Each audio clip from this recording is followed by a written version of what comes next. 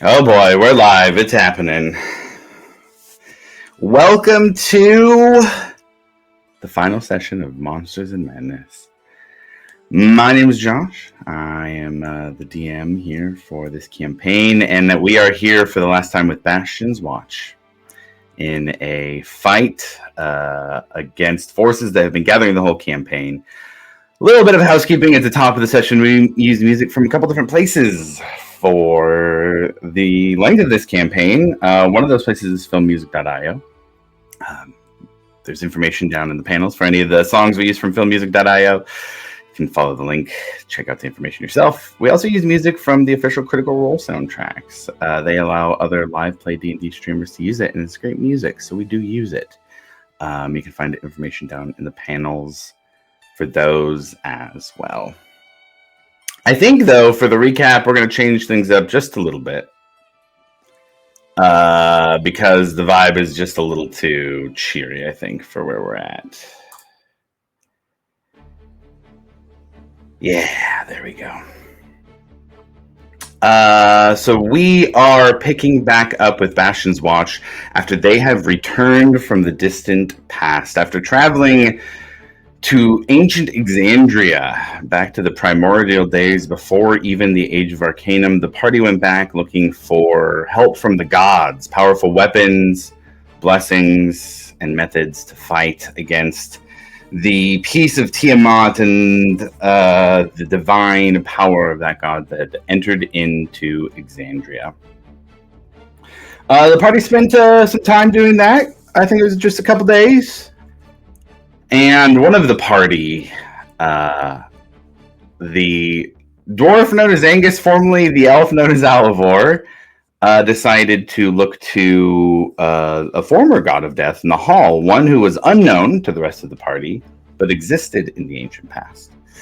And when the party began the ritual to return to the present and go back to the future, there were a couple members of the party who thought that the potential for a dangerous, evil, primordial god was too much to allow to come back to the present. And particularly, Grim and Alivor made attacks at Alivor's anchor, the item that would help return him back to the present that he came from. With a few seconds of chaos and ultimately Ash deciding to leave the ritual and stay in the past with Alivor, Grim made the knockout attack against Alivor, making sure that he stayed behind while Ekamos healed him on his way out, making sure that even though he was in the past, he would still live. The party made it back to the present, but found that the destabilization of the ritual led to more casualties than just the friends they left behind. Honor and Zarm both had the life burned out of them, unable to survive the trip back. The party landed on the deck of the Alcantara, briefed Breck on what had happened, and as they were joined by, I believe it was about 20 ships or so, full of mostly Ashari, but also Righteous Brand, and a few warriors that had been fighting from Bysaeus Till from various factions, the party decided to make their final stand where they could have their backs to a mountain. And as the Dragonborn army, along with their five-headed dragon god Avatar, headed towards the group, they found their spot and dug in. And as the first wave of Dragonborns that were dedicated to Tiamat crashed against the party, they were able to fight them off long enough until, of course, the five-headed dragon itself entered onto the battlefield. So, we're going to bring the party in back to that moment. And I'll let you guys choose here where you'd like to be. Oop, not me. Where each of you would like to be on the battlefield currently as the five-headed dragon approaches off in the corner.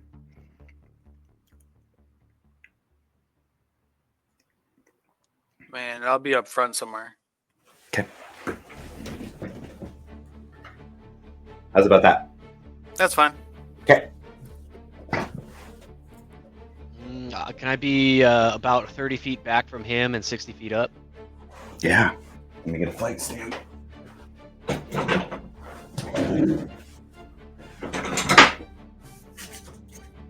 Make sure to remember 60 feet. Got it. Flight. Might come into play. I don't know. We'll see. You want to put me side by side with Varric? Yeah. Yeah. Already looking cool.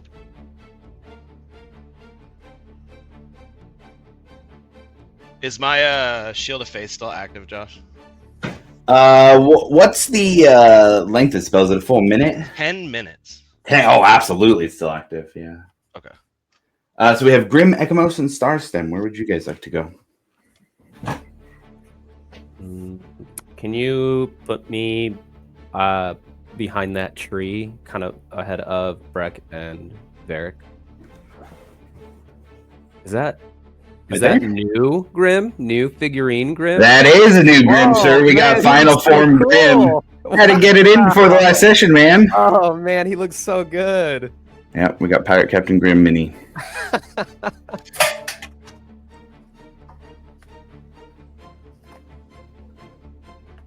Okay.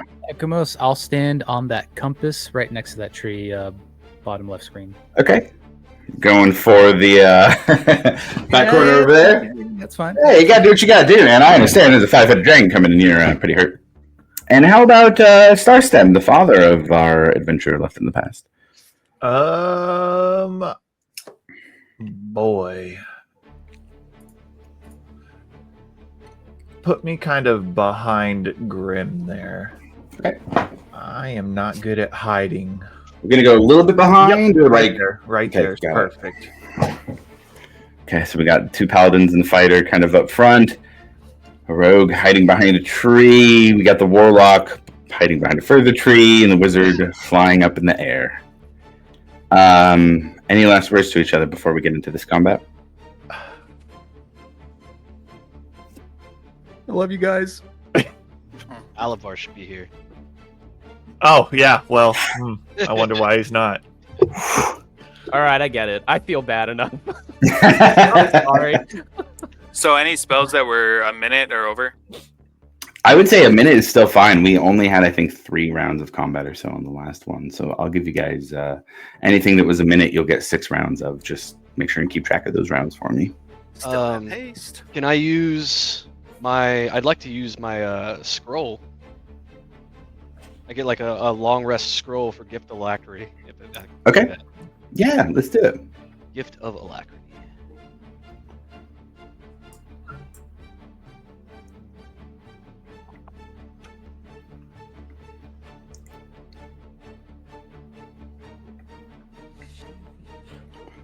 All right. Anything left to prepare?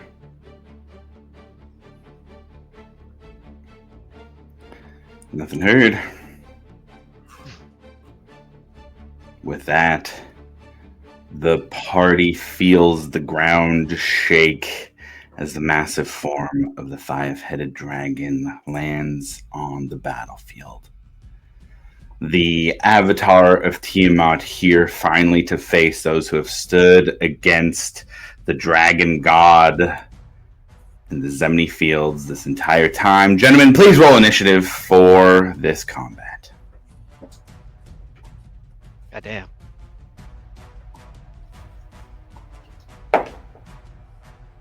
This is probably the worst initiative I've ever had. 7. Rough time for bad initiative, man. God. Rough time for bad initiatives. On that bad roll there, Johnny. Big whopping 11. 11 it is. Okay.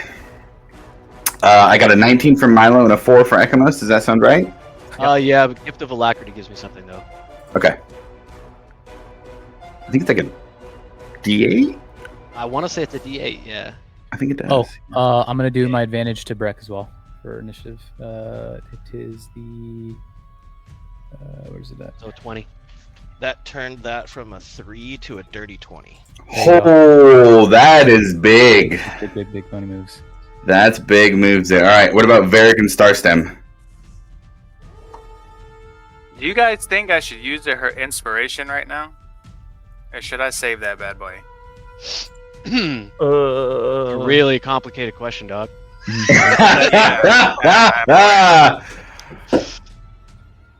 You could get it out of the way and not have to worry about it later. Where's that? Because my gut is saying save it. I got a 0. Oh, Whoa! woof. I vote. I'm gonna go against Crim on that. I vote use it. Yeah, I would use it. Yeah? I mean, with a 0, At least you know you're Well- taking good advantage of it. Hmm. I mean, What would Varric do? What would Varric do? bro, Wait. my initiative is always bad. But we need this initiative for this.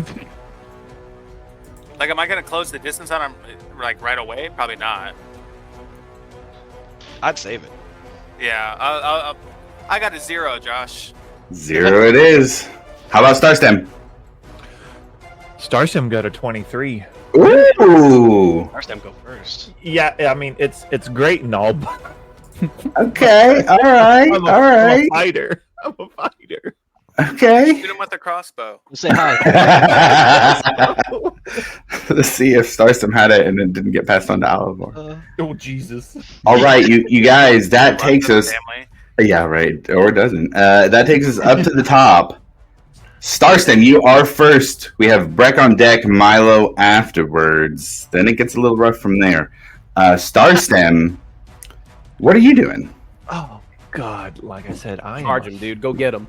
Bro, he's too far. I am a fighter.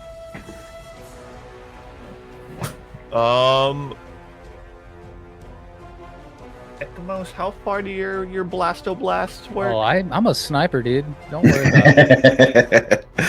I'm going to.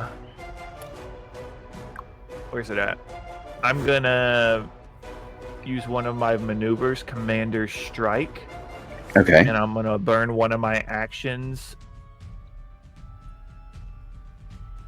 Wait a second. It said when you attack with an action on your turn, you can forego one of your actions and use a bonus action to direct an ally that can see or hear you and strike using its reaction. Ooh. So I'm gonna use my Commander Strike and pretty much call out and be like, fucking take that big bitch down to Ekamos. So the way I understand it is you're making an attack. Yeah. It's going to be a ranged attack, and Ekamos gets to make his attack on top of it if he wants to use his reaction to do so. I believe so. I'm Okay. not trying to pull aggro here, but if you want me to, I'll do it. I am a little roughed up here. Yeah, well, I can't Yeah, you're good. get anyone. So by me attacking, does my bracers get a perk off that to do my thingy thing? I think it bracers mean you can do a cantrip as a bonus action, so you would only get Do one attack. one attack, but it's however many bolts you get for your regular attack, which I think is it's 2 or 3? 3 right now? I think I'm, God. yeah, 3. So you still get your 3 bolts. All right, roll for hit here. First one is going to be 18. 18 misses. Okay, Sick. love that, love that. 22 for the second. 22 also misses. Get the fuck out of here. All right, well this one for sure should hit. 29. 29 hits. All right, roll damage here. 1d10. Jesus Christ, we're so fucked. Hey, Josh, 13. is it? Sorry. You're good. Is it possible to turn the music down just a bit? Oh, yeah, absolutely. Yeah, but due to my injuries, I'm only able to hit one. Okay, and how much damage was that? 13. 13. Okay, first blood as you hit the white dragon head, and it kind of turns and snaps back and looks towards you while the others focus on others on the field. And I'll kind of give a slight smile, a painful smile. All right, and Starstem, go ahead and make your attack.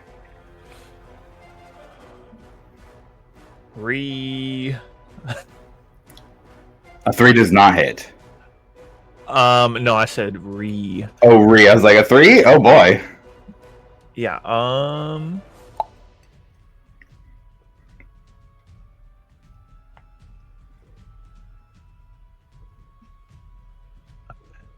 Any range, my man. Oh, wait a minute. Oh my goodness, I'm an idiot. Sorry. All right. Good God. Hey, it's a new character. You started a new character 2 sessions, or a session and a half before the end of the campaign.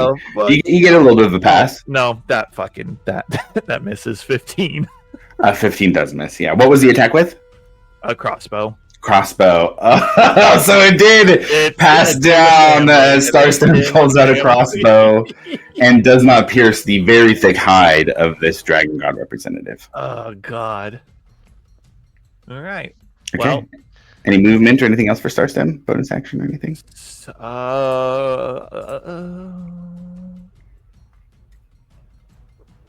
Shit. Let me see. Nope. Yep. We're just gonna stand here. That's it. Okay. All right. Stand there. It is. Breck, that takes us to you. Milo on deck. Man. I think for starters, Breck would just like let out a wicked hearty laugh at watching the crossbow miss. It's so fitting. The dice knew what to do. And then I'm gonna move 25 feet toward that tree in front of that like rock with the pink on the bottom of it. Sure. 5, 10, 15, 20, 25. How's that look? Perfect. And Okay. then I'm gonna take the dodge stance. Okay. And then I'm just gonna start pounding on the shield to Bahamut. Just there. Ooh. Do you say anything or? Nah, I'm just gonna start pounding my axe on it. Okay. Roll a religion check for me.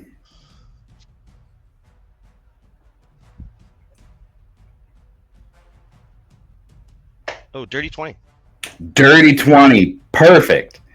As you move out in front of the rest of the party and go to specifically stand out there to dodge the attacks of this creature, pounding on the shield of Bahamut, go ahead and add the exalted version as the vestige you have wakes up. And if there was ever a moment for that shield to become its exalted version, it'd be this one in the fight against Tiamat. Fuck yeah, dude. Cool. And then that's my turn. All right, that takes us to Milo next. What are you doing, Milo?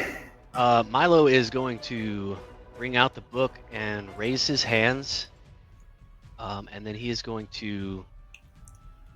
I think he's going to cast Shield of Bahamut on Breck. Okay. And kind of go with that dragon flow. Hell yeah. And what is the bonus he gets from that? So let's see. Isbin's Platinum Shield. You create a field of silvery light that surrounds a creature of your choice within range. That is 60 feet. The field sheds dim light to 5 feet. While surrounded by the field, the creature gains the following benefits. Cover. You got half cover. You have damage resistance to acid, cold, fire, lightning, and poison. And you have evasion. And as a bonus action, I can on subsequent turns, I can move it to another creature within 60 feet. Can you repeat the 5 damage types that he gets resistance from? Acid, cold, fire, lightning, and poison. Well, that's just so specific. Okay, got it. And then that is a casting time of a bonus action. I would like to use my spell driver feat that you so graciously let me have. However, if you cast 2 or more spells in a single turn, only one of them can be 3rd level or higher, and one of them has to be a bonus action. So that was a 6th level spell that was a bonus action. I would like to go ahead and do a 2nd level magic or mirror image. Okay. And so that's pretty big. 4 or 3 extra Milos multiply and come out of him like Doctor Strange as he casts this benevolent shield down onto Breck. Okay, got it. Anything else? No, that's it for me, man. I would like to move an additional 30 feet up, so I'm up to 90. 90, okay, got it. That's pretty key. End turn. Okay. Well, you guys, it's Tiamat's turn.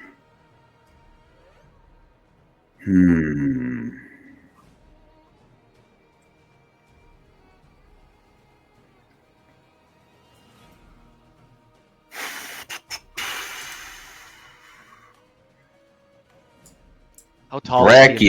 you had to be there, slamming your axe against the shield of Bahamut. That's pretty solid, man.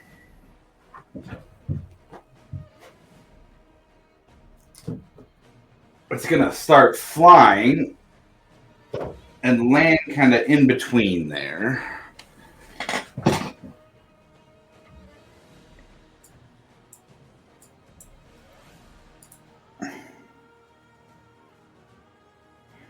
And Breck, I would say the closest one to you is going to be the black dragon head. That one reaches out for its first bite attack. It's at disadvantage. Okay. And with the Exalted Shield, I'm at a 27 AC now. You also have half cover, which I think adds AC, right? Yeah, half cover, I believe, is +5 AC. Let's look that up.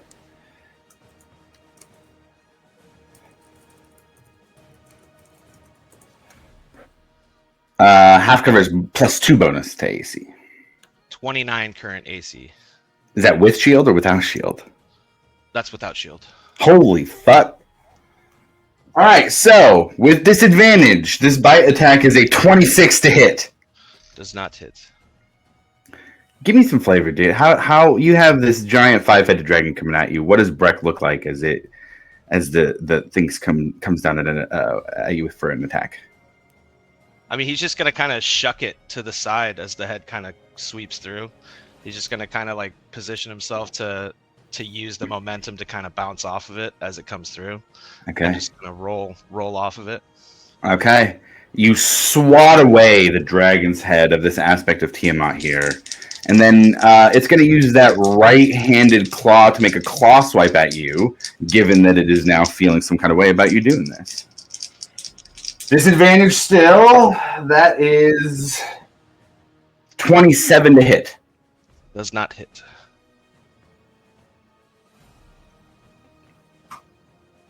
As a claw attack. Uh-huh. On that one, though, on the missed claw attack, he's going to swing his shield back at it.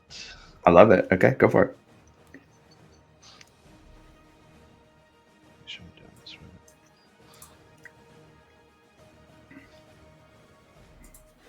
I think it's a double check. Yeah, so I make a shove. Okay. I think is how that works. Like athletics? Athletics versus his acrobatics or athletics. Yeah, he'll go with athletics for sure. 25. 25, okay. 14. 14. Okay, so he's gonna take 2d6 force damage and is shoved 15 feet away from me. Okay. So it's 9 force damage, and then he's just gonna get shoved 15 feet back. You guys see his Breck, the dwarf who cannot be moved here, push back this giant aspect of Tiamat as the shield glows. He's pushed back 15 feet. Badass. That's super badass. Okay. Seeing this, it's going to use another about 20 feet of movement and move up to this group of 3. That's not something it's used to. And Can I use a free action? Not if it's not. What are you doing? I was just gonna say, what? You scared? Okay, yeah, we'll say you can say that. Absolutely. It will turn 2 of its heads the other way. Starstem, Varric, both of you roll me a d20.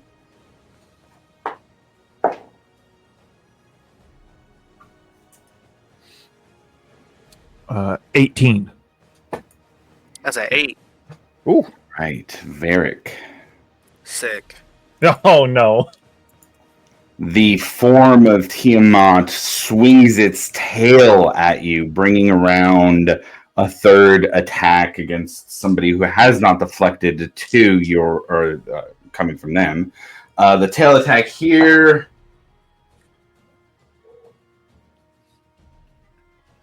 $31 to hit. Yeah, that hits. And I need you to make a strength saving throw, please.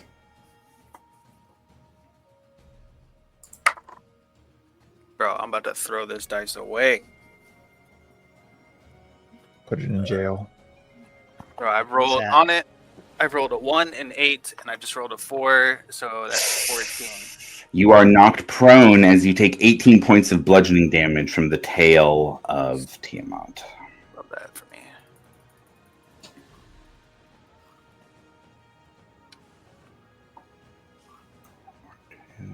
$15. 15 feet. Okay. That is going to be the end of its turn. That takes us to Johnny Grimm with Ekamos on deck. Oh God. He's like right in front of me, right? Yeah, you're kind of right behind that tree, and he is right on the other side of that tree.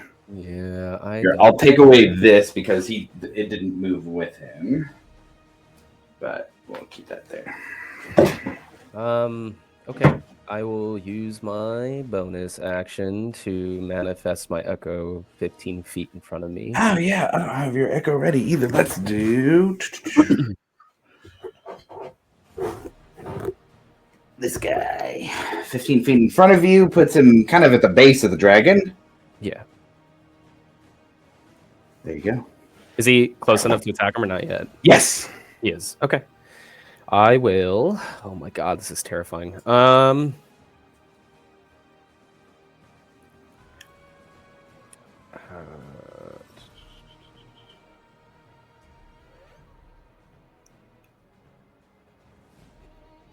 Yeah, I'm gonna attack. Here we go. Yeah, you got allies within range. Yep. Here we go. First attack. Actually, you know what? Hmm. I'm sorry, I don't think you do have allies within range. Actually, the intent, I moved a piece of him, and the intent was to move closer to you guys. So I will say you have allies in range. I'm just going to move him a little bit because I moved that other piece off. I'll give you some sneak attack here. Thanks. Like an if you hit. biting at somebody's ankle. Okay. Hey, I'll nibble with you. Thanks, dude. Yeah, here we go. First attack. Hopefully it's good. Okay. 28 to hit. Yeah, that hits. Okay. I love the question mark on that. Dude, 28? Hopefully. How's that music, by the way? Is that too loud or is that good now? Nah, that's good. Cool. At least for me. Yeah, no, it's perfect. okay, here we go.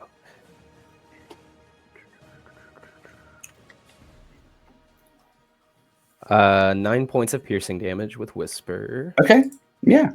plus 5 points of psychic damage, Okay. and then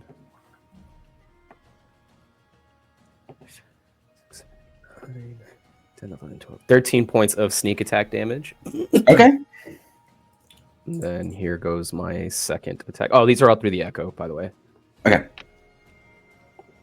Second attack is a 25 to hit. A 25 will hit. Oh, God. Okay. Oh, sorry. Wrong dice. 11 points of piercing damage. Okay. Plus 6 points of psychic damage. Okay. And then we are going to... Where are you?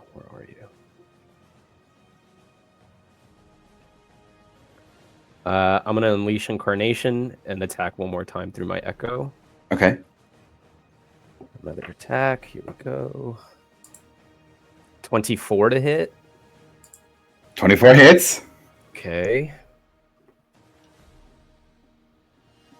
9 points of piercing damage. Okay. Plus 5 points of psychic damage. Okay. And then...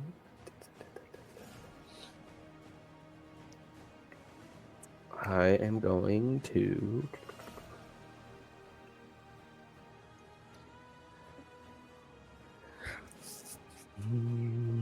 I don't want to burn anything yet.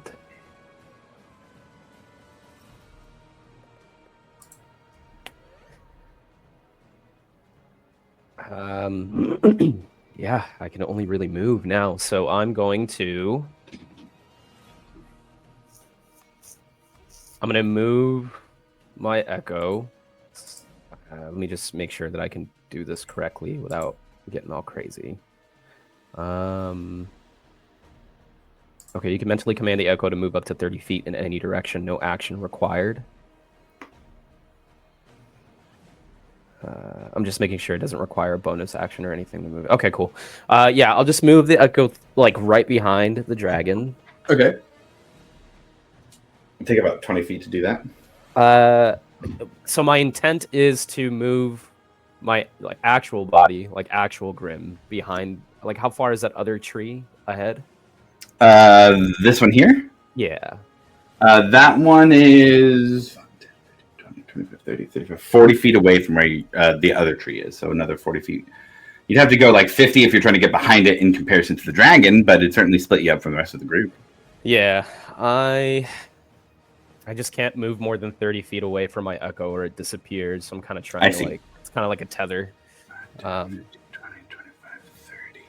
Yeah, you couldn't get on the other side of the tree and still be close enough to your echo. You'd have to be on this side of the tree.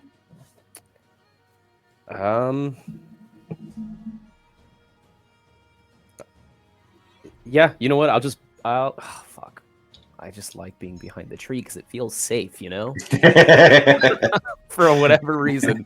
I mean, the dragon is like 4 times as tall as the trees you're hiding behind, to be fair. Shrub behind me. I'm just going to beeline it towards that tree. Fuck it. Okay.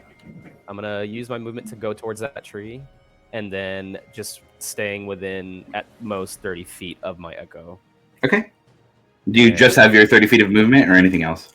That's all I have since I used my bonus action to summon my echo. Okay, got it. Yep, it does that's split it. you up at least. My turn. Okay. Well, you attacked him, and he didn't really like that. He does have, or rather, they. I don't know. The aspect of Tiamat does have a pretty good reach on his bite attack. He's going to use 2 of his legendary actions to make a furious bite against you after those 3 attacks. I preferred he didn't, for what it's worth. Yeah, but he's going to, though. That is going to be a 28 to hit. Yeah, that definitely hits. Okay, I need you to make a wisdom saving throw. No. Wisdom. Where are you? 17 plus 1, so 18. 18. That is going to be a failure, so you become frightened of the aspect until the end of its next turn, which is right before your turn. It's not inaccurate. Yeah, fair. You also are going to take 31 points of piercing damage and 35 points of force damage. I guess I'll uncanny dodge it if I can. I think so, yeah. So that's a total of 66, so you take 33 total instead. God bless America. Rogues. Yeah, don't want that. Did Big not moves. like that. Big moves. Uncanny dodge is big. Backflip. Eating that 2-action legendary action move with a dodge like that is not so bad. Anything else for your turn? Other than literally shit myself, pretty much it. We notices a brown tint to Grim's leather pants. All right, Ekimos is up. Varric, you're last in initiative. Ekimos, what are you doing? I'm going to sit here and I will cast a 5th level Cure Wounds on myself. Okay. And then as a bonus action, can I do my other heal here? 29 for the first roll.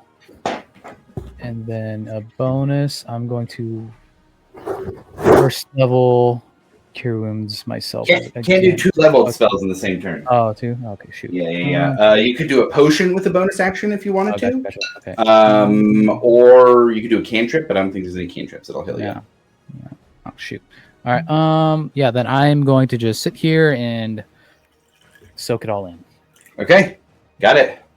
Egamos takes a turn to stabilize after the fight against the Dragonborn, and that's going to take us to the bottom of the initiative. The other paladin, Varric, what are you doing? I'm gonna stand up. Yeah. It's always pretty big. Probably want to be standing for the fight. Can I?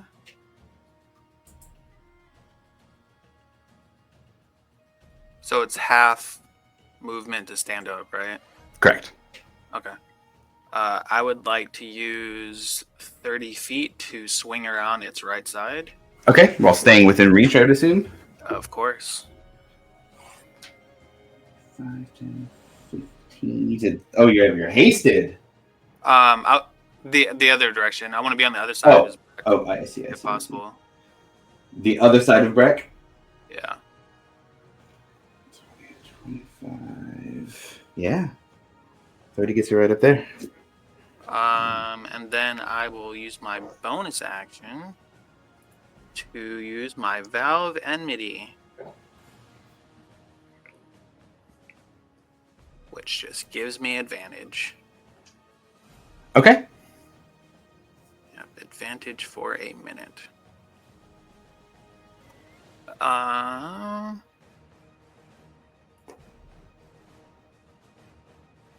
Also giving Breck advantage by being on the side with flanking. Yeah. So then I guess I'll just go ahead and make 3 attacks. Okay. Oh my god, the rolls today are terrible. Rough day to have bad rolls. That was advantage. 19. 19 misses. I figured. My goodness.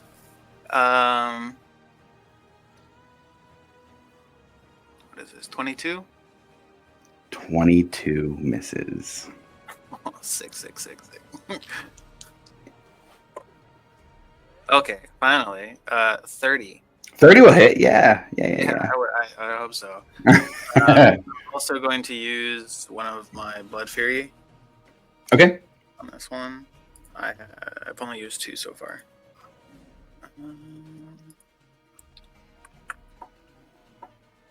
So that is going to be, where's my D10?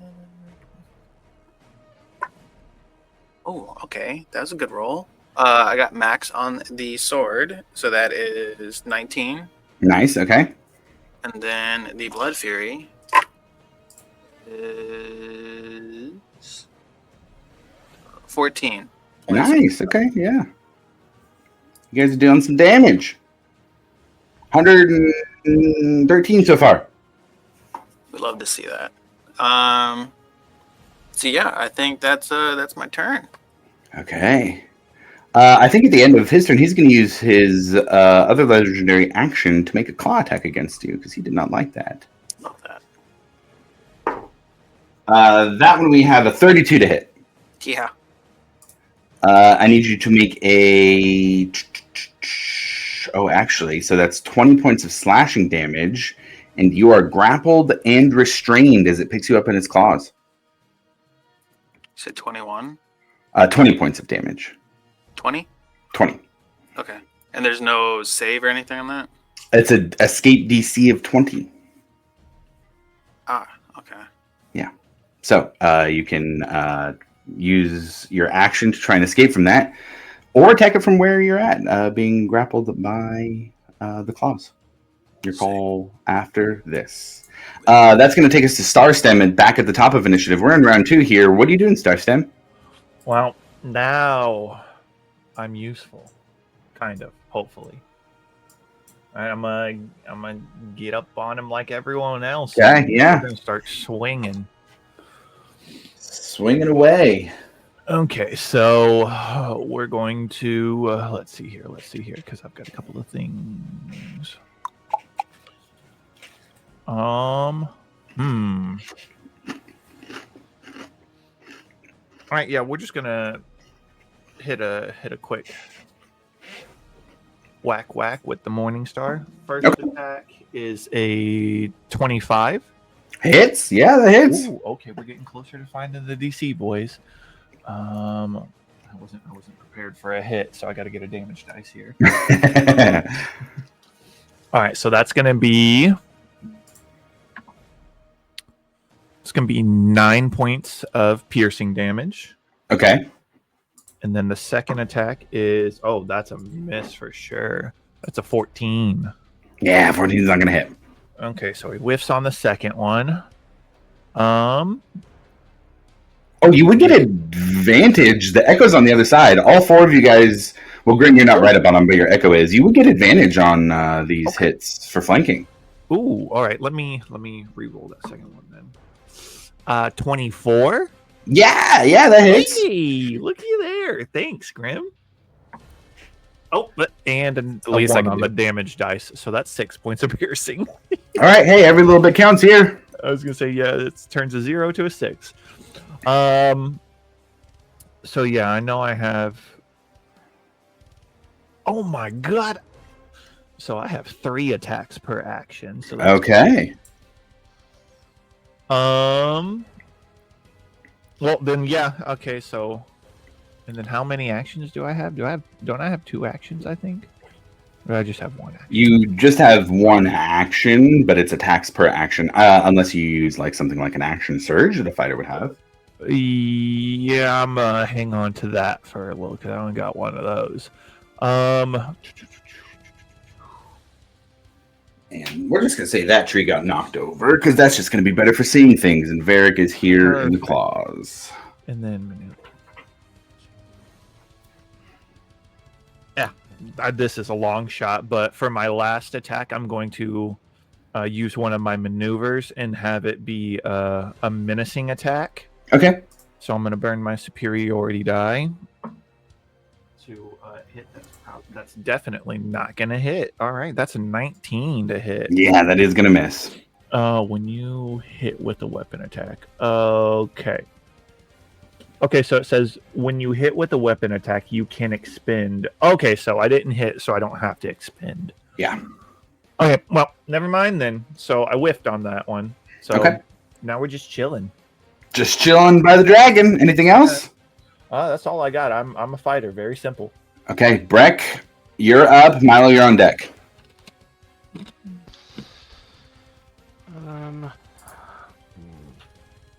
So I have this aura of courage. It says, while you are conscious, you and friendly creatures within 10 feet can't be frightened. If there's a creature that's already frightened, but I step within 10 feet of them, does that break that? I'll say yes. For the sake of this, yeah. And then I have Aura of Liberation. Creatures that were already grappled or restrained when entering the aura can spend 5 feet of movement to automatically escape non-magical restraints. Yes. Would that also... Sorry, go ahead. Because that would have to be on his turn for 5 feet of movement. That'd have to be on his turn for him to use it, but you being close enough would allow him to get out of that without having to use his action to do so. Basically, he'd just slip right out and be on top of the claw. I will Misty Step to where I guess Varric was, or kind of try to be within 10 feet of where Grim is. Yeah. We got you right on the other side. It's about 5 feet away from where Varric was on the ground. He's now kind of up in the air a little bit. And you're 10 feet away, 5 to 15 feet away from Grim. Can you move me 5 feet to the right? Yeah. That puts you right under Varric and 10 feet away from Grim. Okay, so Grim's no longer frightened. Big. Cast my Misty Step real quick. And then I will make 2 battle axe attacks. Okay. Probably not at advantage anymore because I moved, right? Yes, you moved like catty corner specifically, so you wouldn't get flanking on this one. I will say, Breck, as you go to make this attack, everybody in their head feels this jolt. It's like electricity in your brain, and for a moment, you have this streak of red and black across your eyes. And that's it.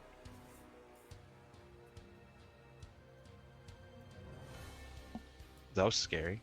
Yeah, Brett, go ahead and make your attacks. Ooh. That's a 30. A 30 does hit. I'm going to apply a 3rd level Divine Smite to that. Yeah. Make sure I'm doing all the damage correctly. Okay.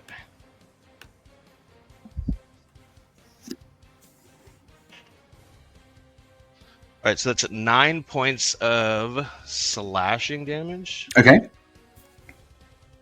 And then...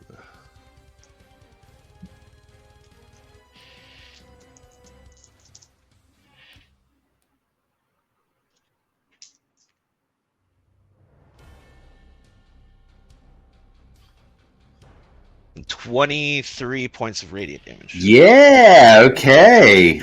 Some wild mother energy infused into that attack. Deal some extra damage.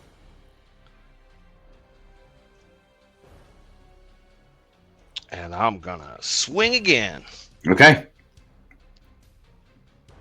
This one is a 27 to hit. 27 also hits, yeah. That is 14 slashing damage. Okay.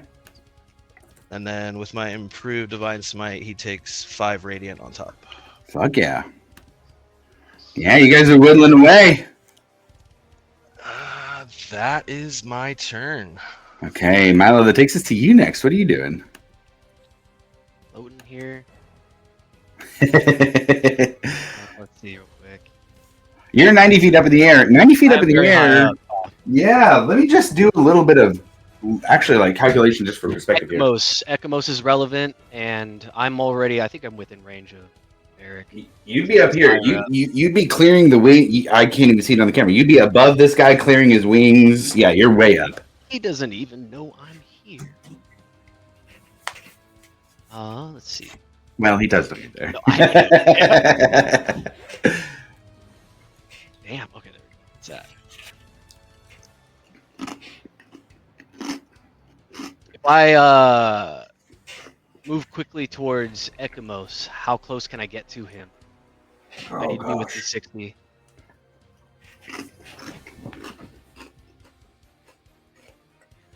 So I'm going to go 30 to start with, directly at him.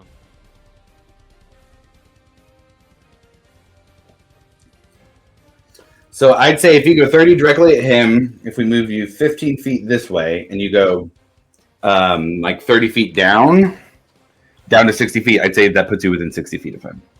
I'm going to go ahead and cast a 2nd level healing word. Okay.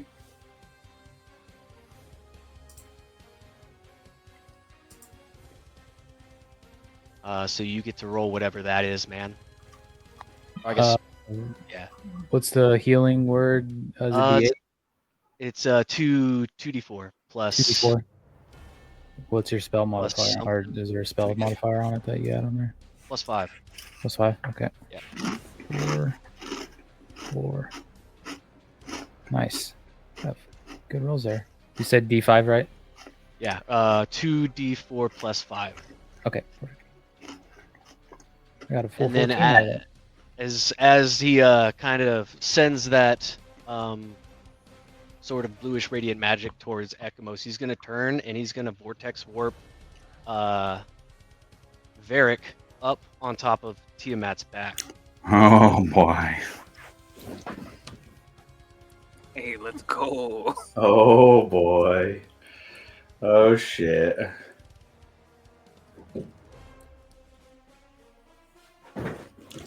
Yeah, he's on there. And then that is my turn. Dragon Rider. That's a dragon to ride for sure. Oh boy, that's wild. I'm gonna say he can't hit Varric when he's right there. That's what we like to hear. Everything's got a weak spot, right? I need to see how high up 60 feet is too. Don't look at me. This bad boy is a little I bit feel like I'm right taller. in danger zone right here. It's like 5 heads staring at me.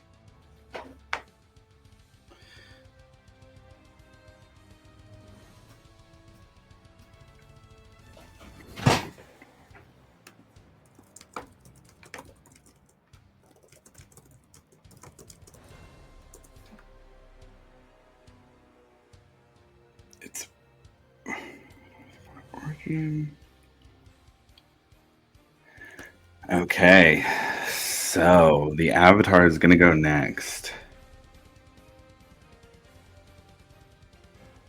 And it is going to fly up and backwards this way. Do I Oh attack? shit! I was going to say Grim, Starstem, and Brett can all get oppo attacks on that if they want. I don't think I can because I used Uncanny Dodge as a reaction, so I don't Okay. have a reaction right now. Okay. That would be Breck and Starstem then. Yeah, fuck it. Probably gonna miss, but Oh, that's a dirty 20. that's a 17. failure. That is also a failure. Oh, I'm sorry. You're doing attack rolls. 17 and dirty 20. Yeah, those will both miss. Yeah, those will both miss, unfortunately. Okay. So then it will kind of move back to the edge over here. And Varric and Milo are exempt from this. Everybody else is going to be taking it in a 300-foot cone. I over there on the side. Even Ekamos. On a 300-foot cone, yeah. 300-foot cone would be everybody on the ground. I need everybody to roll a dexterity saving throw.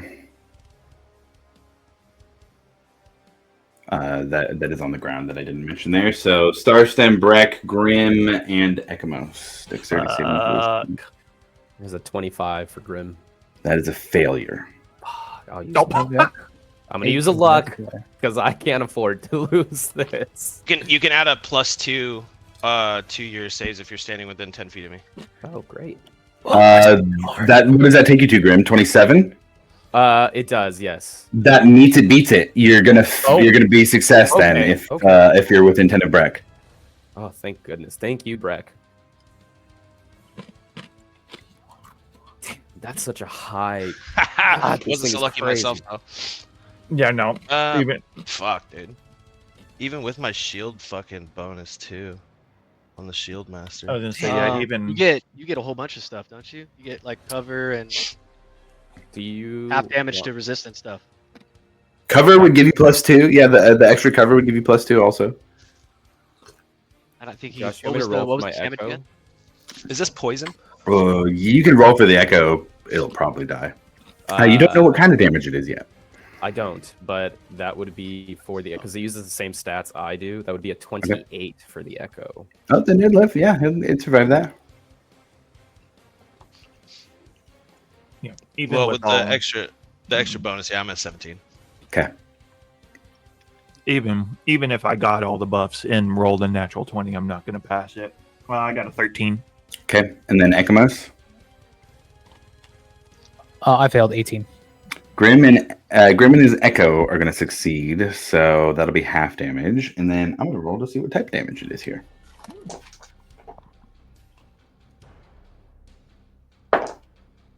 Five. I think the dice are on your side today, gentlemen.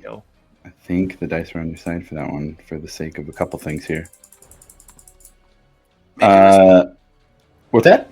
So maybe he just did healing to everybody, you know? Yeah, he just says healing instead. Yeah, sure. Yeah, healing breath. So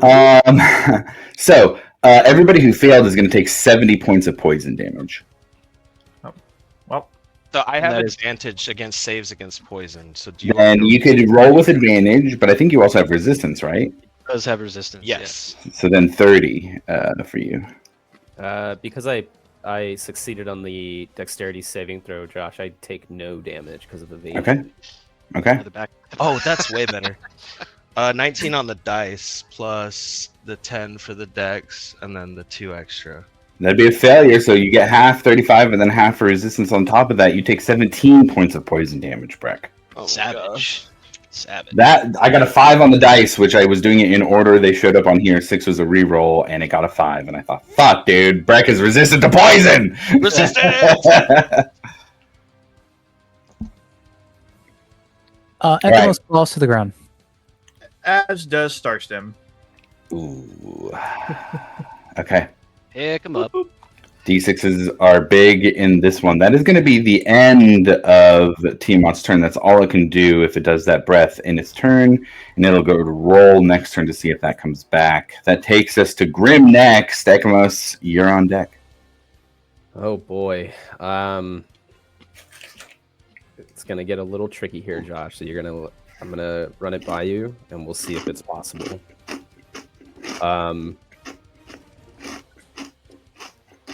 It says specifically you can mentally command the echo to move up to 30 feet in any direction, no action required. Okay. That literally, like, any direction is possible, even like straight up 30 feet. I hear any direction, and I hear 30 feet upwards. That makes sense to me. Okay. So it doesn't get tricky. I'm going to mentally command my echo to move 30 feet up, like straight up.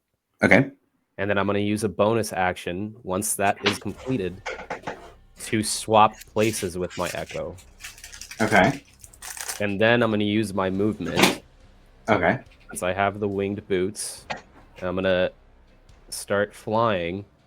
And I'm going to meet Breck right on the back of the dragon, or as close as I can get. It'll be Varric on the dragon, but yes, you can do that. Yes. Okay.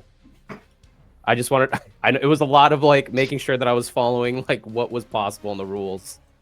You're burning some resources to get there. I'll give you that. We've been chasing the dragon the entire game, and they finally caught it.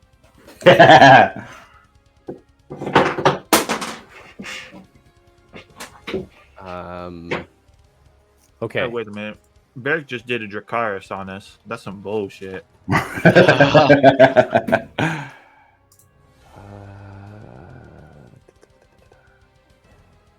Yep. Okay.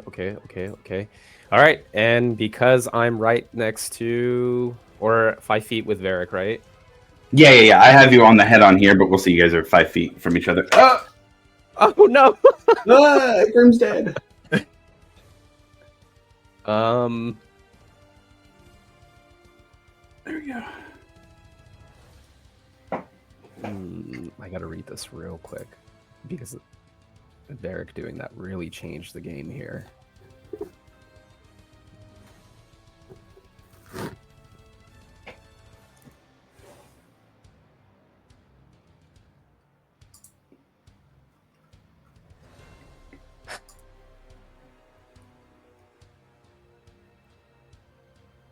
Okay. Oh man, I have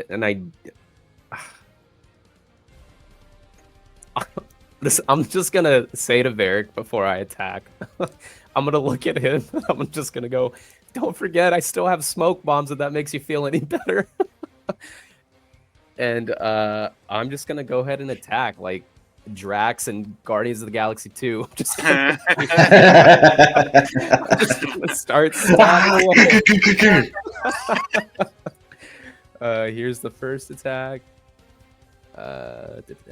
25 to hit. That hits. Okay. You have an ally within 5 feet of Tiamat and Varric, so you get to sneak attack. Okay, so that's 7, 8, 9, 10. 11 points of piercing damage with Okay. Husker. And then an additional 3 points of psychic damage. Okay. And then 8, 11, 12, 13, 14, 15, 16, 17 points of sneak attack damage. Okay, yeah. And then I'm going to do my second attack. Please be good. Natural 20. Hey, there we go. Oh, First one against the boy. boss. Oh man. Okay. Because there's stuff that happens.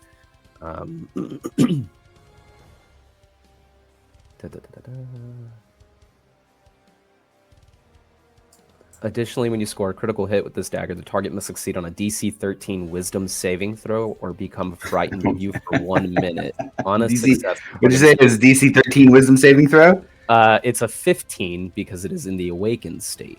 Okay, he is a plus 14, can't fail. So I'll just perfect. say we're good. It's an automatic success. Hey, we still get some damage. A lot of wisdom to that god there. Yeah. 9, 11. You got a pretty high saving throw there. 22 points of piercing damage with Whisper. Okay, very nice. And then I don't think my Echo is in range to do anything. I don't think so either. And because I am more than 30 feet away from him, he poof vanishes. Okay. Because at the end of my turn, because I can't move him anymore, I already did, and he's going to be more than 30 feet. Big move to get up on Tiamat, though. Yeah, I already used my bonus action. I used my movement, both actions. Yep. I just give a little half thumbs up to Varric, and that's my turn. Okay, Ekamos, death saving throw for you. Yep. 11. That is a success. Still breathing life. Okay. That is going to be Varric next, at bottom of initiative. Varric, you're riding on top of the Avatar of Tiamat. What are you doing? Let's see.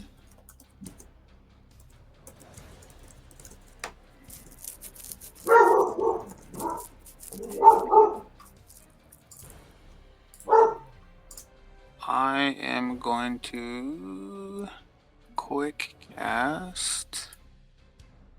See where that is. I'm gonna quick cast a Death Ward on Grim, Oh, okay. and then I will make 3 attacks. Okay. Tiamat is not bloodied yet.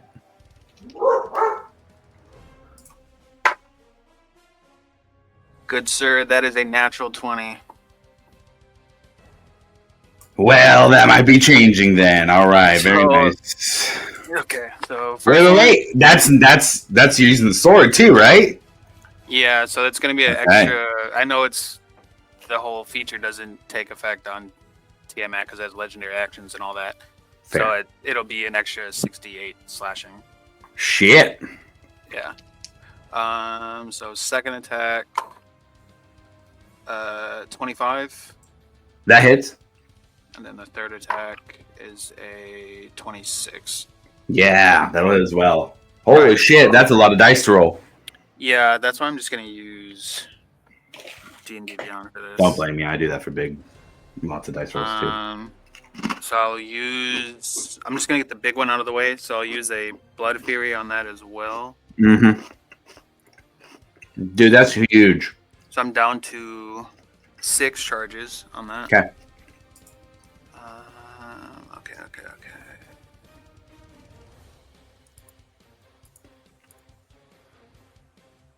So I'll just get the D10 out of the way first. Rolled an 8, so that's 17 slashing. Okay. Oh wait, it's doubled. The dice would be doubled, not the modifier. Yep, just the dice. So 25 slashing, Okay. and then I have the D8. You know what? Smite. What am I thinking? I mean, if there was ever a time. I almost forgot about it. So I will do a 4th level smite, God damn. which is maxed out. So 6 D8 from the sword. And then 10 D8 from the smite. Fuck.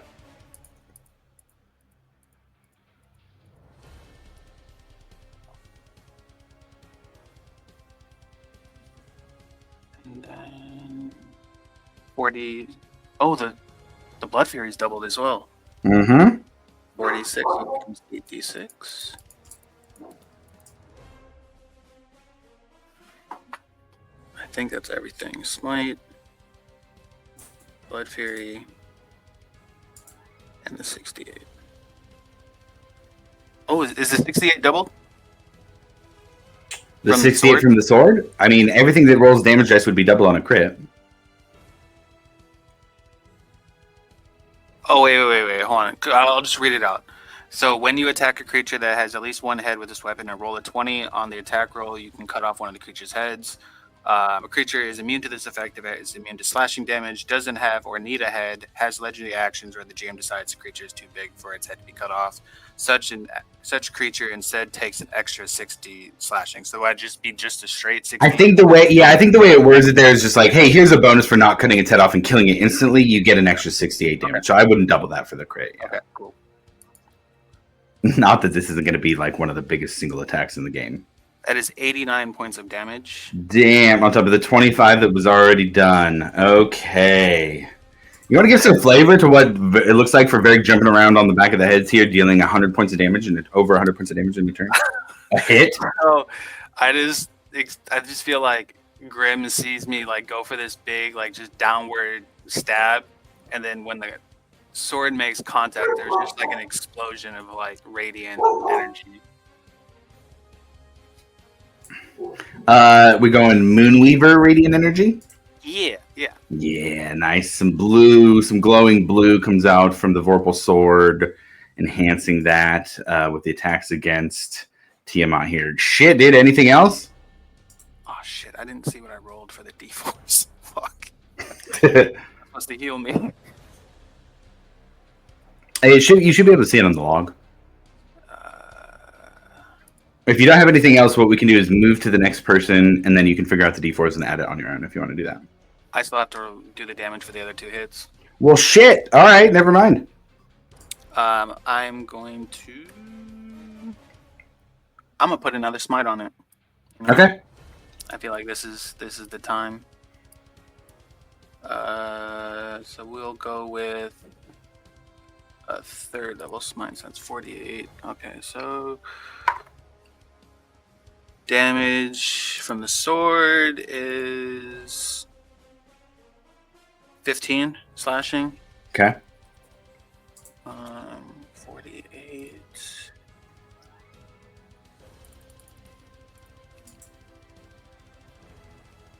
$22 from the smite. Much more reasonable in terms of single hit damage. Yeah. Second attack we'll do, third attack. That's 19 slashing. I rolled a 10.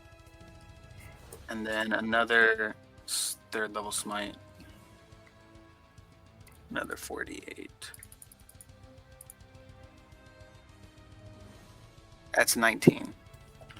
Damn. You guys see now there are wounds that are coming across this 5-headed dragon's body, and wherever it is, these big slashes that any of you are making wounds or cuts on, you see them actually bleeding fiery blood. It looks like it is lava coming out of the body of this thing as it hits the ground and sizzles up, as you guys see smoke now starting to rise from the ground beneath it. That is my turn. Shit, we are up at the top. Starstem, I think you're unconscious, right? So that's going to be a saving throw for you? It sure is. Okay. 17.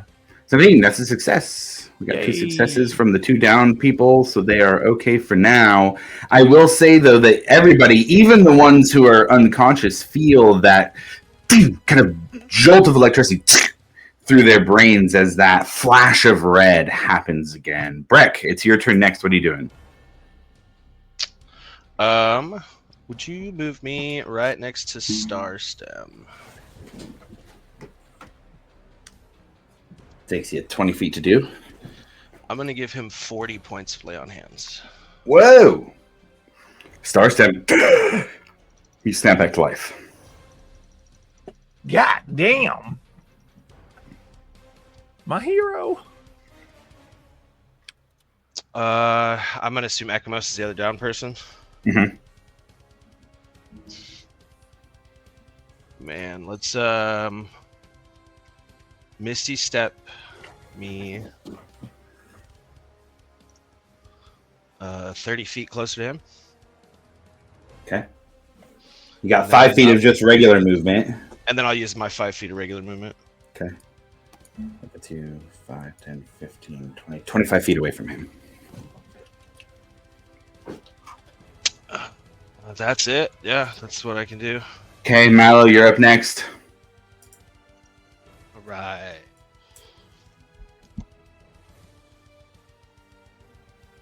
we got 2 people on the back. We got a very weak dad in front. Breck's on his way over to Ekamos.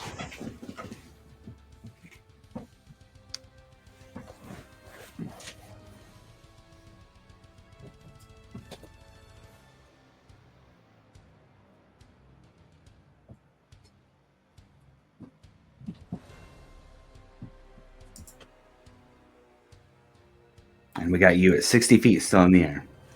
I'm at 60 feet.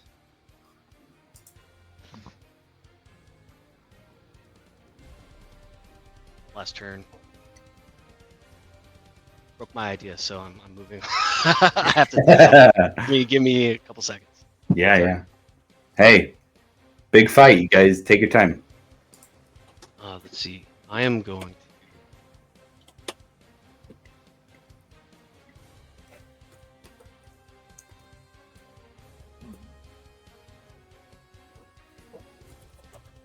Just to let you guys know, you've done 420 points of damage so far this combat. Hell yeah, dude.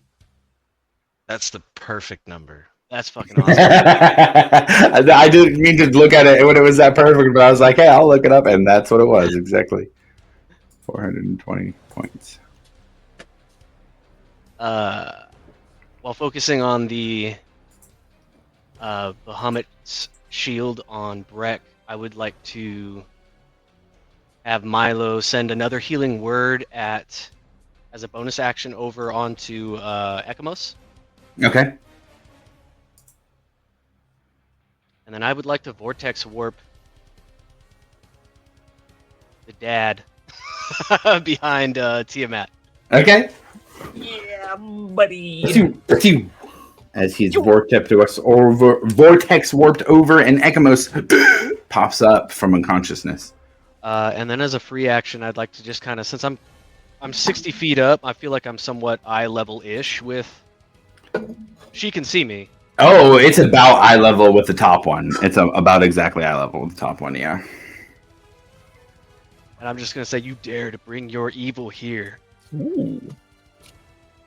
Nice. Pass turn. Okay. All right.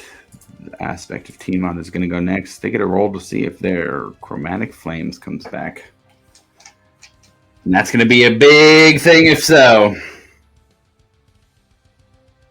Ah, we're on the ground. And they cannot attack the 2. Well, I guess they could attack with claws on top, but not the bite or the tail.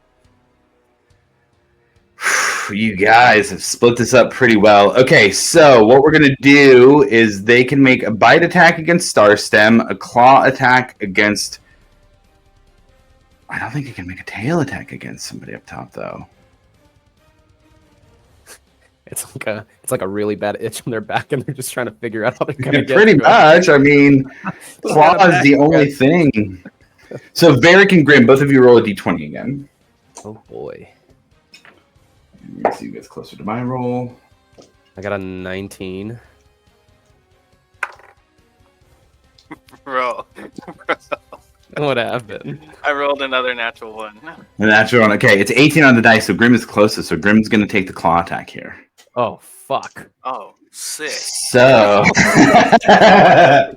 Never been I don't want that. Grim, this is a dirty 30 to hit. Yeah, I'll burn a luck. He's got to re-roll it. Reroll? Okay, I'll do the reroll. Oh, God. Please. That's still 28 to hit. Yeah. Yep, that'll Okay. definitely hit. Oh, this is going to... So you are going to take 19 points of piercing Mm-hmm.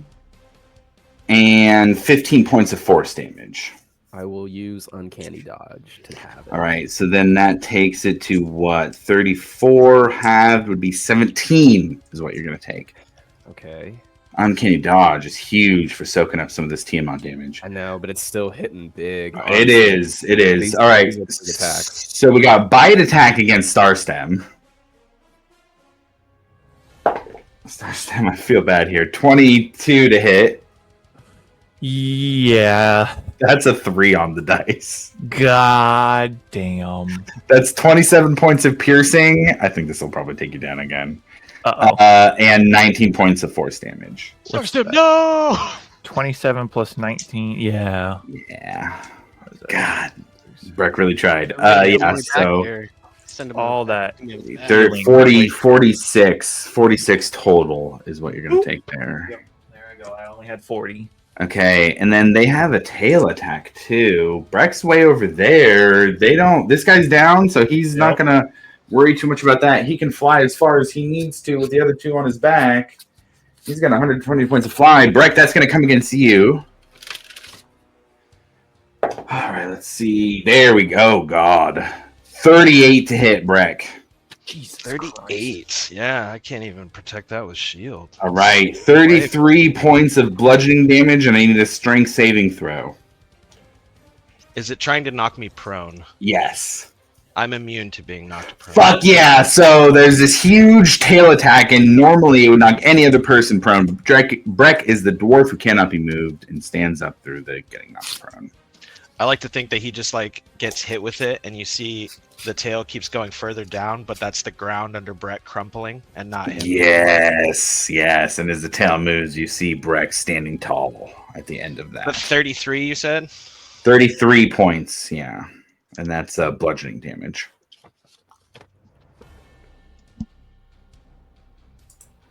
All right, that's going to take us to Johnny Grimm next. Johnny Grimm, what are you doing? Oh my god, I didn't know it was my turn so fast. Oh god.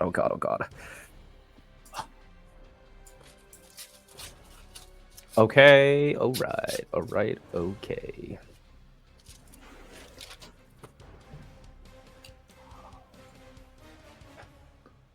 I will summon my echo right next to me, in between me and Varric. Okay, yeah. Where'd that mini go? And I think now I'm just gonna try and, since I have Varric with me, I'm just gonna try and burn as much as I can here. Okay. Here we go.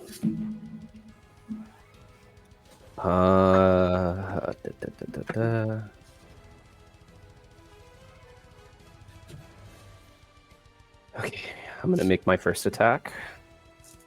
Okay.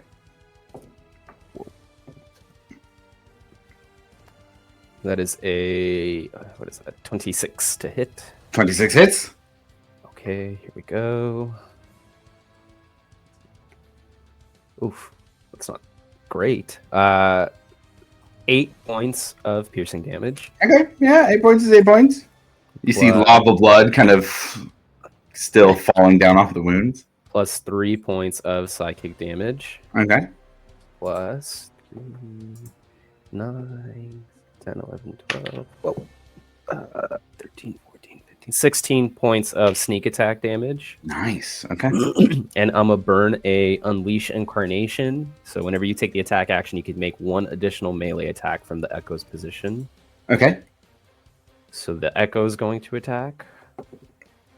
That is a 25 to hit. That still hits. That is a 11 points of piercing damage. Okay. Plus 4 points of psychic damage. Okay. The second attack from Grim. 31 to hit. Yeah, that hits. Okay. Ugh, yikes. That's not good either. 8 points of piercing damage. Okay. Plus 6 points of psychic damage. Okay. Every point matters. Yeah. And then I'm going to use another Unleash Incarnation since I took another attack. Okay. And I'm going to attack through my Echo again. Is it when you use the attack action or when you attack? It says attack action. So that you only have 1 attack action for a turn, so you couldn't burn 2 in a turn. Okay, But you can then do it that's- next turn. Yeah. Okay. And then I already used that. I'm going to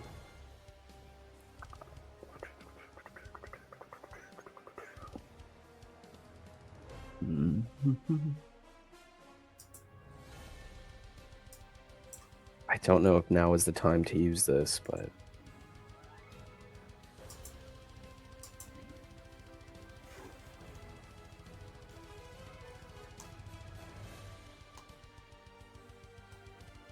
no. Oh God.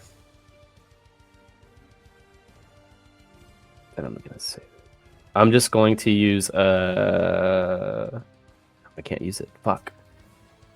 Oh God.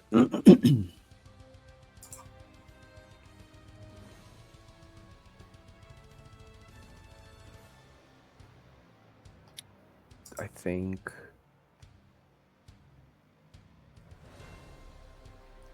I am going to fly. That's right. You have the boots on. I do have the boots on. I'm going to fly 30 feet up so that I'm still 30 feet within my echo. So my echo's going to stay on its back.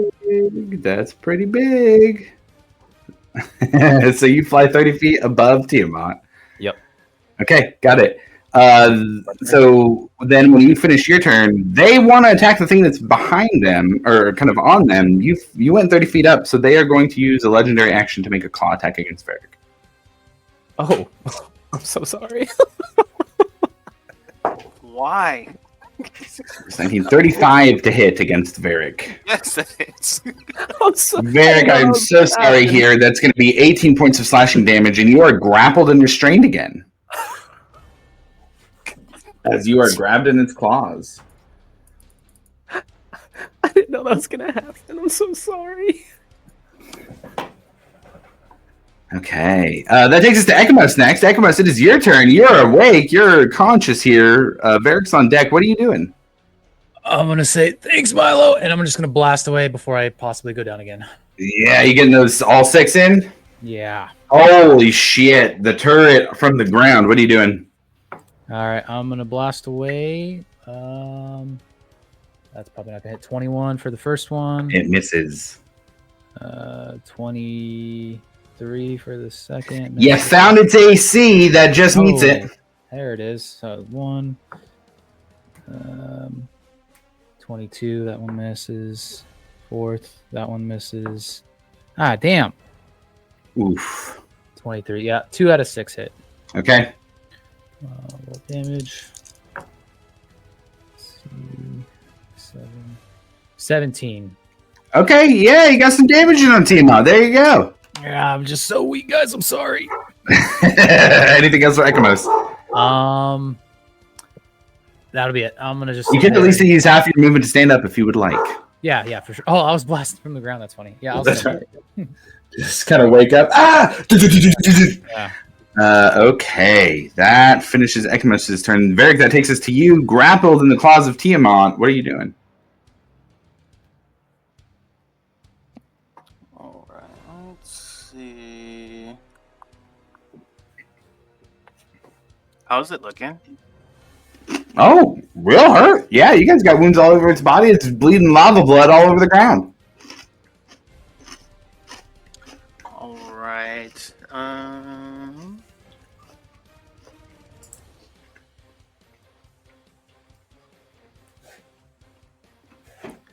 I am going to use a 6th level Thunder Step.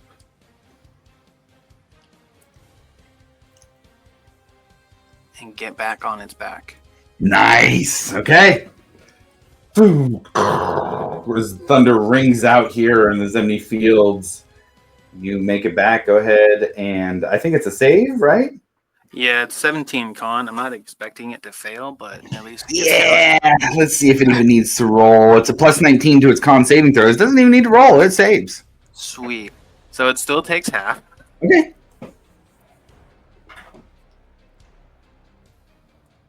18? Yeah. All right. 3 attacks. I will do. Sorry, I will quick cast that so I can still do my. Okay. Got it. And I am going to take just a quick 30-second break here while you roll those, and I will be right back.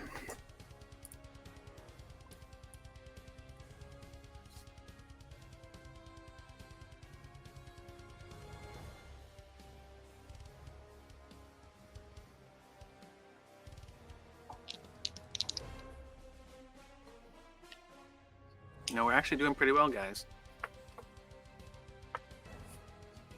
Yeah. I'm just wondering if waiting anybody's for gonna say something. I don't. waiting for the phase 2 to happen. Yeah, say Exactly right. Back up to like 75% health. You see a second health bar. What? Anyway. Shit, I saw this episode. We're fucked.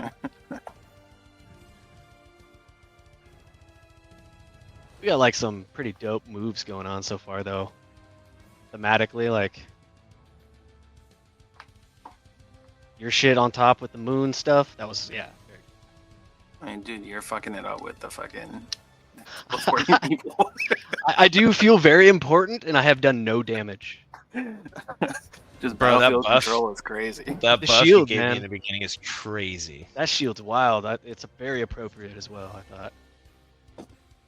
I just love how I'm Resistance, like, stabbing this everything. dragon with a toothpick. Okay. Down. Varric, how are those attacks looking? I was gonna wait until you got back to roll it. I didn't feel. Oh, okay. Okay. Cool. Yeah. Go ahead and roll. First one's a 30. Yeah. Hits. Second one is another natural 20, Fuck yeah. All right. and last one, 27. Mm-hmm. All right. I'll get the crit out of the way.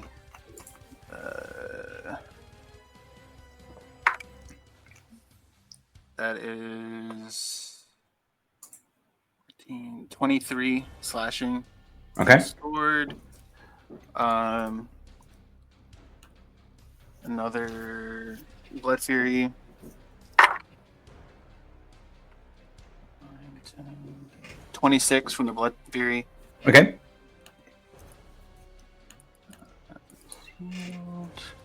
And then naturally another Smite.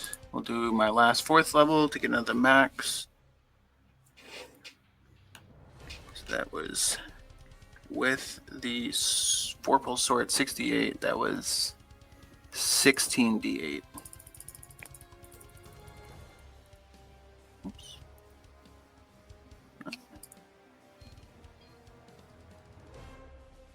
83. 83. It's so flavorful to do this on the Vorpal Sword critical hit. With Grim flying 30 feet above, Varric, what does it look like as you take down, with this final hit, the aspect of Tiamat? Oh shit. So yeah, like Tiamat, the aspect Tiamat has me in the grip. I'm gonna thunder step just above it, and with the momentum coming down, and with the help of the Moonweaver, he's just gonna carve through.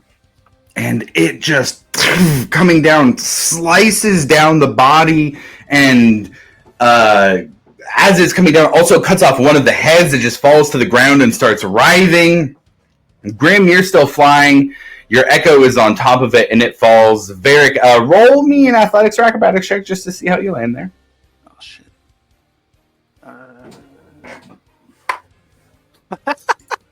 No fucking way. I just rolled another natural 20. Okay, yeah. You do a superhero landing, I assume, something like that? Oh yeah. And just kind of whip the sword off. As this creature falls, Varric lands beneath. Grim, you're still flying above.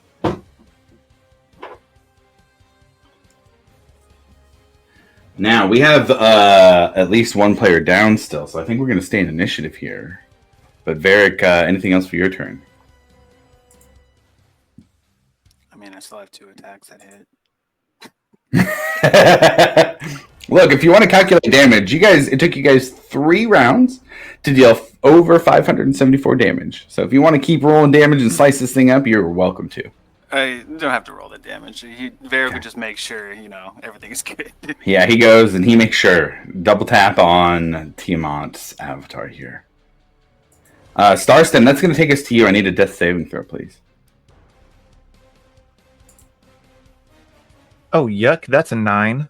That's going to be a failure. That takes us to Breck after that. Breck, what are you doing? If I Misty Step and full movement, which I think puts me at 55, would I get it to him? 55. I think so. We'll call it for the sake of this. Yeah, it'd be good. Okay. Misty step in full movement.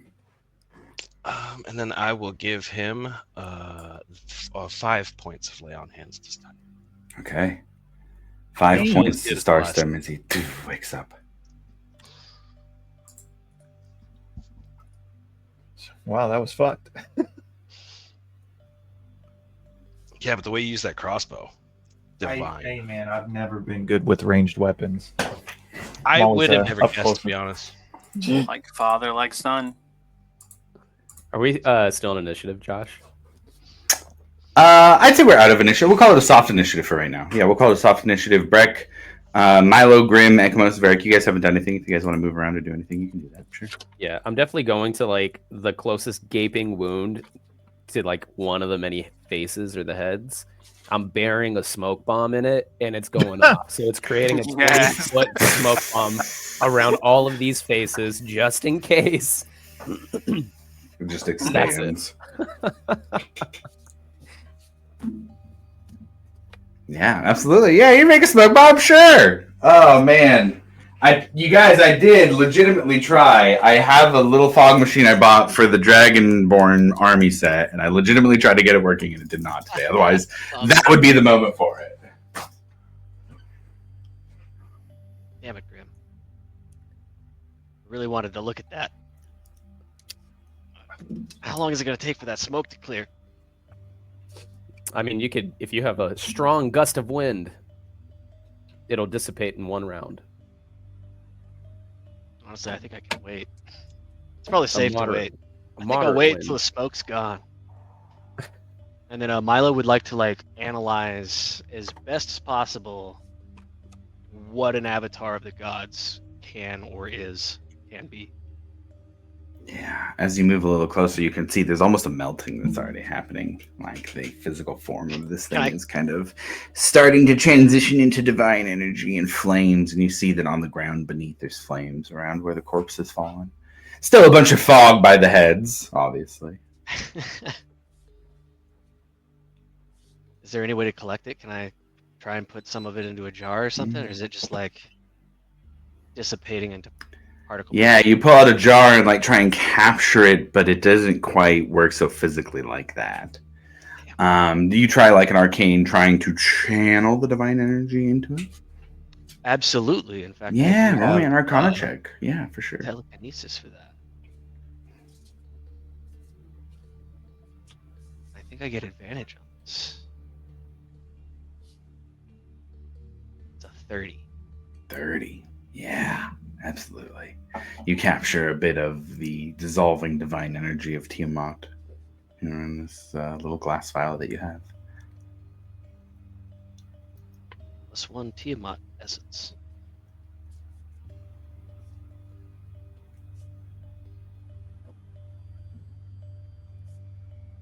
I don't think anybody's healed Starstem yet. Go ahead, Starstem, give me another death saving throw. No, he put 5. No, he points. gave me 5. I gave him. Okay, Right. that's right. You did Misty Step in full movement. That's right. Yeah, man, I feel bad now.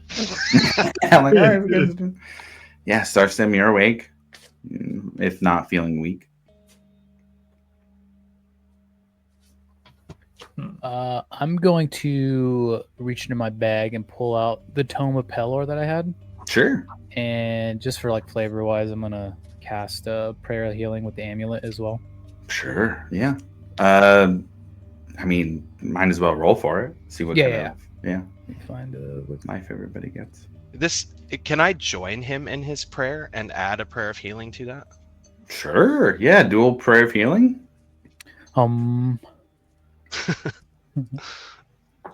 Like that meme of the guy summoning the demons. Yeah. Ba, ba, ba, ba, ba, ba, ba, ba. Everybody will get 15 if you are jacked up. For me. For Beckmos.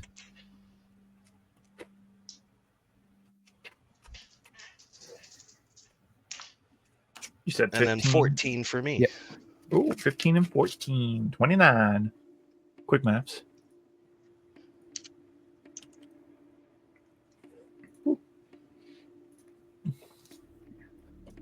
So what happens now?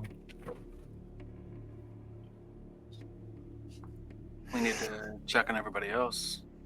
There's still a battle going on. As Varric finishes his sentence, you guys hear from inside the smoke where Grim left his smoke bombs.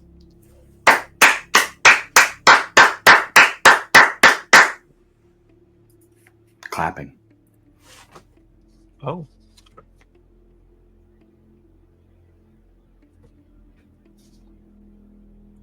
Dude, with the smoke bomb going off, if it's the Undertaker, I'm gonna be pissed.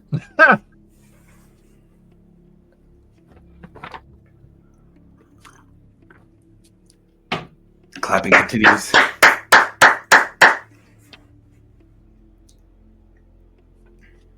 Can we see inside? No, not with the smoke bombs. All right, where's that gust of wind at? Can I do that? Yeah. Can I see through the smoke? Oh yeah. Ooh.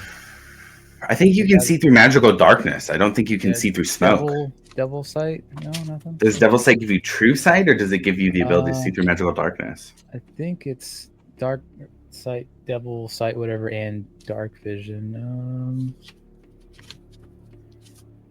Let's see.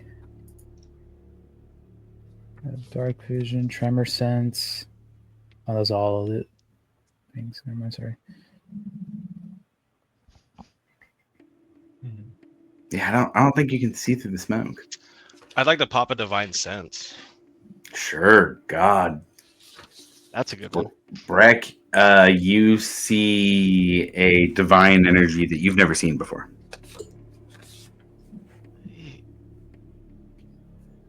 Can I also do to Interesting. see if I've seen this person before? As you do, you guys hear, you see Breck kind of light yours up, or light his up, and it gives you the idea to light yours up as well. And you guys hear a voice coming from the smoke. Great job, fellas.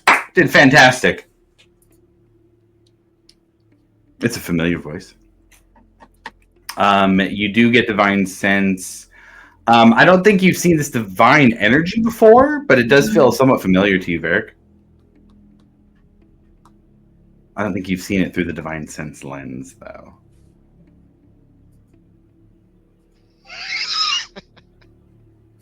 The voice is very recognizable.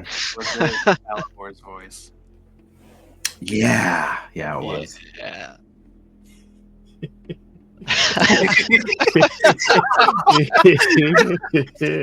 Hey. And you see the elvish form of Alivor, clad in the exact clothes you guys would expect him to be in if he had never left the party. Really great job, guys. Hey, just did a bang-up job. I'm so excited to see how well you did. Couldn't have expected any better. Fantastic. Is the link up? The telepathic link. Yes. It I is. didn't mention it at the beginning of the beginning of the session. Very specifically, I figured Milo would have put up the link, so you guys have the link. Milo immediately says, "You were the flashes in our heads. What's going on, friend?" And then in the telepathic link, Breck, maybe get ready. I don't feel very good about this. Flashes? I don't know if you guys remember. It's been a long time. A very long time. I'm just a simple bard. Insight check. No check needed. He's being deceptive and not hiding it on his face.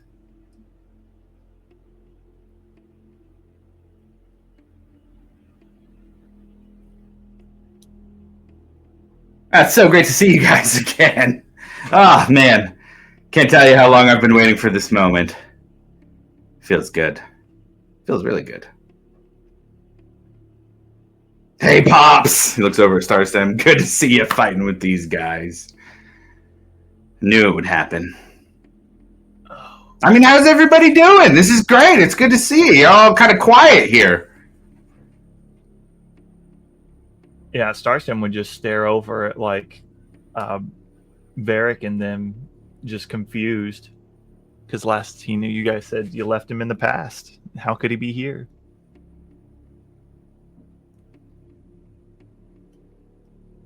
Did we mention why we left him in the past? Yes. I think Yeah, so. You gave like a general rundown. You said he did something drastic, like took on a power that we couldn't let come to the future, something like that. So I think in Grimm's head, as he's watching this, he immediately clutches on to Whisper, and he immediately, like, in his head, towards the Raven Queen, he's like, he's here, isn't he? Okay. There's no need to. I mean, come on. I know the last time we saw each other, you guys, it was a little brutal. It was a little brutal. You guys did some things. I did some things. We all did some things. But there's no need for that now. And you can see as he kind of moves his hands as he's talking, you see for the first time, he is wearing 2 bracelets that you've never seen on him before. But really, Grim, there's no need for that. I can assure you there's nothing you could do that I haven't already planned for. No, that wouldn't surprise me one bit. You've had a lot of time to plan a lot of things out. You made sure of that. Yeah, you made sure of that. And you made sure to latch on to as much power, regardless of... So much time. So, and as he says, so he kind of draws it out, and you hear about 5 voices overlaying over his. So much time.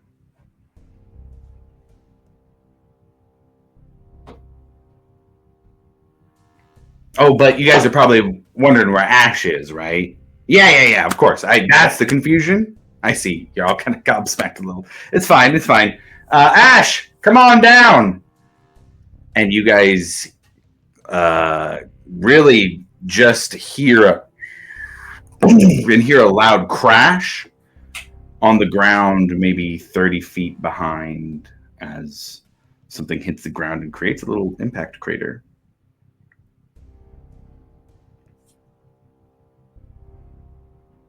He's fine. We've been hanging out the whole time, guys. It's fine. Really, it's fine.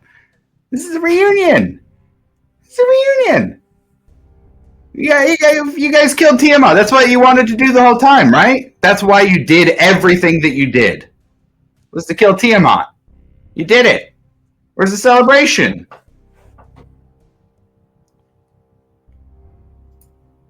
And clearly we didn't need the power that you so wisely decided to take. Ah, yes. That power. I guess you're right. He didn't. He defeated Tiamat. Now there's no need for that pick, right?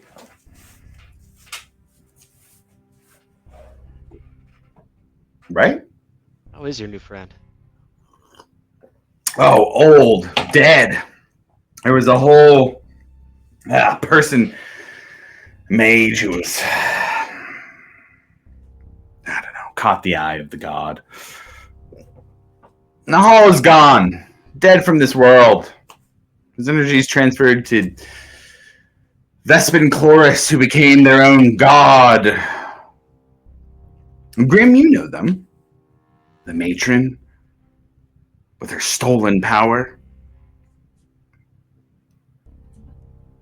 Right, Grim?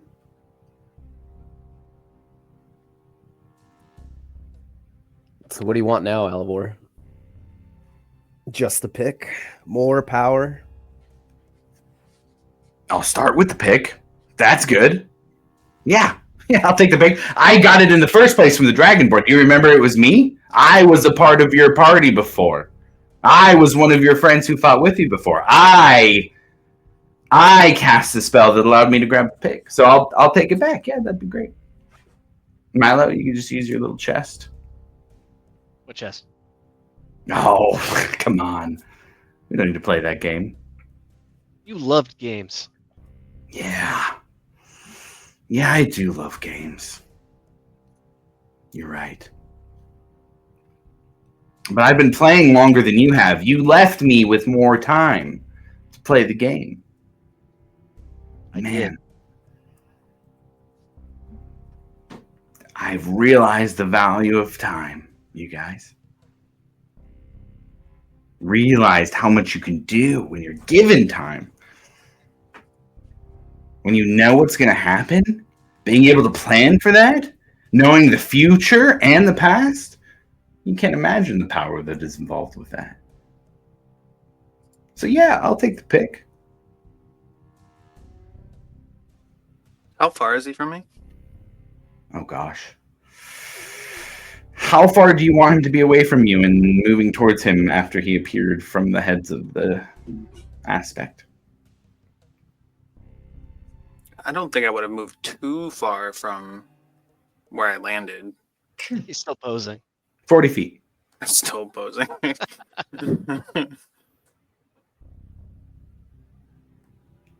You guys see from the impact crater the form of Ash rise up. Very familiar. A little more enhanced, though. Breck, Flynn, would Ash have told anybody about the vision he saw, about the future version of himself? No. Yeah. Okay. Well, then none of the characters would recognize this form. As players, we would know that this is a version of Ash that he saw of himself in the future. An upgraded version. He has a kind of panel on his chest with different gems that are all lit up. Gold and purple inlaid in different places across his body that's new. He moves forward towards the group. Probably 20, 30 feet away from Alivor now. Doesn't say anything. Doesn't look to anybody. I think Johnny would look at Grim, or I'm sorry, Grim would look at Ash, just really somber, and knowing all the time that's passed for him. Like, obviously, it's only been a night for Grim, but so long for Ash. And he just looks at Ash and will just go, "I'm so sorry, Ash. You weren't supposed to be left behind."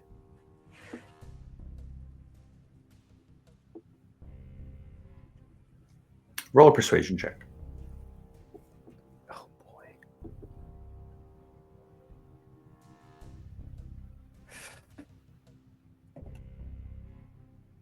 Um,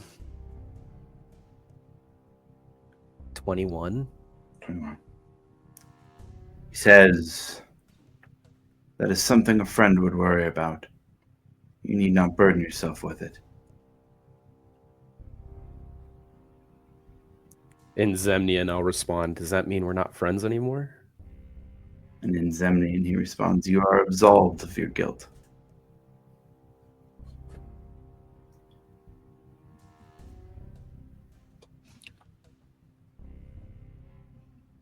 He moves closer to Alivor. I am going to subtle cast Hold Person. Subtle casting. Let me look up something here real quick.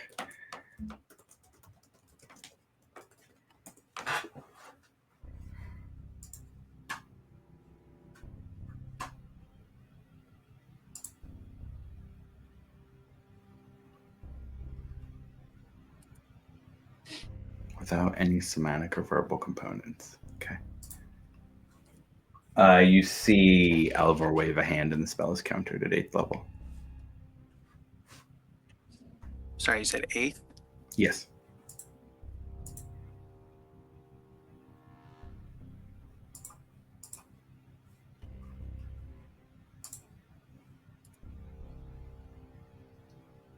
You can just talk to me, Varric. There's no need for that.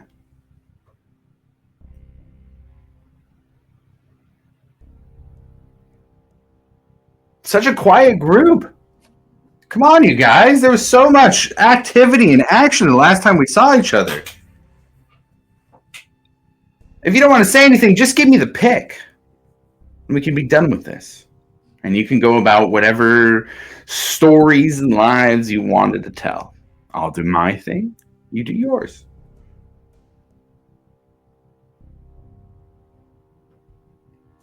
I guess in the Mind Lake, Grim will ask everybody, like, "Please tell me we're not considering this, right?"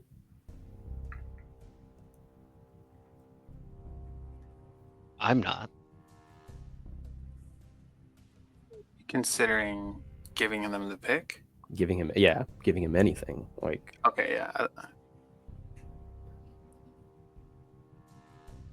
Alivor, we're not giving you anything. I think you knew that. You said you planned for everything. You should know that, right?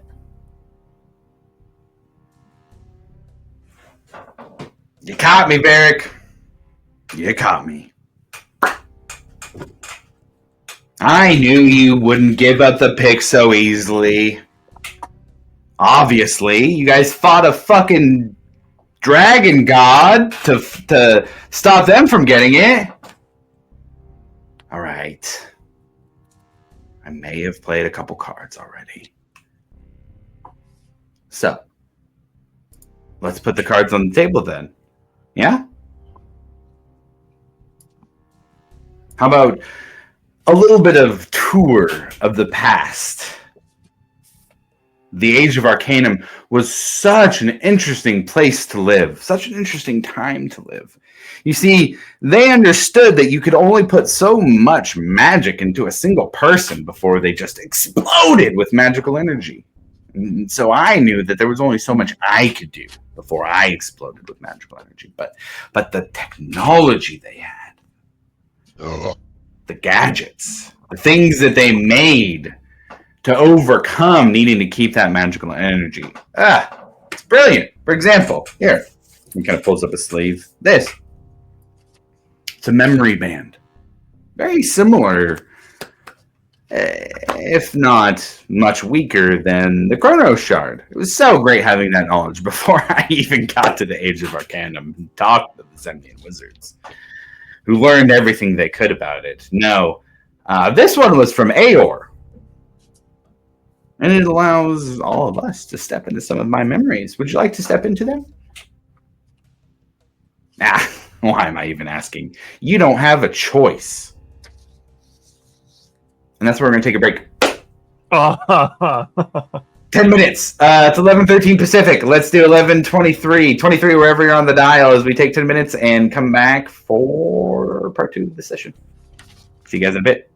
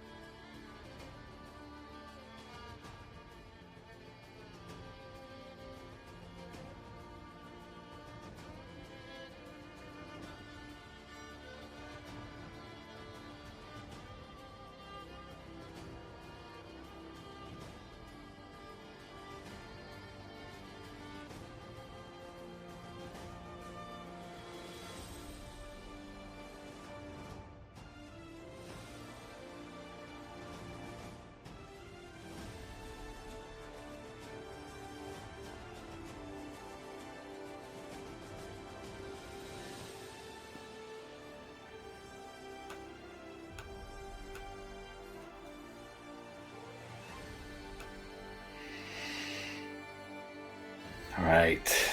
We are back.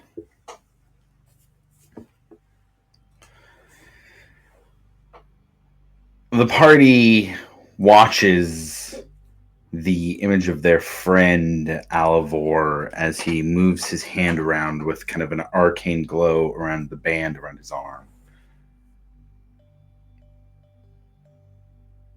And the world around them disappears as they're transported into memory. Everybody roll a d20. I want to see who comes up first.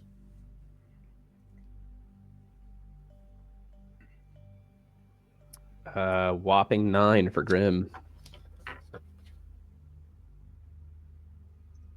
17. 6.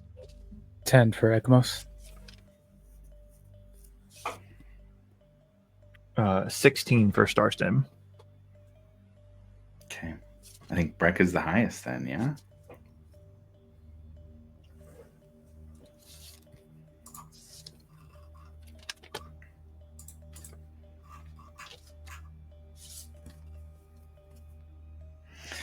As everyone's vision shifts, the world turns gray. There is not screaming. There is not fury. There is a sound of storm winds and crashing waves. You all stand above a dark sea, looking down upon a battered ship fighting for its life. Lightning splits the sky.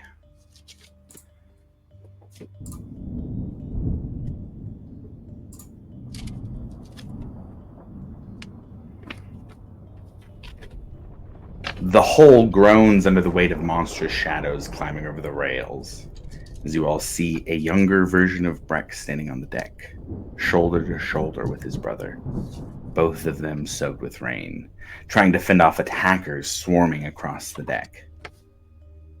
Breck fights with heart and skill, while his brother seems to be fighting with desperation. A massive swell strikes the ship, throwing Breck off his feet, and he tumbles across the deck and slams into the railing as his brother grabs his arm. Stay with me. I have you. Another wave hits. Fovek is torn from his grasp as Breck is swallowed by the sea. Breck falls backwards over the rail, and the ocean rushes up, and the vision slows. Everything freezes except for one figure standing on the ruined deck of the Alcantara. A face you would not expect to see on the deck. Alivor's. Burdened, focused, tired. He looks at the place where Breck fell into the ocean. And he looks at the place where Breck's brother stands, now also falling into the sea. And his face is twisted with guilt and grief. Alivor dives into the water after Breck. And the scene shifts beneath the waves as he swims towards him. He finds Breck unconscious and sinking, but with his armor pulling him towards the shore. When they break the surface, Alivor still follows as lightning flashes across his face. There's cold calculation and resolve. He drags Breck's limp body through the surf and further onto the beach and lays him gently on the sand. You see simple healing magic as Breck's breathing steadies. Alivor turns back to the sea. He searches for the body of Fovek, and when he finds it caught in the rocks, he lifts it carefully, carrying it inland to a quiet place sheltered from the storm. He kneels and arranges the body with respect and whispers, "You deserved more time, but your brother will carry your light." And he casts a spell with a warm golden radiance blooming around the grave. And Alivor has sorrow in his eyes. And he takes Fovek's dagger and leaves it by Breck for him to find when he wakes up. And as the scene dissolves in front of all of you, you hear a single line said by Alivor. This is the proof that I am not lost. Breck is the proof. And the vision ends. Everybody at Flynn, please roll me a d20.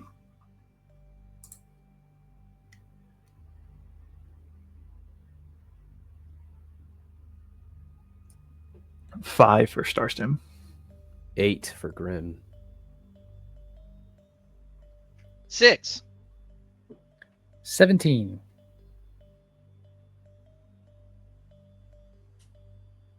Varric? My fault. Is that a D20? Mm-hmm.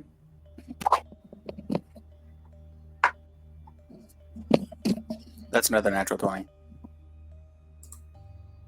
Okay. Did you have a natural 20 the last time? Yeah, I just picked it up while I had a natural 20, and I just rolled another one. Oh, you must have been muted. I did not hear you say that. But that's okay. If you have another one, we'll go to you next anyways. I'm going to change the vibe a little bit here. Also for this one.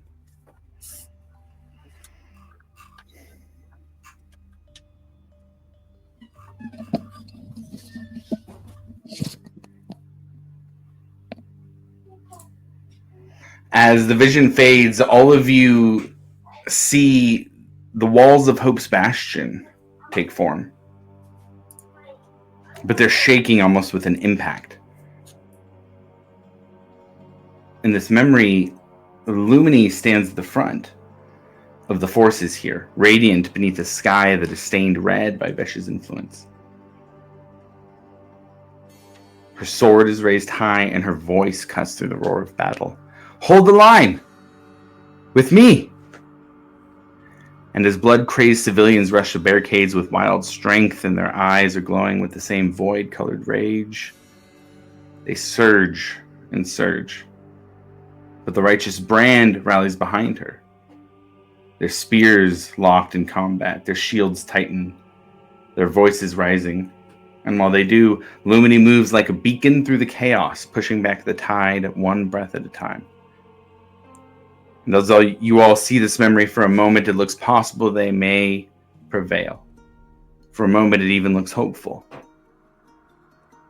And a shout rises from the ranks as somebody approaches. Lumini! Someone's approaching! And she turns. Across the battlefield, walking calmly through smoke and falling embers, Alivor steps into view. His cloak torn, his eyes focused, moving with purpose. Relief floods Lumini's face. Alivor, you made it. And as she moves towards him, breathless and bright with hope, she says, is the rest of the watch here too? Tell me the others are with you. We can still hold this. We can still save everyone. But Alivor does not answer. He keeps walking. And the sounds of battle dim into a dull hum as he steps close. She reaches out to take his arm, still smiling, still believing. Alivor, please tell me they are here. His hand rises as the light gathers around his palm and shapes itself into a psychic dagger. The blade glows with cold, violet energy, and Lumini's smile falters as the weapon forms. Alivor, what are you? He steps in, quick, precise. A motion meant for a target that cannot be allowed to move, as the blade sinks into her heart.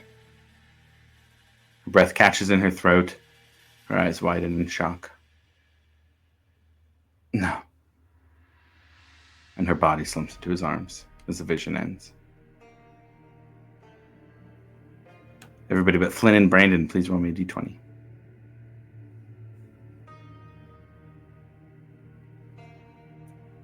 6 for Starstem. 6 for Grim. 18. 3.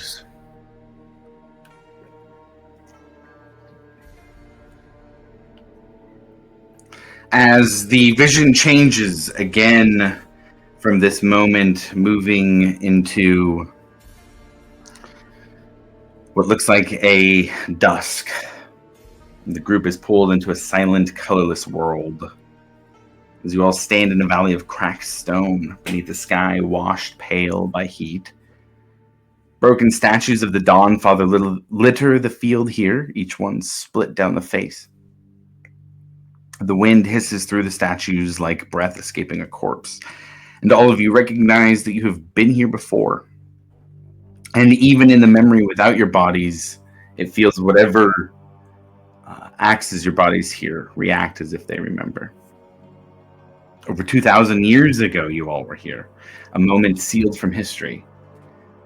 But this vision, this memory that you see is much more recent. Signs of a temple that was built up around the site, and then the rubble of its purpose being lost to time. But 5 live figures kneel at the center of the valley here. Their hands are bound and their eyes are covered. Each one glows with a faint shimmer of a divine blessing from the Dawn Father. Priests, champions, chosen souls of the Dawn Father. And standing before them is Alivor. You all instantly recognize him. His hair is a little bit longer, his face is gaunt, and he moves like a man who has not slept for many days. But behind him, a chain of golden light pulses from the ground. And you hear something below the valley, something chained, something furious. A scream rises, not sound, pressure, like the air itself is trying to crush your lungs. Vesh, the bloody siren, still here, kneeling where Ekamos channeled the Dawn Father's energy to bind her. The primordial fury of the Dawn Father keeping her bound. Until now.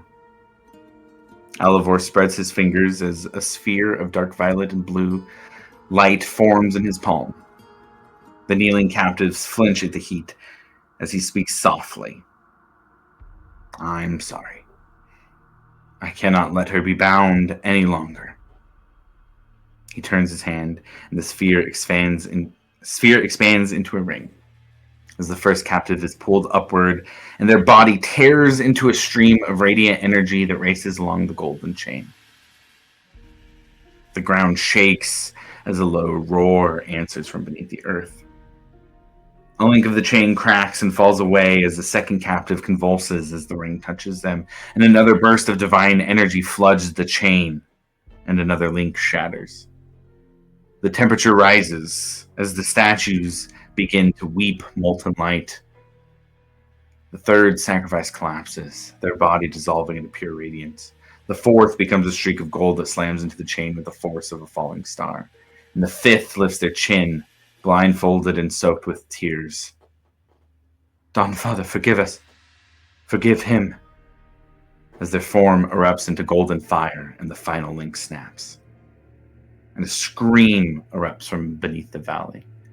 A scream of freedom and a scream of hunger. Vesh herself rises through the fissure, her form all smoke and claws and destruction, burning with cosmic hatred. I remember the hand that bound me. For him, I will return. A blast rings out that flings Alivor like a ragdoll across the valley floor. He lands hard, coughing, staring up at the goddess, or demi-goddess in this case, that he unleashed. Whoever is left, please roll me a d20. I think that's Grim, Starstem, and Milo. Dude, my rolls are garbanzo beans. 3. Lucky number 13. 15 for Starstem.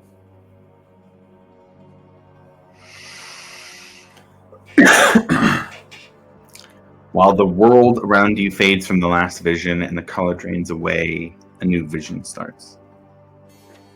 One in the courtyard of Visea's Till. Cold stone, high walls, and a sky heavy with smoke. a crowd gathered here. Some curious, some horrified, some entertained. 2 soldiers drag a woman into the courtyard as she fights to stay on her feet. Her hands bound, her face bruised, but her eyes burning with a fierce and stubborn ferocity. Starstem knows her instantly. Even though he has not seen her in decades, even though she died long before all of this happened. He recognizes Alivor's mother. The vision holds still, as all of you can only watch. A platform built in the center of the courtyard with the emblem of Uther print hanging above it, bright and cruel.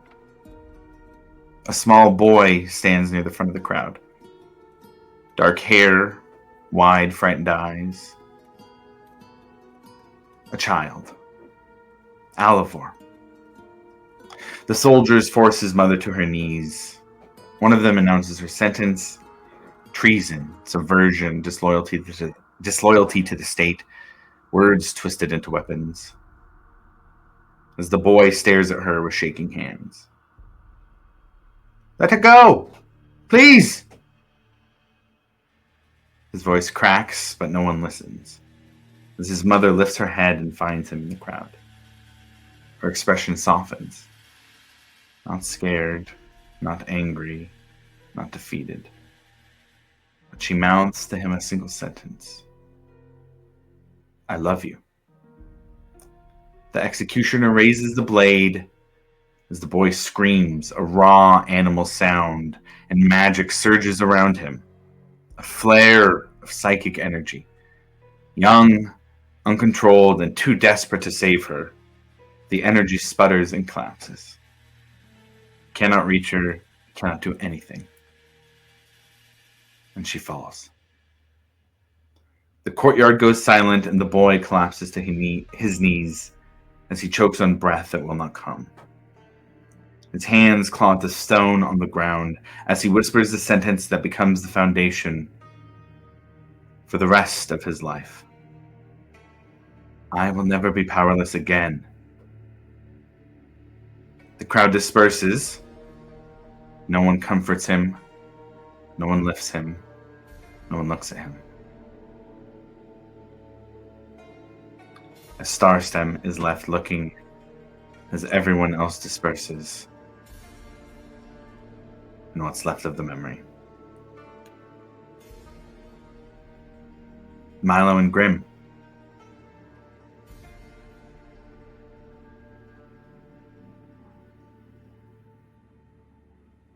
$19. 3. Oh, this will look 2. Here we go. Milo.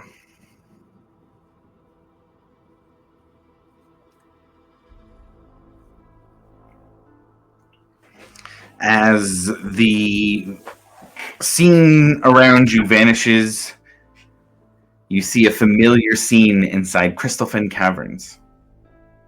Except this time the air is trembling as ancient power surges through every crystal wall, and each gemstone hums with a deep, resonant heartbeat of a creature who has defended Exandria since the calamity. The cavern roof glows violet from the great worm's presence.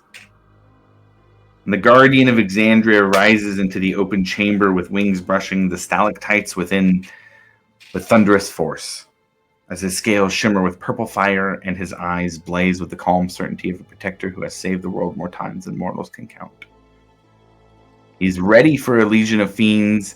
He is ready for 1,000 devils from the hells. But he is not ready for what comes next. 2 spectral shapes streak into view as Ash and Alivor ride on spirit dragons, their wings silent and sharp as they cut through the air. The great dragon roars a greeting that shakes the mountain above. Stand aside. He surges upward with violent flame coming from his jaws, but the spirit dragons split apart as Alivor flickers out of sight. Ash follows, dissolving into silver after images. and a jump in time snaps through the cavern. 6 seconds vanish. The guardian dragon spins disoriented. And another jump. 6 more seconds disappear. His wings strike empty air that was not empty a moment ago. And he lashes out with a tail strike that could shatter cities that hits nothing in the cave. Alivor reappears above him, upside down in midair, eyes locked on the dragon's chest as his hand glows with a swirling dark amethyst sphere. The guardian dragon inhales and unleashes a beam of pure purple flame, a blast that should reduce anything to dust. And Alivor catches it with his amethyst in his hands as the cavern lights explode in violent brilliance.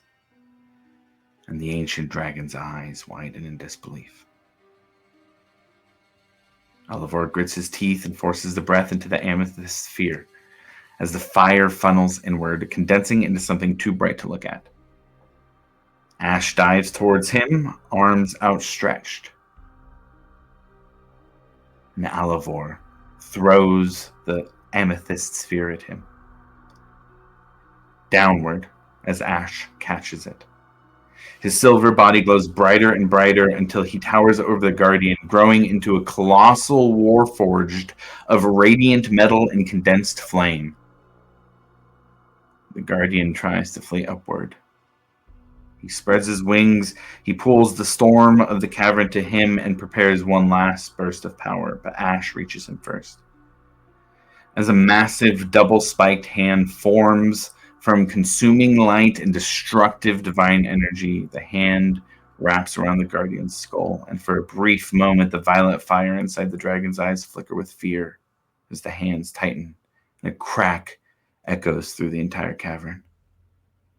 And the Guardian of Exandria falls limp. We only have Zavarius or Grim left, so we'll move to him last. The vision opens with the sound of a baby crying, high and uneven, a sound that echoes through a house suspended miles above the world.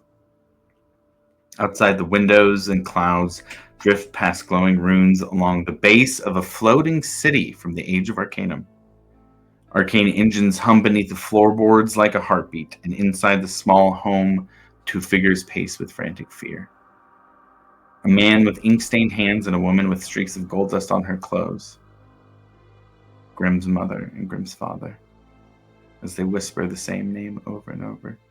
Zavarius, Zavarius, please stay quiet. At the center of the room is a device of crystal and metal. A stasis chamber, half shattered, and a baby sitting inside of it, surrounded by flickering fields of rippling time as the energy skips and cracks, as if reality itself cannot decide whether the child belongs to this moment. The parents hear footsteps outside. Someone is coming. They turn as Alivor steps through the doorway. He closes his hand and the air seals behind him like glass locking into place as their house becomes a cage. Grimm's father stands in front of the broken stasis device. You cannot take him. You do not understand. He is the key to saving the world from the gods. If we send him forward even 10 years, he can end the age they begin. Alivor's face is pale and rigid.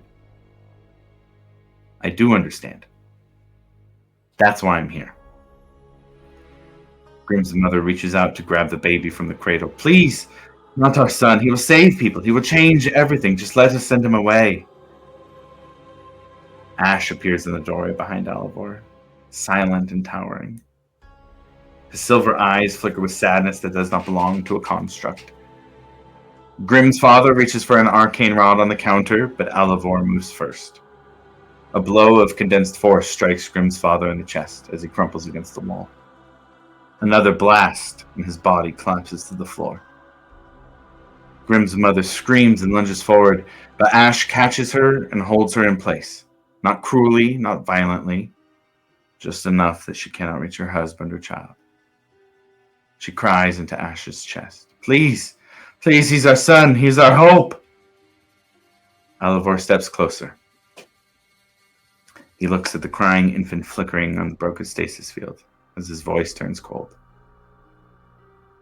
Your son is not a savior. He is a dark man waiting to happen. He would kill even a friend if it made his life easier. Grimm's mother freezes and her breath shakes. Fingers claw at Ash's arm. No, you do not know him. You do not know him. As Alivor says, I do. I do know him. And as he summons the psychic blade into existence, the weapon hisses as it forms. And he raises it to Grimm's mother as she looks up at him with wide, terrified eyes. And Alivor drives the blade into her chest. And her body goes still in Ash's arms. And all of you come to from this vision here in the Zemni Fields, with Ash and Alivor standing in front of you. So you see, I've already done it. I've already taken from you the things I need to show you I can do what it takes to get that pick. You think that's it? It's not. The people you love are in danger now. Devices that were meant to destroy entire armies from the Age of Arcanum are sitting near them, waiting for our old robot pal Ash to let them know when to detonate. So, you know the stakes now. You know how powerful I am. We're all friends here, right? So let's make this easy, Milo, and just give me the pick.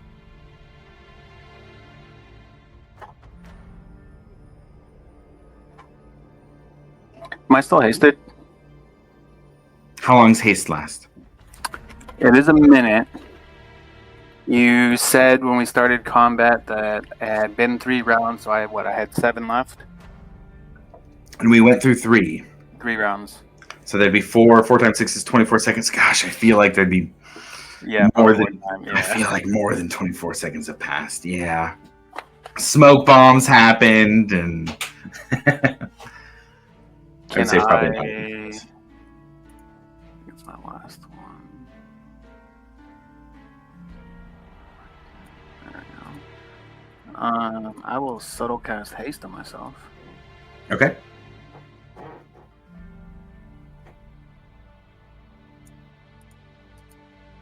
And then after seeing that vision, Berg's going in. Okay. I think the time for words for him is over. I think at that, Milo just kind of looks directly at this new Alivor, who's clearly not his friend any longer. Come and take it. As Barrick's already sprinting towards and casts another mirror image. Okay. Anybody else?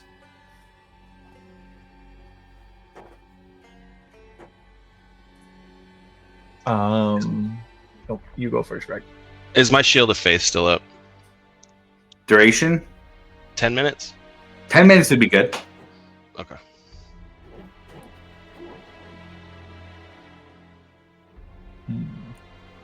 I think after the vision,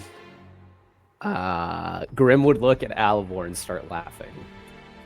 Like, not maniacally, but like very amused.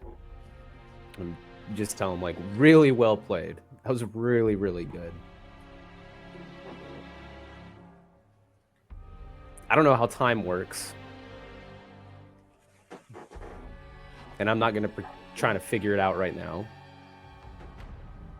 Whether that's my actual past and that's what really happened, or whether or not you decided to rewrite history because you're just sad because your friends left you because you did what you always do and you think about yourself.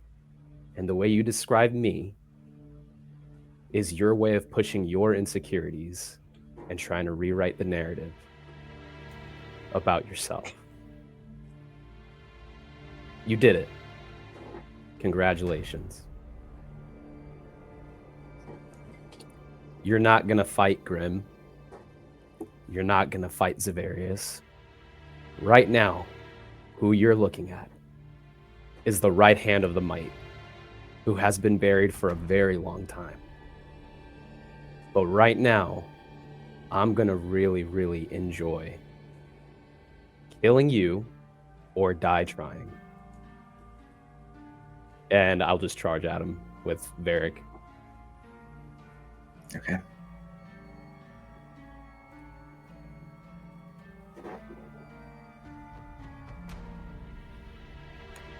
I'm gonna power up Eldritch Blast after they make contact with him, and Okay. I'll just say, "Hey, I gave you a second chance to, do right, and obviously you didn't."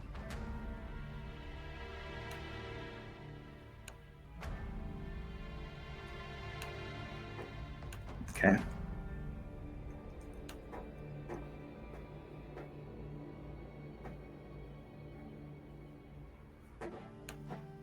All right, give me a minute to add a couple things to the battlefield.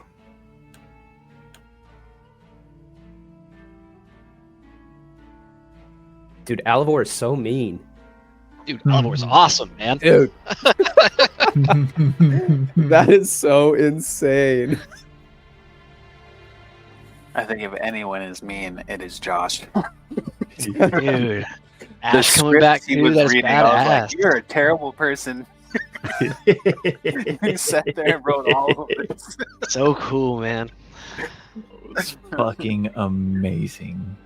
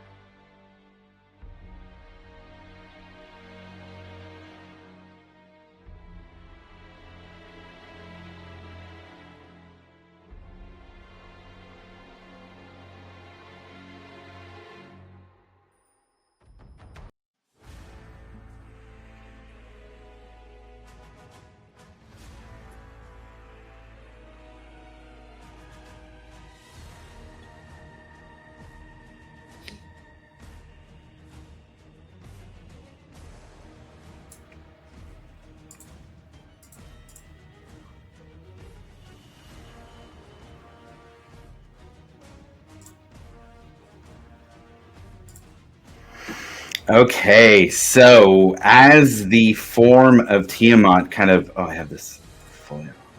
There we go. It's a little better. As the form of Tiamat kind of melds away and the divine energy just starts to disapparate, Milo captured some of that, but the rest of it just moves away as we are left with Alivor and Ash here on the battlefield. We have Grim, we're going to say, moving towards them. I'll move you up about halfway from where you were, as I will with Varric. Oops. Grim, you still flying, or are you going on the ground? Yeah, I'll be 30 up in the air. 30 up in the air. Okay. As both of you move forward, yeah, let's roll some initiative against Alivor and Ash.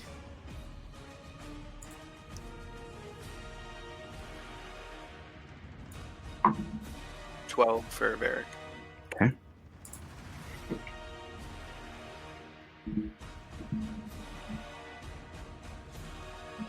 There's a 9 for Grim.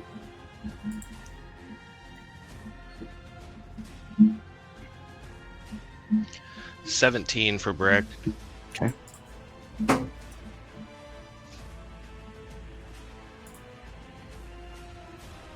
How about Milo, Ekamos, and Starstem? 15 for Milo. Okay. 16 Ekamos. And Starstem? 14. Okay. Oof. You guys. Nobody got above a 20? Really? Yay! Yay! Ouch. Typical for the party, I feel like. Right? Oh my gosh, you guys, this is. I Gonna just be a wanted to little- see what they could do first. That's all. Okay. He's all right. I I'll show intentionally you. rolled low. Just deliberate. It's deliberate. Ash is gonna go first, and he's gonna step forward, and you see his skin kind of harden, and he is gonna hold an action. And man, Alivor is gonna go next. He's also gonna step forward into Grim and Varric running his way. And he is gonna hold an action as well. And that takes us to Breck first. Ekmos on deck. Oh boy.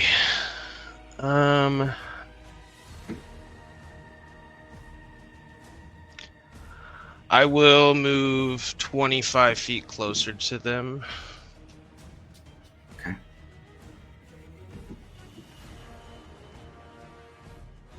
You know what? Fuck it. Let's do action dash and get like right up on them if I can. Another 25 feet.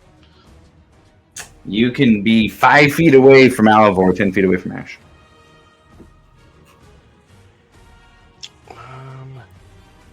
Yeah, I mean, other than when he gets up close, you can see he's just got tears in his eyes. That's it. That's where I end my turn.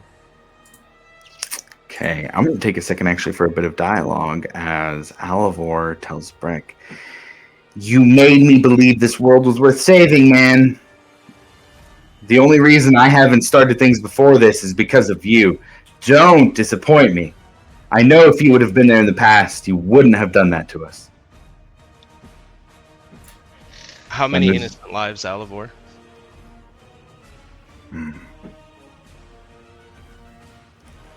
Okay. Do you not know? If you can't answer the Countless. question, then I think this conversation's over. Okay. Ekamos, what are you doing? Firing off. At. Sorry. Alvor. Okay. 6 beams. First one is a 21 to hit. Yeah, that hits. Second is 28. Yeah. Third is 17.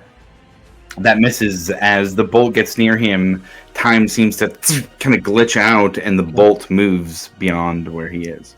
All right. Fourth is 23. Hits. Fifth is 29. Yeah, hits. And sixth bolt is 20. Hits as well. Oh, 5 and 6. Let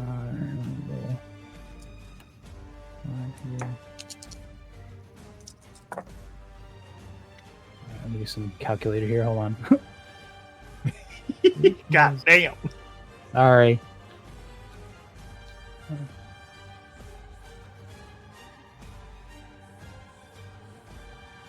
$62.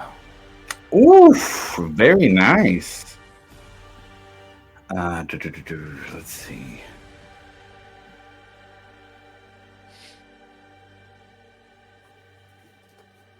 Okay. As that hits, the kind of space around Alivor seems to warp, and Varric, Breck, and Grim, roll me a Constitution saving throw. And then lastly with the hits, the lethargy thing. So he's got reduced movement. How much reduced movement? Let me see. Sorry, I just had it up.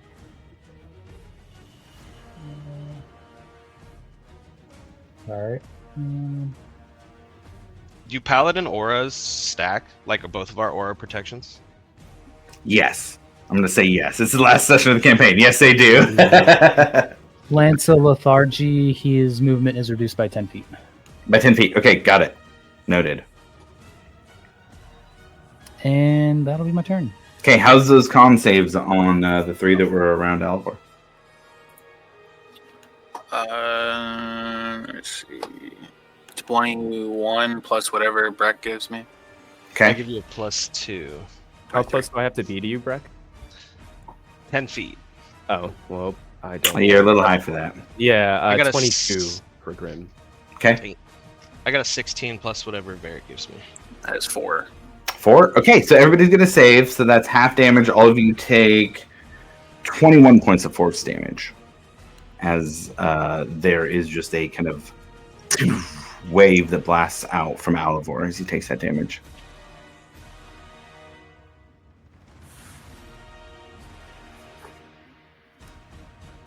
Does it appear to have actually like made contact with him and like hurt him? Yeah, he seems to have taken the damage. Yeah. Okay. But especially now that you're running closer, you see how he has stuff on him. He's wearing the original gear that he wore around you guys, but there's also like belts full of gems and items and potions. He's got things on him that are not of this time, I would say.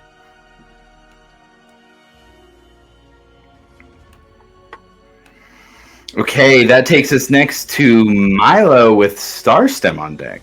Milo, what are you doing?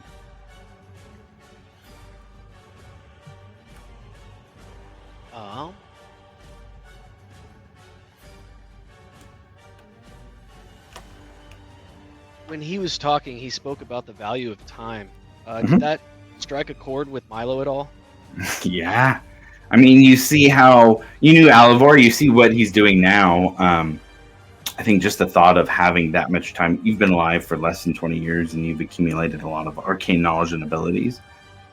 You do the calculations quickly in your head, it must have been millennia that Alivor has been around. There must be an accumulated amount of knowledge that is vast.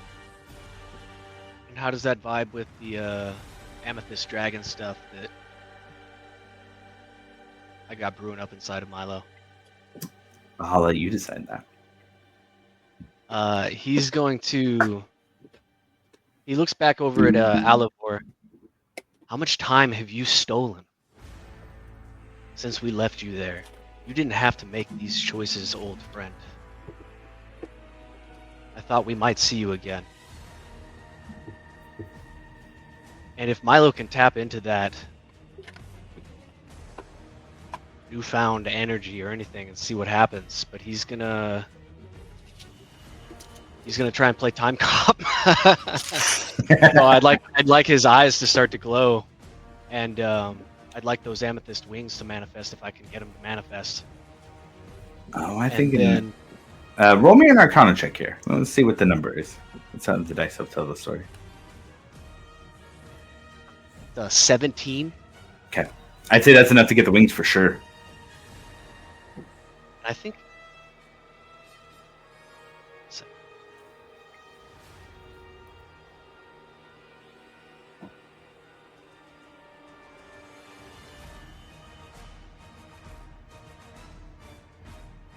I think something gives me advantage on that.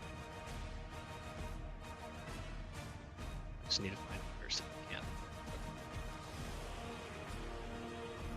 Never mind.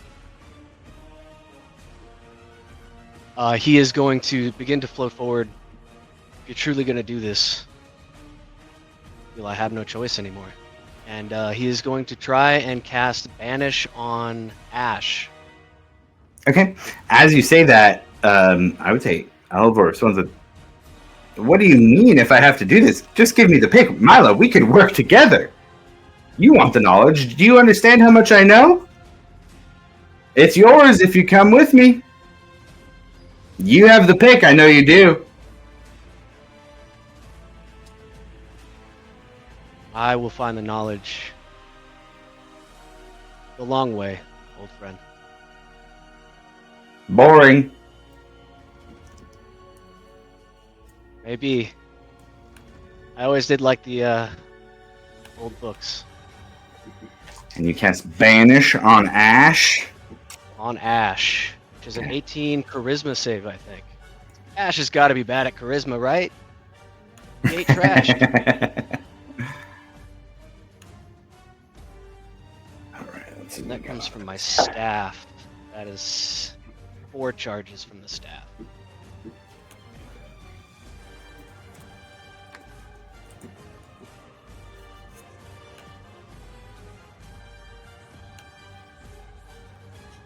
Ooh, from the nice time staff you have? Yeah. Okay. Where are we going here? There we go.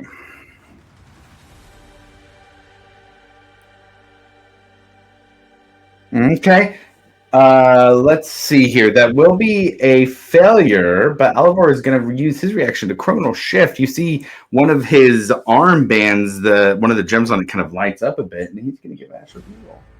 Is that a spell? That is a magical effect. Ooh, alright. Does it take his held action away? Ooh. It would take his held action away, yes. Okay. That is very key. That seems worth it. But then he's just. That would make it a 19 on the save. It's a 19 on a save. No, that beats it. Okay. So he no longer has held action, which could be pretty key there. But Ash is going to make the save on Banish. Milo is going to. He is 60 feet up, I believe, still. Okay. So he will float up 30 feet to 90. Okay. No, you know what? Hold on a second. I need to check what the distance on a very specific spell real fast. Our spell is 60 feet. Alright, I gotta get within 60 feet of Alivor. So just move me forward within 60 feet of Alivor if you don't mind. Okay. 20, 25, 30, and then you'd have to drop a little bit to be within 60. You'd have to drop to like 50 to do that. Tracked. And pass turn. Okay. Starstem, you're up. Varric's on deck. Oh boy. Move me 30 feet towards the crowd there.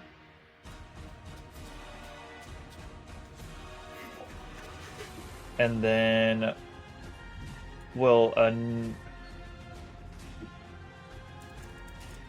how much to get right up on I guess right up in there with him. 25 feet.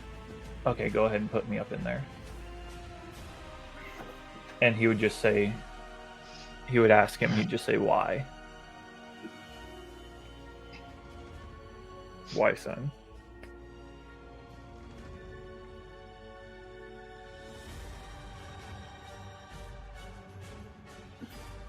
Because I'll never be powerless enough to let her die again. That's it.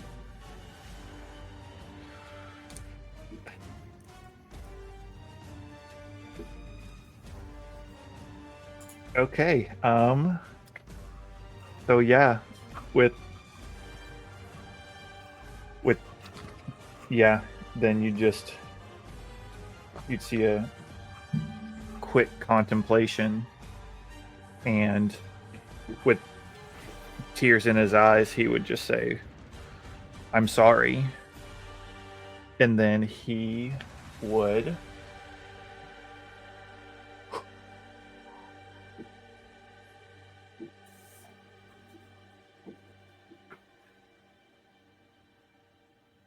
How far away is he from everyone right now?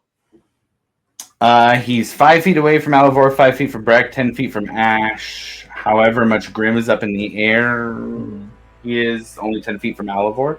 Or from, from Varric. Mm-hmm.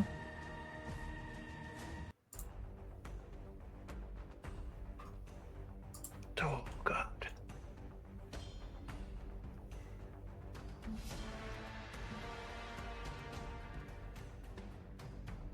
Oh, this is big. I gotta think.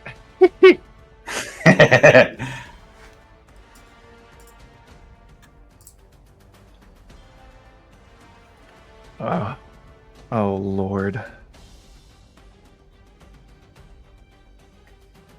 He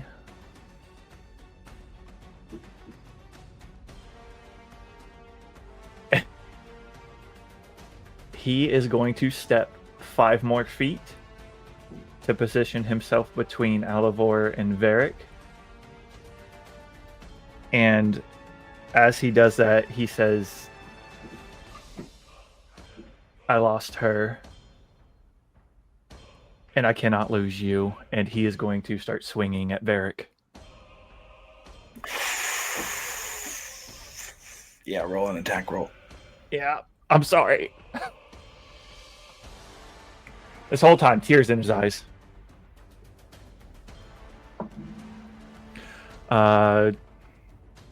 22.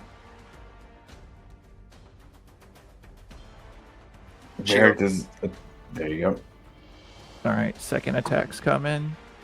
29. That hits. And then the third one is a 25. That misses. Okay. All right, so let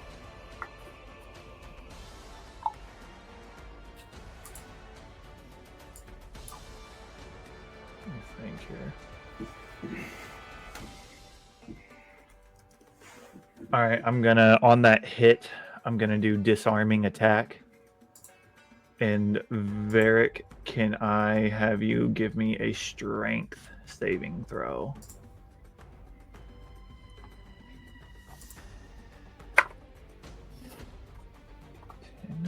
That is a 12. You get to add 2 to it if you're still within range of me. So 14.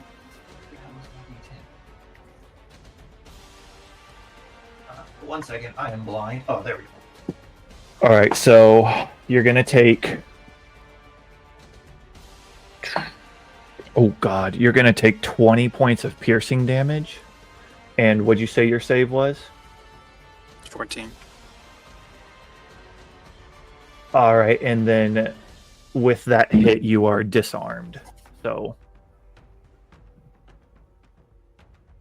whatever weapon you had in your hands is. You said 20? Yeah, 20 points of piercing. Yep, and you're disarmed.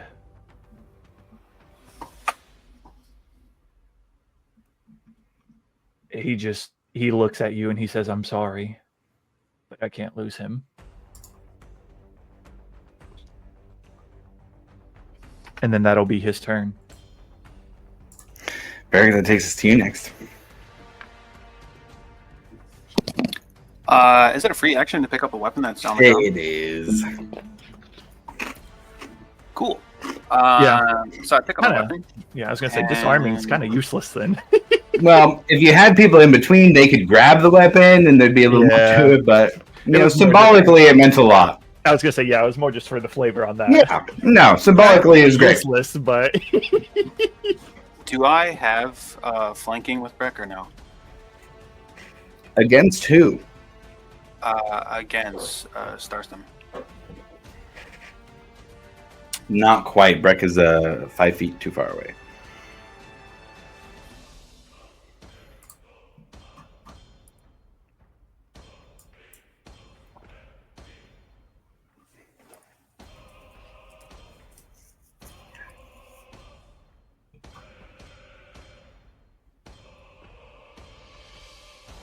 I would like to shove him. Okay. That's one of my actions. I believe that's contested athletics versus either athletics or acrobatics. Says the target must succeed on a strength or dexterity saving throw, whatever it chooses. The DC is 8 plus my strength modifier, which is 6, plus my efficiency bonus, which is 5. So that's a 19. dang. That Starstem, roll. let's see what you got. A strength saving throw, you said? Yep. 17. So he is shoved 5 feet away. And I will move up on him. That would be flanked now. And then I have 2 attacks.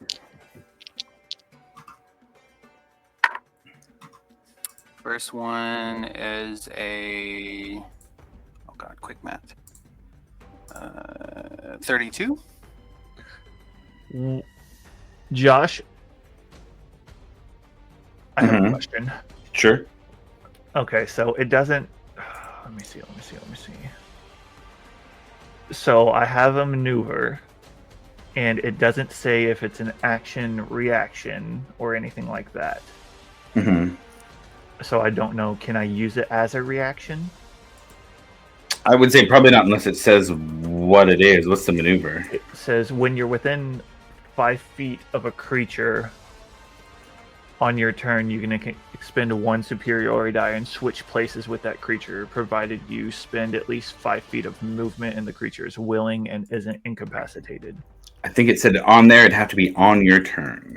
Okay. Oh, yeah, it does right there. Okay, never mind then. I'm just stupid. No. You did. It's new character. New character. So yeah, the first one was a 32 to hit. Yep. Second attack. It's a 30. Yep. he knew what was gonna happen, but So first one, and I'll use Blood Fury on this as well.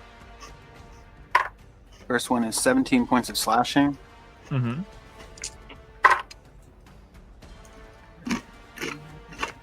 And 11 points of necrotic. Okay.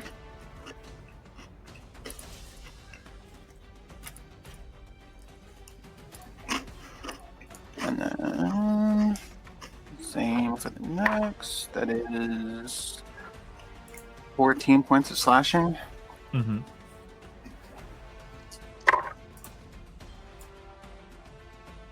And 13 points of necrotic. Yeah. Star Stem falls to the ground.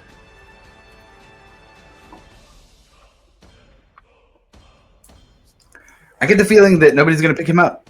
No. At least not right away. All right.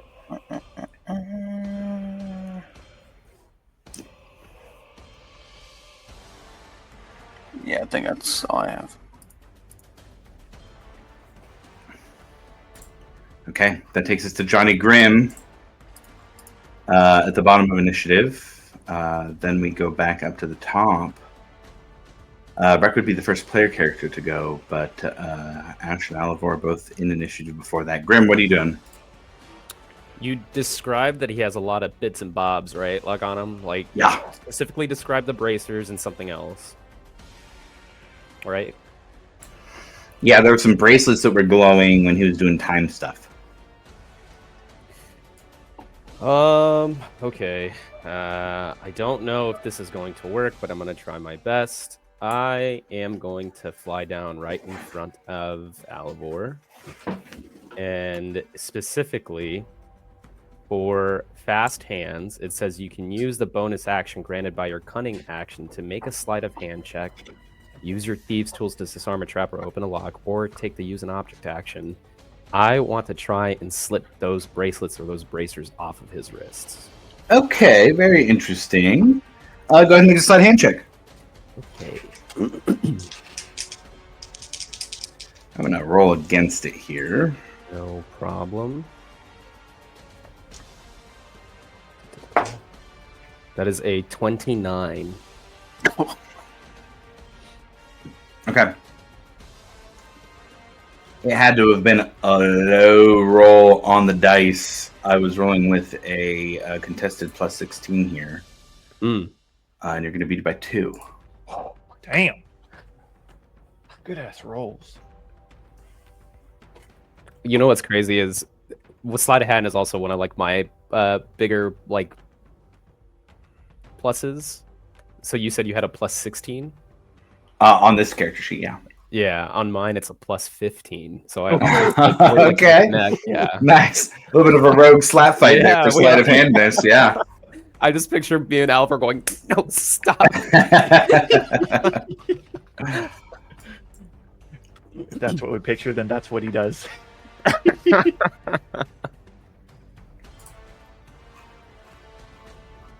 Yeah, absolutely. You hold 2 bracelets in your hand with bits of gems that look a little bit like the Chronos Shard. Nice. I will.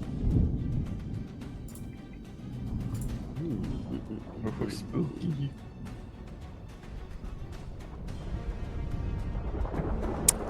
I'm sure this is not going to do anything. because I feel like there's no way it'll do anything. But that, like, I don't want you to have them back. So I'm just gonna put them on and look pretty. Okay, sure. Free action to put them on.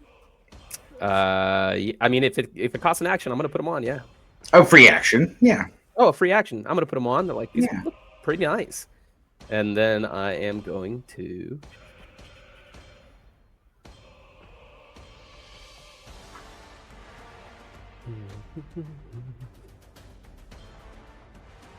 I can't do that because that would have fucked everyone over. But it would be really funny. Yep.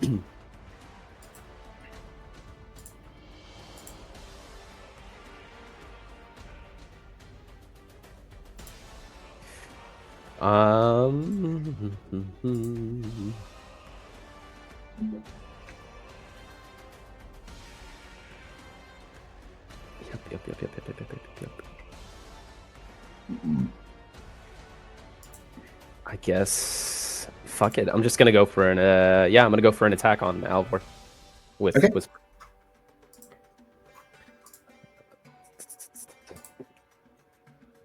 That is a 29 to hit. Yeah, that'll hit. Okay. 10 points of piercing damage. Okay. You hit me. Ow, Grim! 4 points of psychic damage. Okay. And then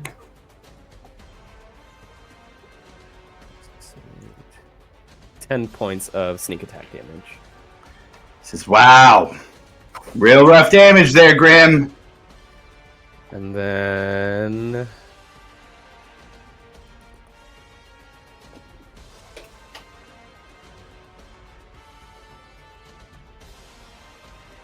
I guess I'll just go. I used a bonus action. I used an attack. I'll just use my second attack action. Okay. That is a 24 to hit. That'll hit. That is 11 points of piercing damage. Okay. And then I will. I already used all my movement, so that's it. That's all I got. Okay. Alvor takes that hit and just poof. Great job, Grim. Good hits, man. Good hits. You're doing good for a rogue.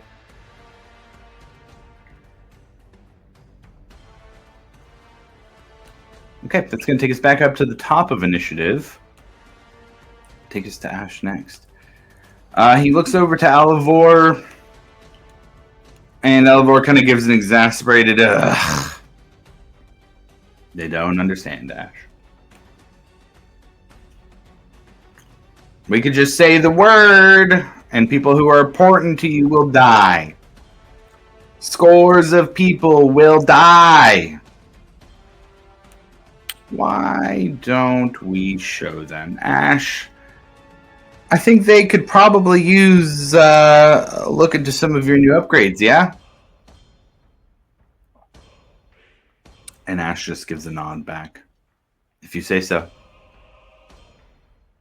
And you guys have seen Ash get bigger before and then bigger again in his rage, but this time you see him get bigger, but then also the metal on his body start to shift, almost like plates moving around. Very similar to the way Grim's necklace had moved around to make armor around him, except this goes bigger and expands, and you see Ash growing larger and larger, and far larger than you've ever seen him before, but with the silver and gold that you're used to seeing for his colors. This time he has long, sharp fingers on one hand, a familiar double-spiked hammer that is made out of metal on the other, and pulses of the same type of magical energy that is coming off of Alivor as you see the transformed version of Ash Jesus Christ.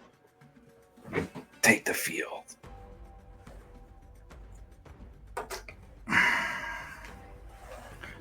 Hell of an upgrade. Yeah, I think so. And that'll take Ash's turn for him to transform to do that. Then we have Alivor's turn.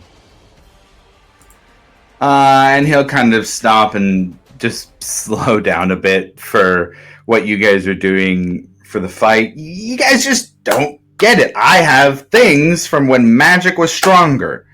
Magic was stronger in the past, and that's where you left me. And so I can do things that I need to make this happen.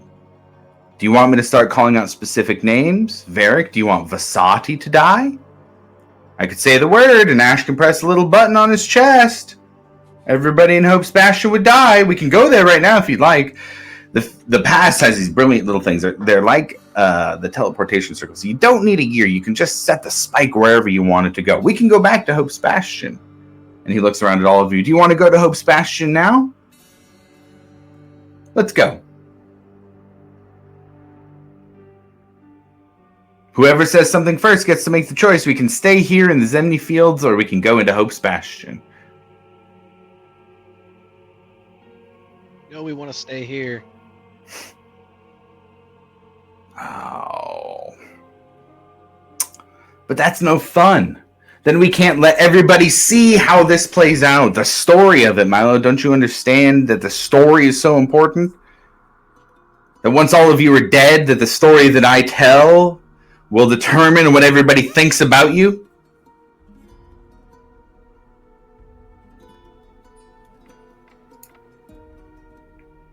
Do you think for 1 second I've ever cared what people thought about me?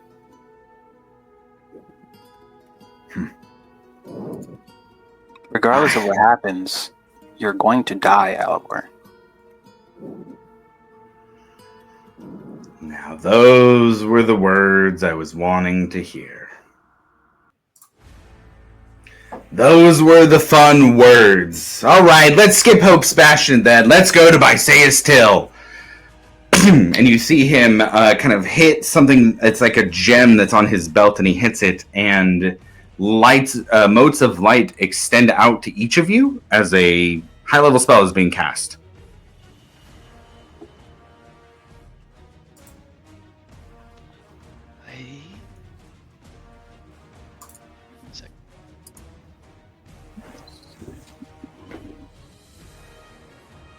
I heard it just 1 second quietly.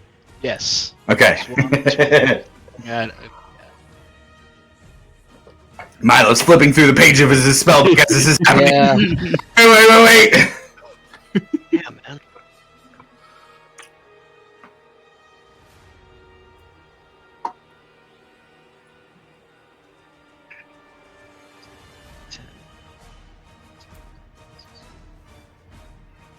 So he is casting yeah, a spell, correct? He is casting a spell currently, yes. Am I within 5 feet? You are 10 feet away behind Grim currently. Okay. Got anything? No, I'd have to be within 5 feet. Okay. Alibor. Quit it! And I'm gonna try and slap him with a 4th level counterspell. What I level? assume I'm gonna have to roll for it. It's a 4th level. Yeah, you're gonna have to roll for it. Let's see that roll. DC equals 10 plus the spell's level. This is gonna be a 16. And it's a straight intelligence, right? It Is should it an be. Arcana? Mm-hmm. It's straight intelligence. Is this an AoE or? Oh! It's kind of a target spell. It is not something you guys would recognize as a spell from this age. Oh, well, I think he just countered it anyways. 30-20. A dirty 20. Milo, give me some flavor that fizzles the belt gem spell. You guys just see his open hand as if it was slapping something out of the air, but you also see like a ripple of blue energy actually slap the spell out of Alibor's hands. Quit it. All right, I'll keep the Bysaeus map. Bysaeus map off to the side for now as we go through another round of combat. And Milo counters that spell. That is going to be a transformation from Ash and Alivor attempting to take things elsewhere. That'll take us to Breck next with Ekamos on deck. Breck, what are you doing? I'm gonna swing away. At Alivor? Yep. Okay. Is anybody flanking him? Probably not, huh? Not from here now. No, Ash What would if be, I Ash what would if be I considered sidestep an to the ally right? currently. What if I sidestep to the right? I would say Ash is blocking you from doing that based on where his Okay. mini is. Yeah. Dirty 20. Yeah, that'll hit.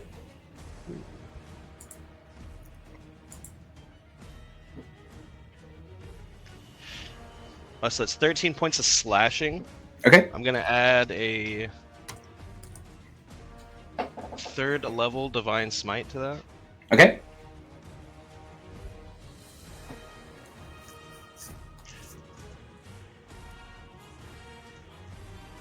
Oh, that was a good one. 23 points of radiant on top of that. Nice. Okay. And I'm gonna hit him again. Okay. That was a 19 to hit. That will hit. Yeah, that's above his AC. Oh, so that was 11 points of slashing. And then for the improved divine smite, 7 points of radiant on top. Nice. Alivor's taking the hits. Ow, Breck. Man, good hits, as always. It's been a while since I've seen that kind of damage.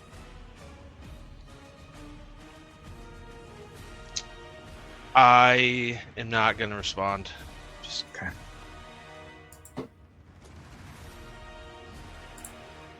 Actually, you know what? I will mourn your death a second time. Ooh.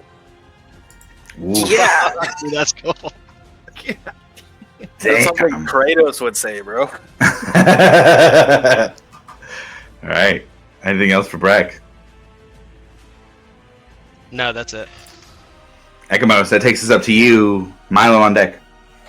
All right, I'm gonna try to spell snipe the belt by using my Eldritch Blast. So I'm aiming directly for his waistline.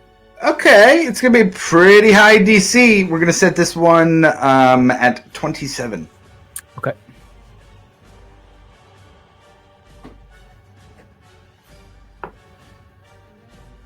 Let's see. 27 for the first one. I mean, meets it, beats it, sure. So there's that one. Second one is a 26. Third one is a 27. So I guess what I'd ask is, are you trying to just like throw all these at the belt to just deal as much damage or get it to away destroy from him? it. Yeah, to destroy it. Yeah. So yeah, that's the third one. That one's a 28 for the fourth. 22 for the fifth. Okay. And 27 for the sixth. So I think, was that 3 or 4 hit? It was. I think I heard 3 at least. Yeah, 3. That's fine. Okay.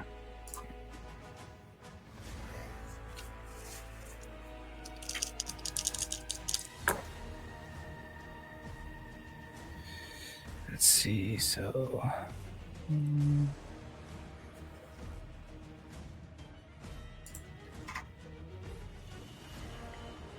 36. 36 points of damage total? Yes. Yeah. Okay. Very interesting. I love the idea of us slowly disrobing Alivor. Like the biggest bad, we're just like, give me your shoes. Ekamos, you throw these bolts of divine energy here from the Dawnfather towards Alivor, and they hit.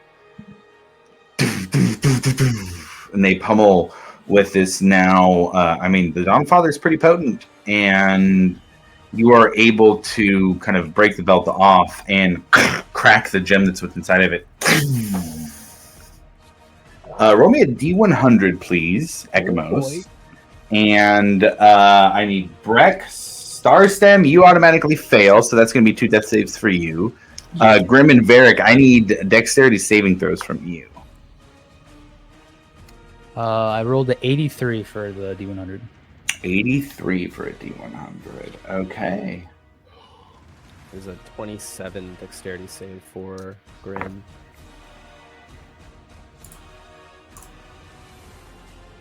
Do I still get the pluses, Breck, because I'm next to you?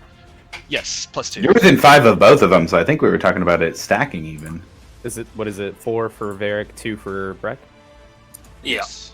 Uh, Do I get Brex? Is that 10 feet? They're 10 feet, right? Breck, yeah, you guys are within 10 of each other. Okay. So then I have a dirty 20. that is now 33 for Grim. Yeah. You said dex save? Dex save, yeah. And sorry, Varric, what was yours? Dirty 20. Dirty 20, okay.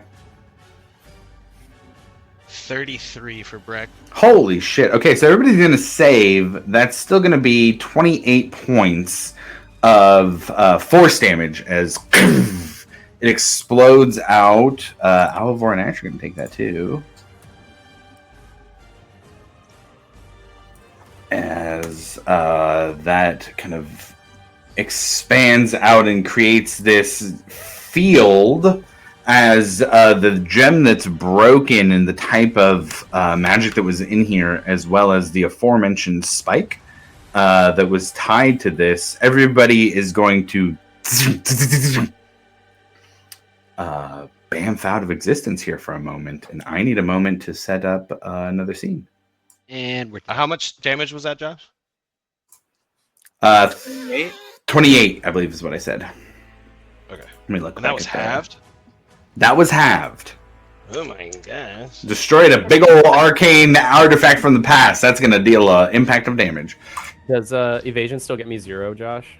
If you succeeded, yeah. Yeah. Okay, I just wanted to make sure. Dude, we get it. You have rogue abilities. It's all I have. Dude. I attack with toothpicks, This but dude is, somehow I would evade love force to know damage. the amount of damage you've dodged this session.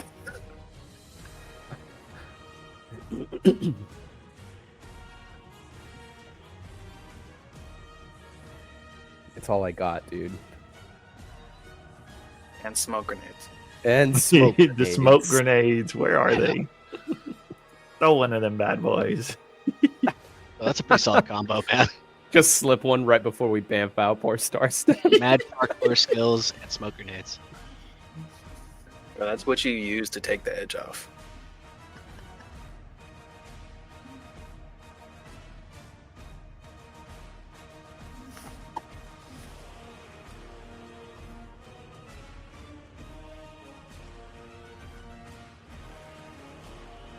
Yeah, I am curious about the map now. Oh yeah, where are we going? The longer this takes, the more curious I get.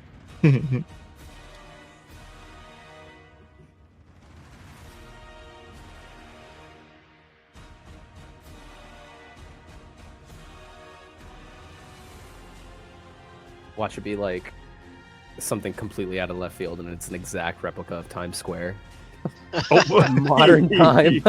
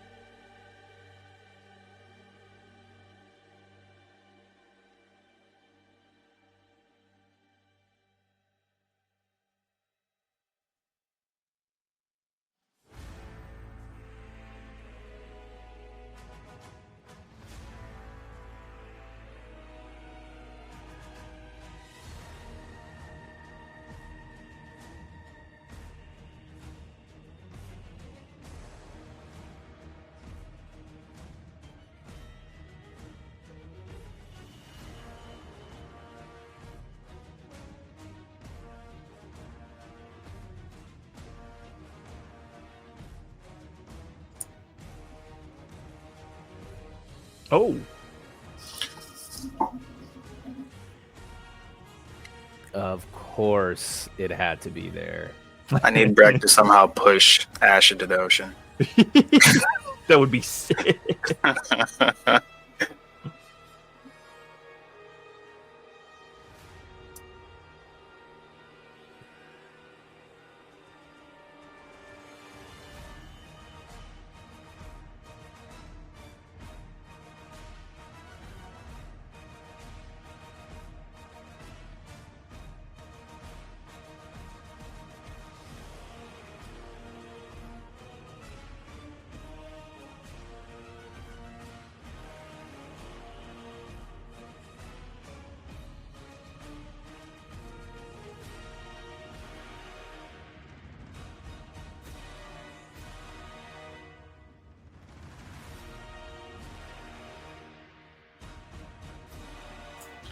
Okay, I gotta work on that.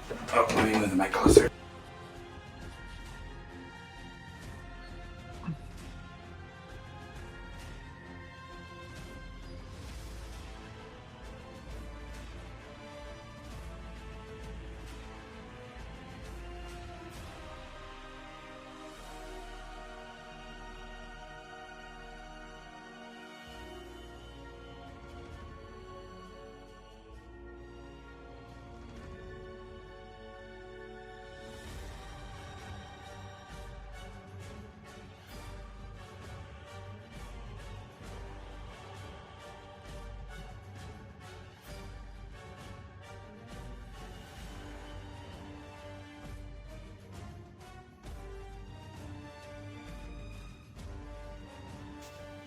Okay, so sorry, you guys. I was just talking for like a whole fucking minute right there. Didn't realize I was muted. So I got to mess with the camera up there up top a little bit because mount just broke. But you guys are all transported to the deck of the Alcantara, as Alivor says. Fine, the beloved Alcantara, one of our destinations we were going to go to anyways. Let's do it here. It doesn't matter anyways. All of you need to understand I'm in control of the things that you love. I am holding the key to their survival. Do you even... I mean, you've seen that things trigger on me. What happens if I... They'll just trigger. You don't understand what's going to happen here. Just give me the pick, and we will be done with this. Ekamos, anything else for your turn? Nope, that's it. Okay, Milo, you're up next here on the deck of the Alcantara. I'll move this a little bit forward. Let's see if I can get that a little better on that one. Yeah. Oh man, you guys, I totally fully broke that one. What'd you break? I broke one of the camera, or one of the pieces of the camera here, so it's not sitting as well as it should. So I think what I'm going to do here is actually this. We're going to move this one up a little. And there. That'll be a little better view. There we go. So we have Ekamos was kind of off doing his turret thing away from everybody. So we have him up here. We have Grim, Starstem, Breck, Varric, Alivor, and Milo still flying about 30 feet above the ship as the robot Ash hits the deck of the Alcantara with the last song across the way here with the two ships that you guys were just on previously, not but a few hours ago.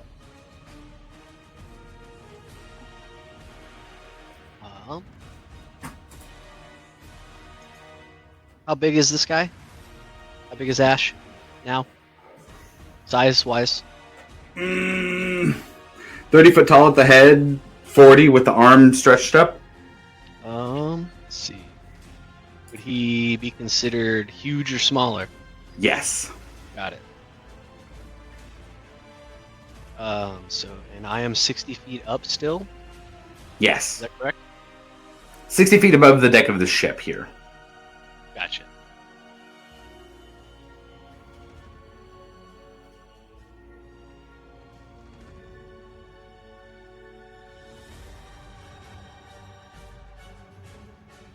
I am going to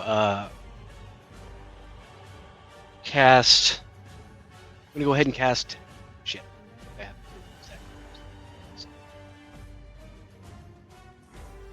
You know what? I'm just gonna cast telekinesis, Mhm. and then I don't know if I get to actually do anything with that on the turn. As your action round, you can exert one will onto an object or creature. So I would like to attempt to push Ash off into the ocean. With telekinesis? Yes. What does he have to beat? So you can try to move a huge or smaller creature, make an ability check with your spellcasting ability contested by the creature's strength check. If you win the contest, you move the creature up to 30 feet in any direction, including upward but not beyond the range of this spell, which is 60 feet.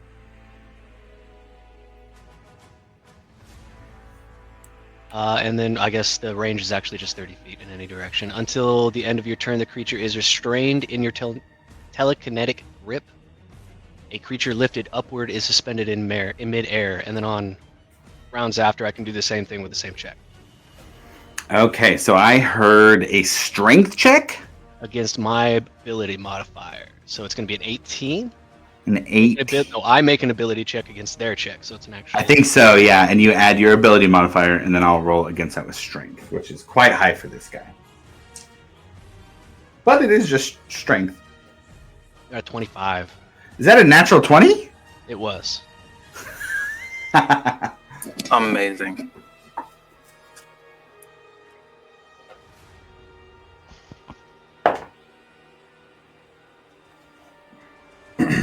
Yeah, you are able to push him. Where is Alivor? Is he? He is kind of up Right, here okay, he's right at the there. top behind. Yeah, he's not that far from you. I mean, I guess if you're 60 feet up, he's probably about 65, 70 feet away from you currently.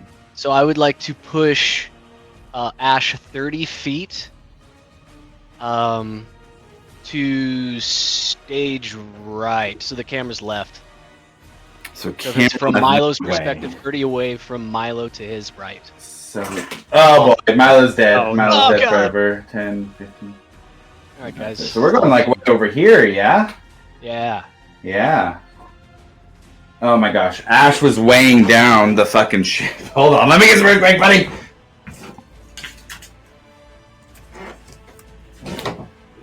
Okay, so you push Ash off the side, and he is there floating above the water when you do. I am going to move 30 feet directly toward the other boat to try and get like between the boats. And then I would like to, before I would have left, I would like to summon Silcine in my place. Oh yeah, you can summon Silcine. Get her in for the last fight. That makes sense to me. And that's it for my turn. Okay, this is gonna be Silcine. And I moved away from him, so he's not under my telekinetic control. Okay, got it. He does seem to still be floating above the water. We got a floater. Milo, are you staying 60 feet up in the air above the water?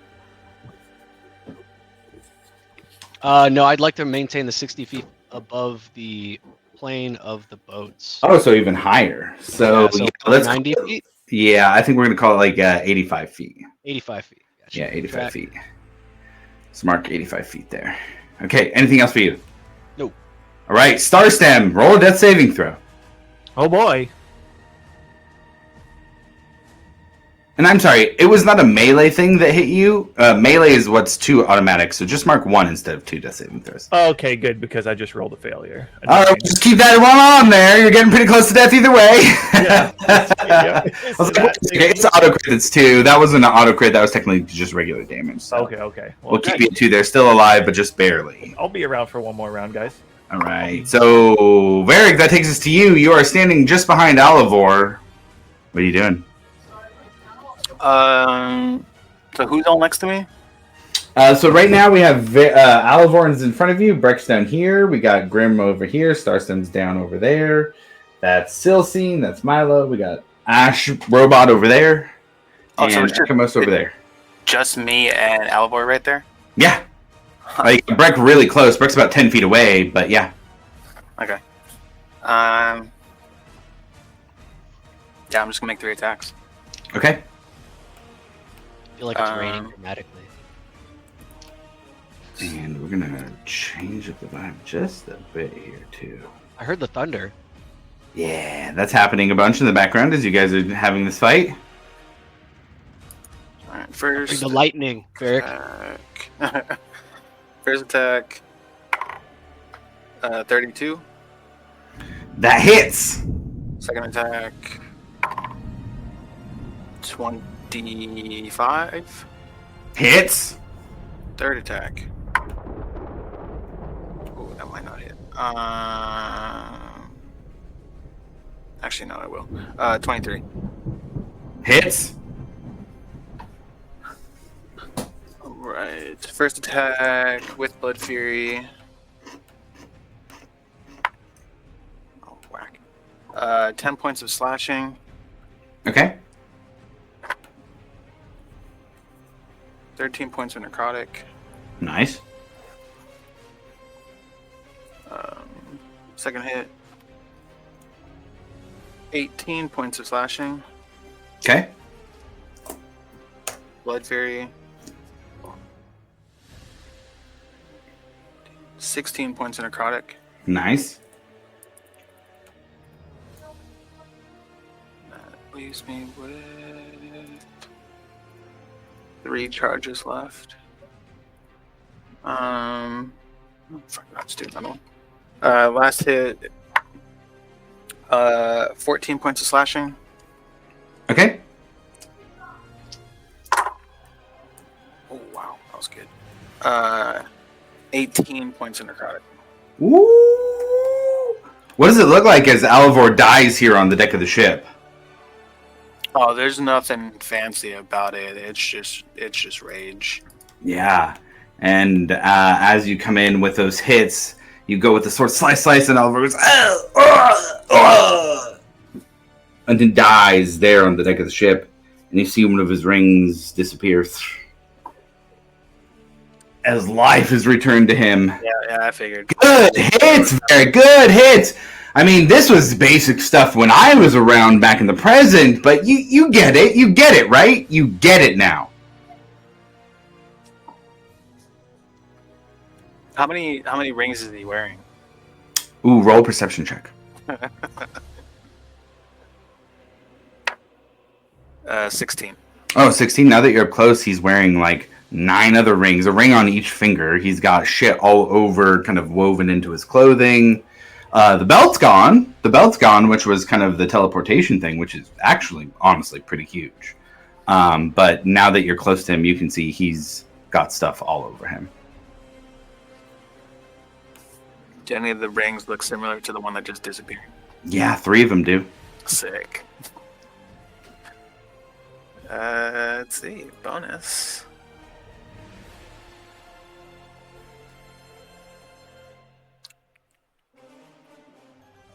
I think that's it. Okay. That takes us to Johnny Grimm. Bottom of initiative. Johnny Grimm, what are you doing? I'll move up to Alivor. Okay. That should put you just about at your max there. Could I have said And something? Sorry, could I have said something with a free action? Oh, sure. If we still have the mind link, I will point out that I saw those rings on his fingers. Are they on the same hand? 2 on the right, 1 on the left. Okay. Yeah, I would let everybody know about that. hearing that, I don't know how you want to play this, Josh, but I will literally use everything I got to make sleight of hand checks to try and just strip away anything he's got on him. Yeah, I mean, sleight of hand check would take off a ring. Just keep Yeah. undressing him. Like I would use any Sleight of hand check. action, yeah, bonus action, Sure. action, like everything. right, let's do the first one here. Okay, here we go. First one is going to be a 26. 33. Bonus action on the second one. Oh, that's gonna be lower. 20 plus 15. 19. So, the 30. Wait, yeah, 35. Okay, yeah, you pull one of the rings off that you notice looks like a similar one that has been used by Uther Prent, and yeah, we'll call it that ring. Okay, and then I'm gonna use an action surge, and I'm gonna do it again. Okay.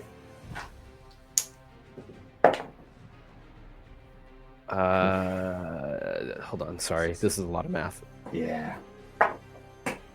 33 for the second one. Ooh, 18 on the dice for 34. Oh man. Wait. Do I have anything at all?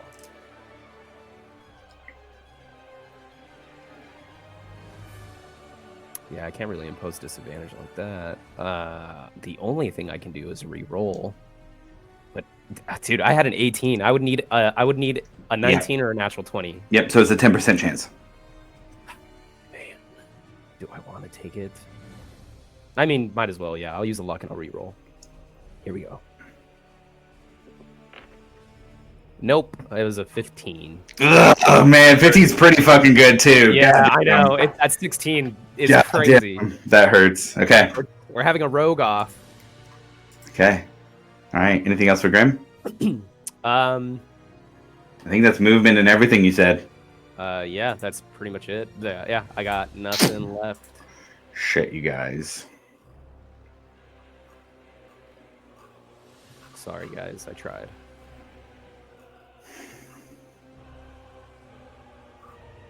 I didn't even think about this, but do we have ship stats on prepped and ready to go?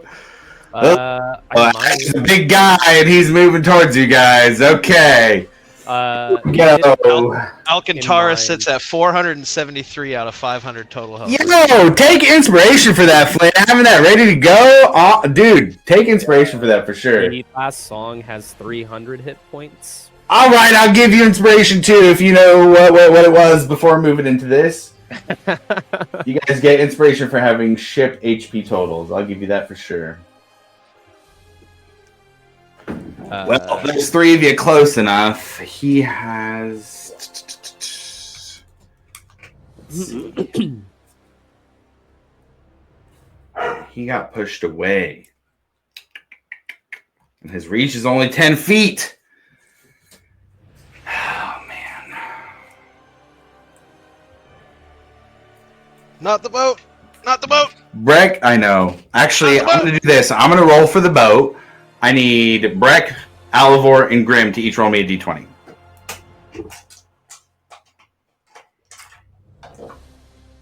What? Breck, Alivor, and Grim roll me a d20. Just a flat? No, nothing? Just flat d20. 18 for Grim. Oof.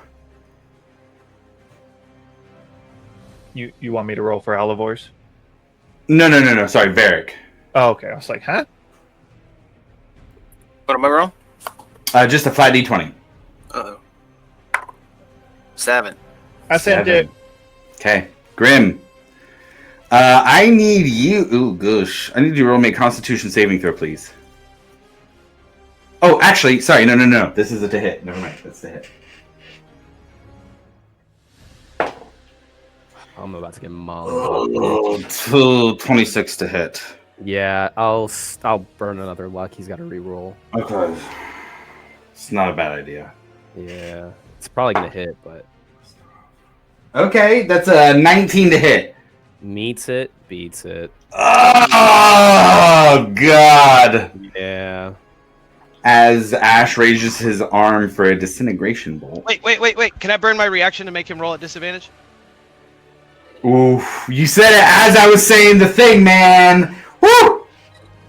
Is this a spell or just? I'll give you this. I'll give you one more roll. It's a plus 12. Yeah, this is my protection with my shield. It's a reaction Okay. for me. So chances are it's still going to hit, but it might happen. It's a 4 on the dice. What does that mean? Oh, It means Oh. that it's going to miss. Oh my god! Against Grim as this sickly purple ray of disintegration energy from the transformed version of Ash comes towards Grim. Breck takes his shield and boom, pushes him out of the way as it burns a hole through the wood of the top of the ship. Oh my god. Holy shit, dude! My ass cannot be more puckered. He is gonna take a swing at the ship actually though, because that's the other thing he can hit for this one. Yeah, that's gonna be. What was the AC of the ship? I got a dirty 20. AC of the ship is 15. Okay, so the ship, the Alcantara, is gonna take 32 points of bludgeoning damage as the transformed version of Ash comes down with his double hammered fist attacking against that. And then we have Alvor. So is that just the hull? Because it's got a bunch of damage breakdown for like the helm, the I would say sails. the hull. Yeah, the hull makes sense. Yeah, for where he is. Yeah. And it was how much? 32? Yeah, 32 points. Okay. And Alvor is going to turn around to the group. You all just don't get it. I have the seed of a god inside of me. And he looks around to everybody here on the ship, and even Ekamos inside. Do you have a god? Do you have a god inside of you? Do you have the seed of a god inside of you? No? Well, and his voice then kind of extends out to that like 5 voices layered onto each other. Let me show you what that means. Whoa. They disappear. Seed of a god, reality wiped.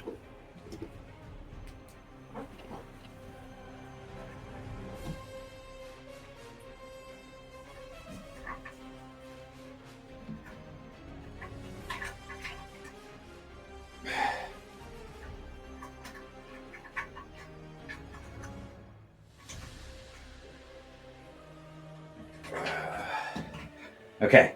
I think I got him on there. Okay.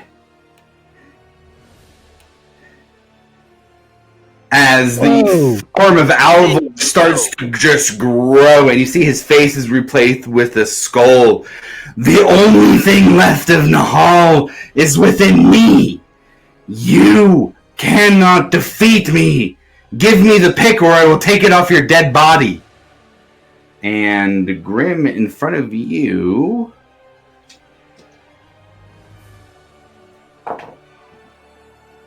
does a 22 hit? 100%. Okay. But I guess I could spend another luck point to. You could if you got another luck point. I do. I have 2 more. Okay. Let's see here.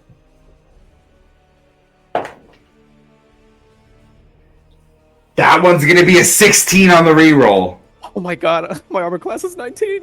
Okay, it comes down at you. However, I will say that is going to go to the hull of the ship. There's nowhere else for it to go, as this like bolt that basically around you kind of almost see like substance. Even the air molecules around it just start to fold into it as it hits the boat. It's almost like one of the graviturgy spells, but things just disappear as the bolt passes through it, and the ship now has a hole in the bottom of it as the Alcantara takes another 48 points of damage. I'm sorry, Breck. Breck, it is your turn.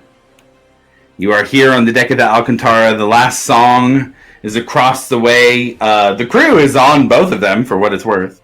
What are you doing?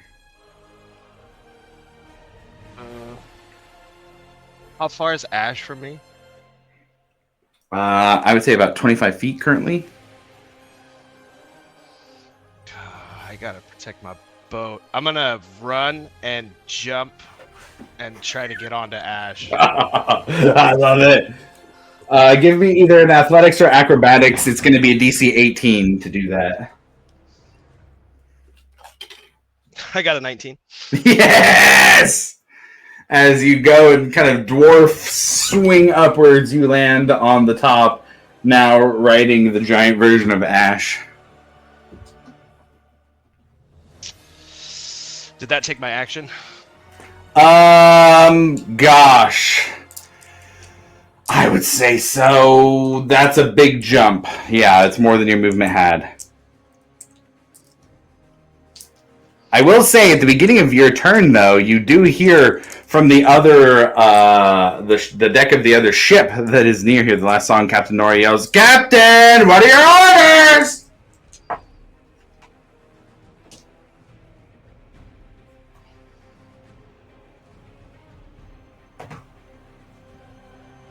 I think she's talking to you, Johnny Graham. I don't know. I think she's talking to you. She's talking to me. Man, them cannons. Okay, got it. And I think that's my turn. Yeah, I can't really do anything else. Okay. That takes us to Ekamos next. Milo's on deck. Yep, here in the orders, I'm gonna try to see if I can man that cannon to Ekamos' right and aim Okay. it at Ash's chest. Sure, go ahead and roll gosh. Yeah, what would be like the Roll a d20 and add your dexterity modifier. Okay, cool. I don't know the dexterity necessarily fits, but it's a ranged weapon, so that's just what we're going to go with. I actually do have the stats on Oh. the cannons and stuff. Oh. The Alcantara Okay. extras. It's ranged weapon attack plus 6 to hit. It's 120 to 480 feet. Okay. And it's 3d10 damage. Okay, there you go. Oh, dude. Natural 20. Nice. All right. And then what was it? You said 10d10? 3d10, so it'd be 3d10. 60 for the crit. Wait, say again, sorry. 60-10? Yeah, 60-10 with the crit. Okay. 6d10. Oh my goodness. I have typically 6. Okay, let's see here.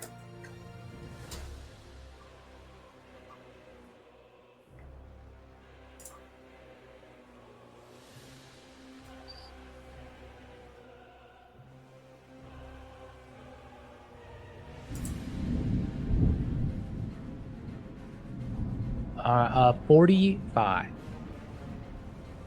Wait, is this from the last song or is this from the Alcantara, the weapon system? It's from the last song, but I think the cannons are fine, unless there's Well, a different... I have something different. I have 2 different ones, depending on which one is used. It's the mangonel or the ballista. The ballista has a 3d10. The mangonel has a 5d10. This wouldn't be... Yeah, this wouldn't be a ballista. I don't know what a mangonel is. I think we just go 3d10 for the brevity here. Okay. For what we've already gone. Yeah. Just to make sure, I those are the 2 weapon systems that are listed under the last song in my thing. Okay. Yeah, and it was 45. 45. Okay, so we have Breck, you feel this impact beneath you as a cannonball hits Ash in his chest. Very nice. Anything else for Ekamos? That would be considered action. I think bonus, I'm gonna heal myself just cause. Okay. We'll do a first level healing word on myself. Sure.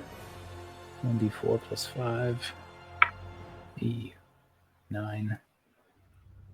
Okay, yep, that'll be it. Okay. Star Stem. God. Make a death saving throw for me. 2-0 on death save, or I guess 0-2 on death saving throws. 2, baby. Let's see. 0-3. That's a 5. Oh my god. Oh my god. Fuck. Gee, all right. Hold on. I've died so Do many you have a fucking third times. character? Starstem looks up and sees his son and the form that his son has taken with the ancient god inhabiting him and all this pain and destruction. What does Starstem think as he passes from this world? He's he's kind of disappointed and just overcome with sorrow that he feels like it's his fault. All of the things that have happened to Alivor in the past are because he was never there to help and potentially change that, and his absence in Alivor's life, he believes, might have been what caused Alivor to take this path. So it's just filled with sorrow and regret. Man. And Starstem passes from this world, seeing what has become of his son without his guidance through his life. And I'm going to switch it back to combat music. Yep, I was going to say, yep. Because now Varric's going. What's the record for amount of deaths that a player has had in a You campaign? got it for this campaign, that's for damn sure. Holy hell. All right, Varric, you see Starstem die. You have Alivor taking a new form in front of you, Ash off to the side. What are you doing? Just for clarification, what was the last thing we did with the Eyes of Ukatoa?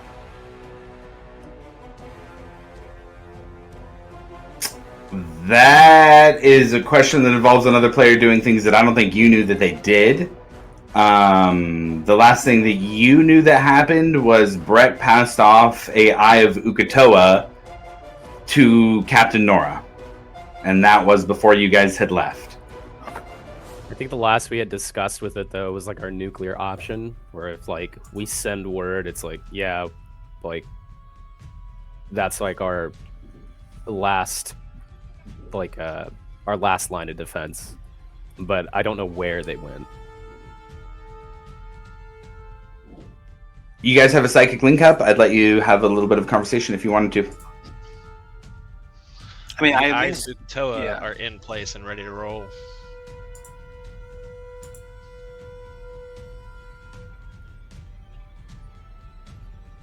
I had them dispersed to the altars already. Was it discussed ever? Like, did we find out like what's the next step after they're in place? I don't think we had time. We didn't have time to, because I wanted to go to the library and read to see if we could put any parameters on it, but we didn't have time. We went to the past, and then as soon as we got back, shit kicked off.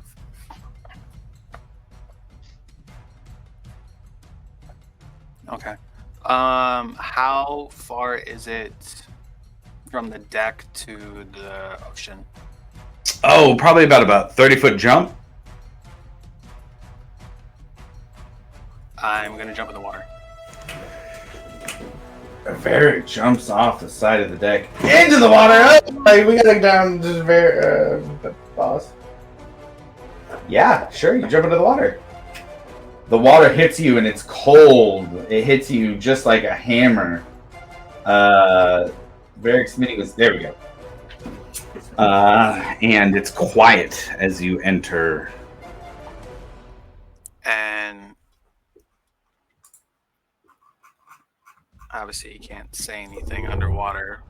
But yeah, he would try to reach out, and I don't know if he can hear me mentally, but I would be like, "I'm here.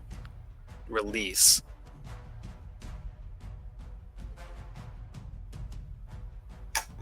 You get you hear back a growling sound from the depths and hear that return back, release. And you get a flash of 3 teams that are outside of, or rather in temples, ready to place the Eyes of Ukatoa specifically.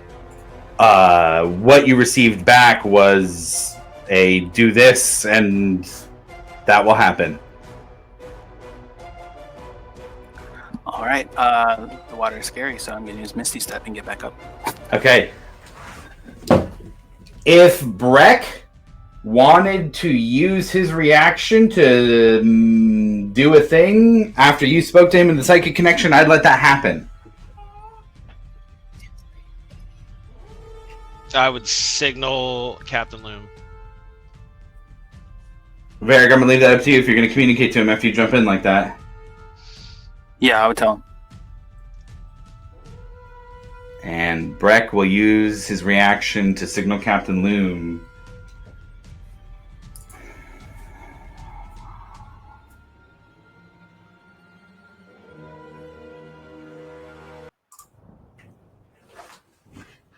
And the vision changes in your mind, Varric, to the sound of thump, thump, thump.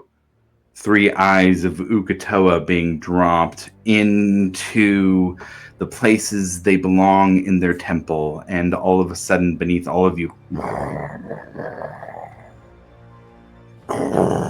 the ground shakes far beneath the surface of the sea, but enough to create waves around the ship that you were currently on.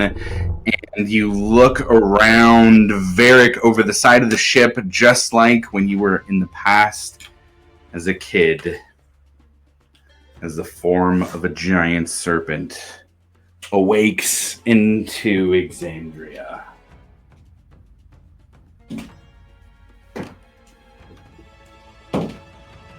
And Ugatoa has entered the chat.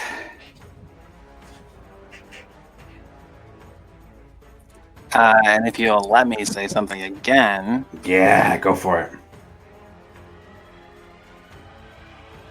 I've pushed this off as far as I can, but I have released you. Help us deal with this.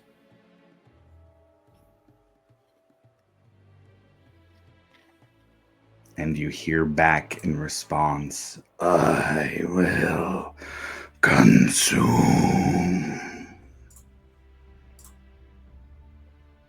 Johnny Grimm.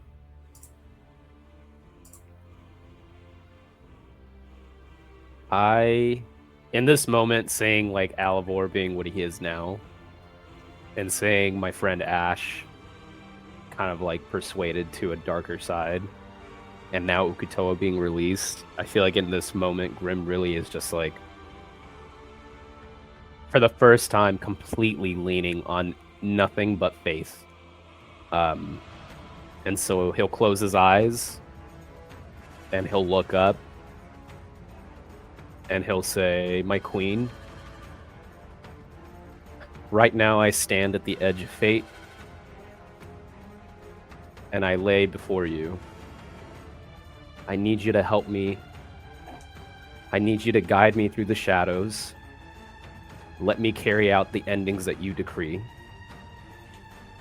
Grant me your sight so I know the path that needs to be done, so I know the deaths that need be required. In return, I offer you my name, my memories, all until my final breath. Let me not be the Reaper for the Might or anyone else, but let me be the Reaper for you, the Raven Queen. Let me serve you until my time is done, and until you feel like my thread has reached its end. Roll me a D100 after that, and Gellert, I'd also like you to roll me a D100. All right.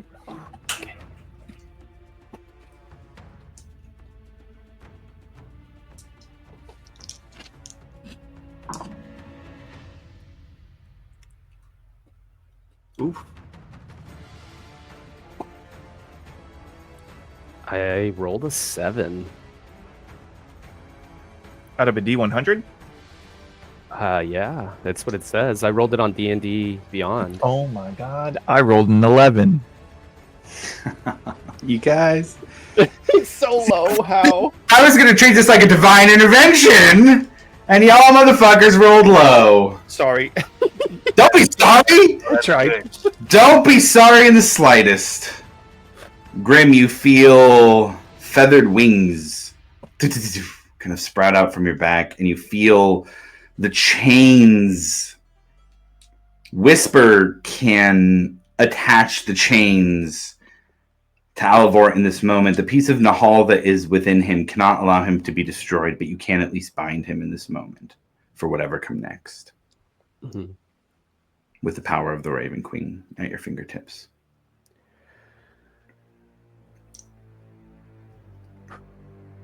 Well,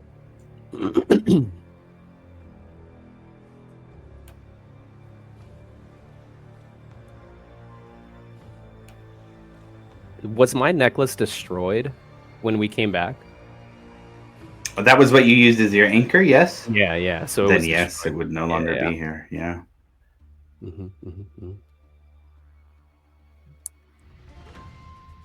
I will. I'll look down at the hilt of Whisper. And I will. Oh man, I'm not next to anybody, huh? Nobody's next to me? No, Varric's right next to you. Oh, is he? Okay. Yeah.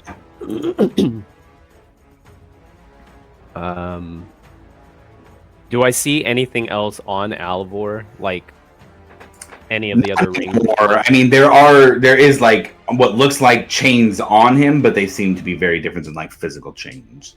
The physical things are gone. He is now fully representing the divine energy inside of him. Yeah. Okay. Well, I will use my bonus action to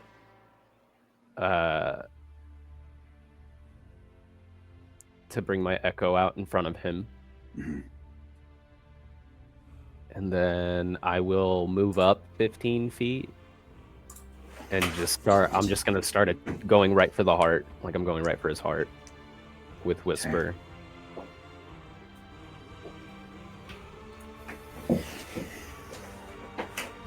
Okay. Go ahead and roll for the attacks. Okay. The first attack is going to be a 22. Okay. That'll hit. Okay. Go. 9 points of piercing damage. Okay. Plus 5 points of psychic damage. 15 points of sneak attack damage for the first attack. Sure. And then, because As the hit happens, you see a chain extend up from the ocean and kind of pull his arm down. And then I will use Unleash Incarnation to attack through my echo. So that'll be the second attack. Oh, that's crazy. 22 again to hit. Yeah. 11 points of piercing damage. A second chain reaches up from the depths and pulls him down. Now both arms pulled down to the deck. Plus 3 points of psychic damage for that one, and then I will use my my last attack.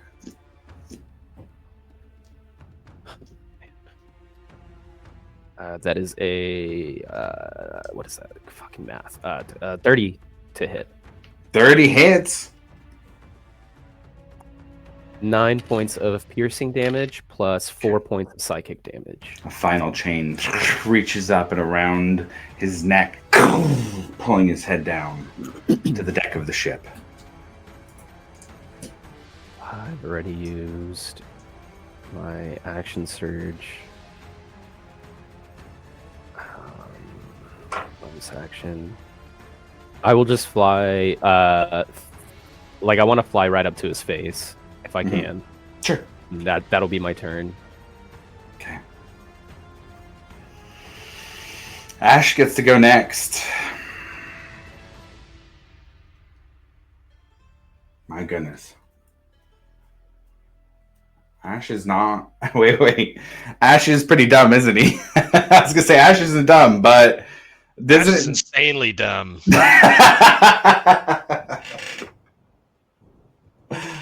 Oh my goodness. Breck, you're on top of him.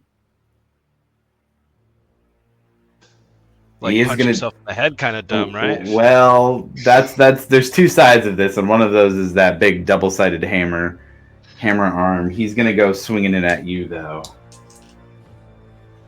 And look, if he misses, it might be some damage for him. Do I still have the buff from Milo? Milo, what was the duration of that? No, it's long gone. Yeah, no, okay, yeah, Okay. no. Yeah. Okay, let me scroll back up to Ash. So So then I'm at a current 27 AC. God damn.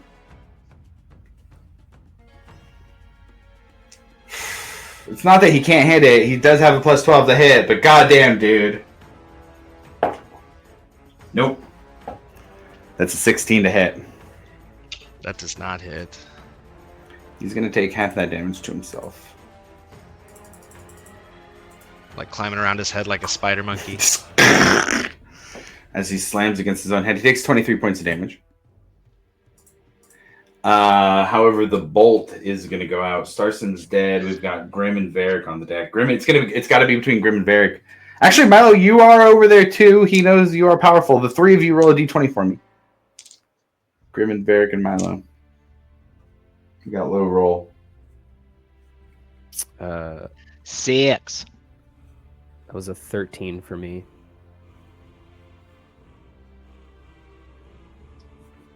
Was it D20 roll? Mm-hmm. That's a 10. Milo. Bring it on. Uh-oh. Oh. Milo's a dirty 30 to hit.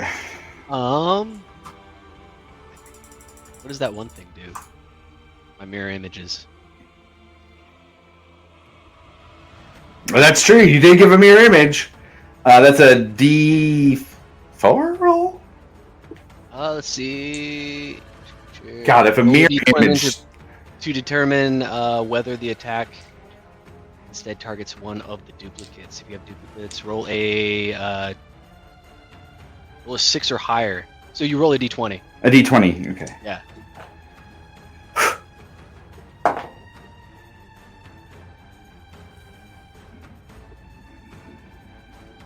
Buddy, it's a natural 1. It's a natural 1. All right, so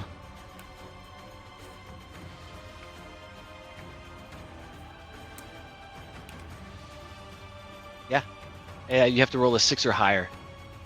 Okay. Wait, I think I roll it. Oh. Yeah. 'Cause that would have been because I have to roll the 6 or higher. Oh, great. So I will do that real quick. Sorry about that, man. No, don't be. I got the 13, so it hit one of the duplicates. One of the duplicates. Okay. Disintegration comes out. Hits Milo, one of Milo's duplicates, as it just pulls apart atom by atom. Fortunately, it is an illusion. Okay. That is going to take us to Alivor next, who is now bound. And, I think Ugutoa is going to look at you, Varric, in particular, and kind of look for just a moment of confirmation on what is being offered versus what is being asked.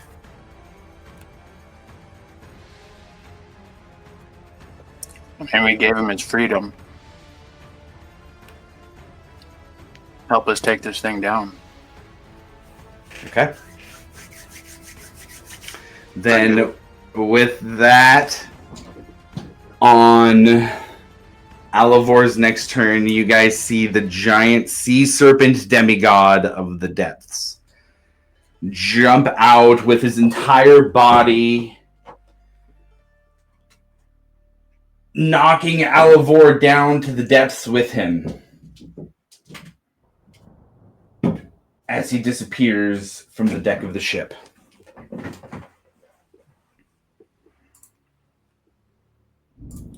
Breck, that takes us to your turn next. You're riding on top of Ash. What are you doing? I am gonna bury my axe in his head. Brutal.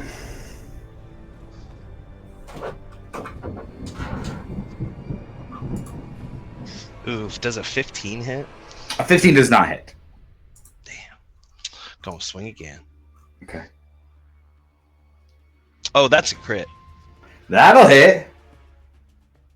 I'm gonna add my 4th level Divine Smite to that. Okay. Oh boy.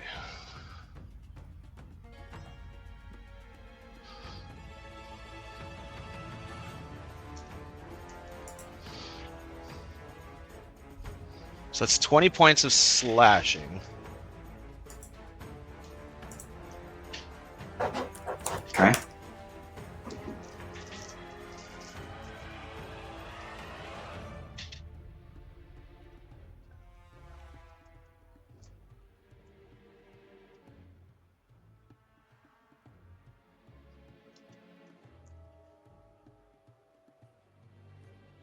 And then 29 radiant on top. Nice. Okay.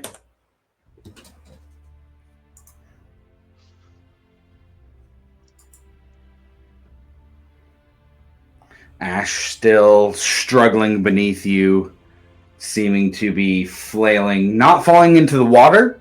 You do see that on his little control panel on his chest, he's got about 3 gems lit up currently, but he is still standing. That's it. Okay, Ekamos, what are you doing?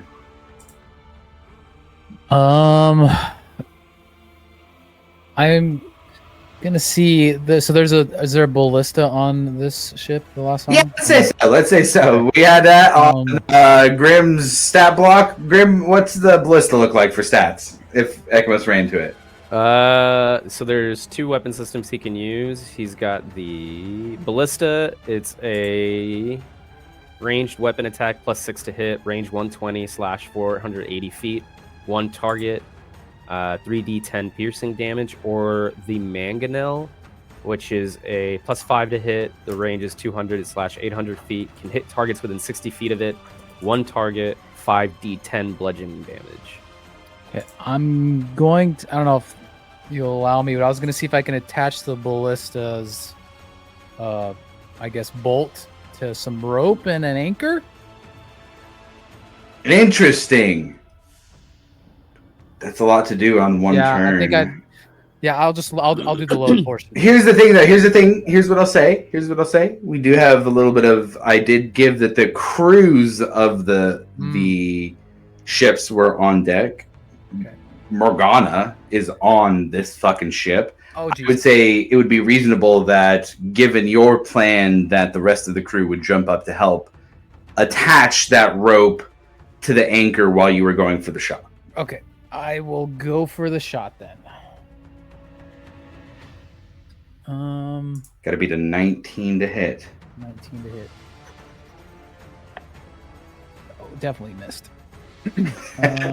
Missed. Shoots off. The rope goes over. The Alcantara also lands. Kind of pulls the Alcantara down a little bit with an anchor on one side and a ballistic bolt on the other. Cut the rope! I missed.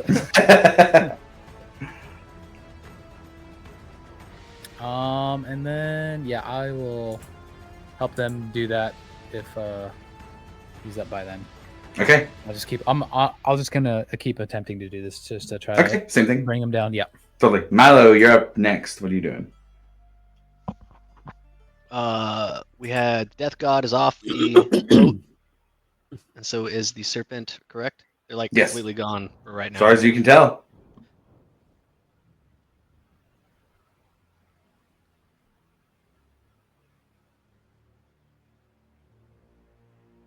I think Milo would take a moment to try and tap into that energy again.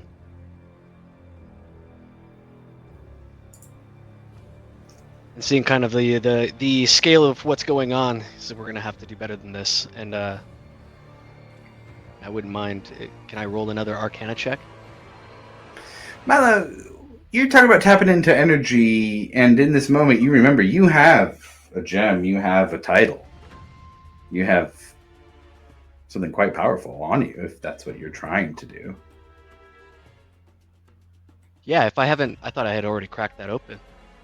I don't think you've I think I would, yeah. So this was that was a kind of a moment of no return, I guess I would say.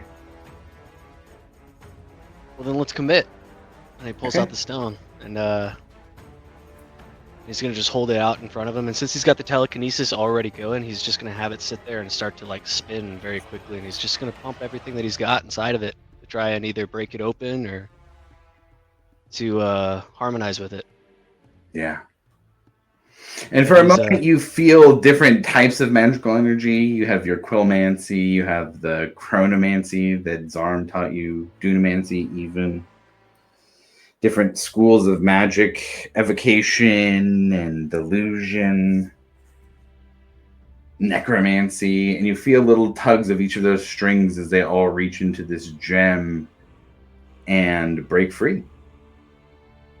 And you see this purple energy kind of reach out towards you, and as you take your transformation, tell everybody what your dragon form looks like and how you move forward here with Ash on the water. How far do I get to go, dude? I believe dragons have 120-foot fly speed per turn. He'd be on his way to be turning into pretty much the same thing that his father was, which is a amethyst great worm. And so somewhere between an adult dragon and a great worm, but you see amethyst crystals begin to gather around his shoulders and coming off of his spine, and ending in a blocked kind of amethyst tail with the crystals as a sort of weighted portion back there. And you can see the glowing amethyst eyes and the energy coming off of his now dragon form, dragon face. Go dragon.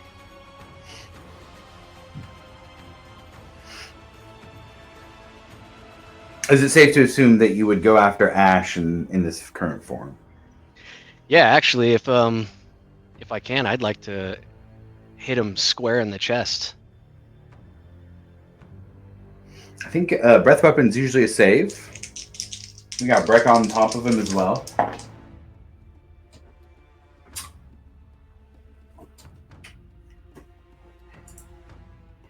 Milo, go ahead and roll me 12d10, please. On D&D Beyond would probably be easier.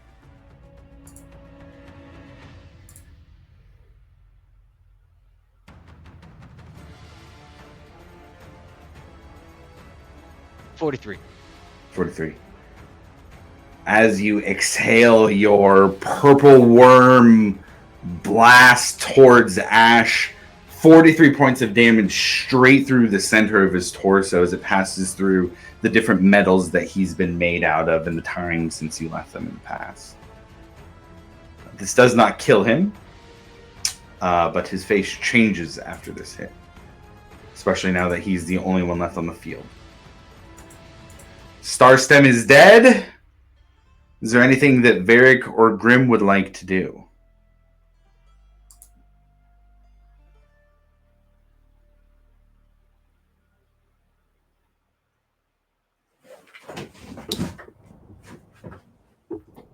Sorry, I was dealing with a 4-year-old. What'd you say?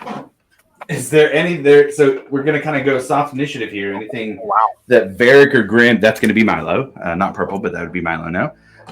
Anything that Varric or Grim would like to do in these last few moments as Ash kind of has a forlorn look after the attack by Milo as the Guardian.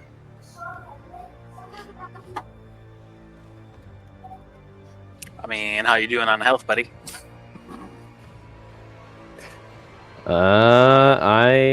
I'm okay. I'm at 94 right now. Out of 136. I'll give him 25 points of lay on hands. That's all I have left. I guess in this moment, like Alivor is gone, right? Like there's no way I can get to him or anything. And that's what it seems like. He's not on the board anymore.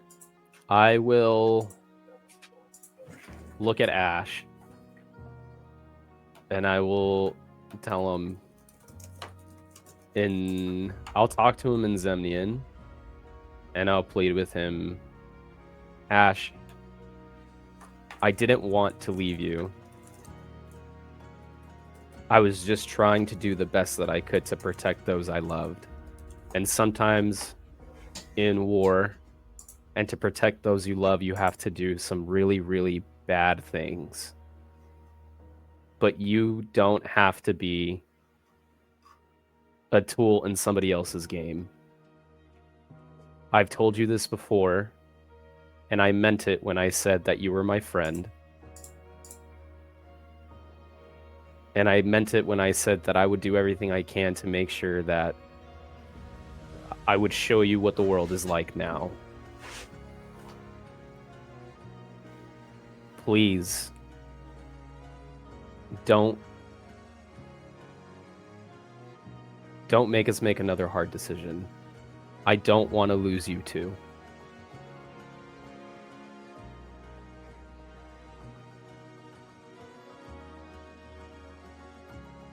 I just want you to be free. And I want you to see the beauty in the world.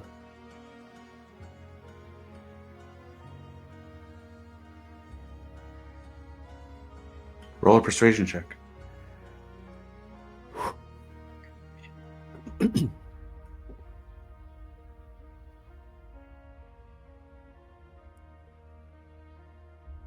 That is a 17 for persuasion.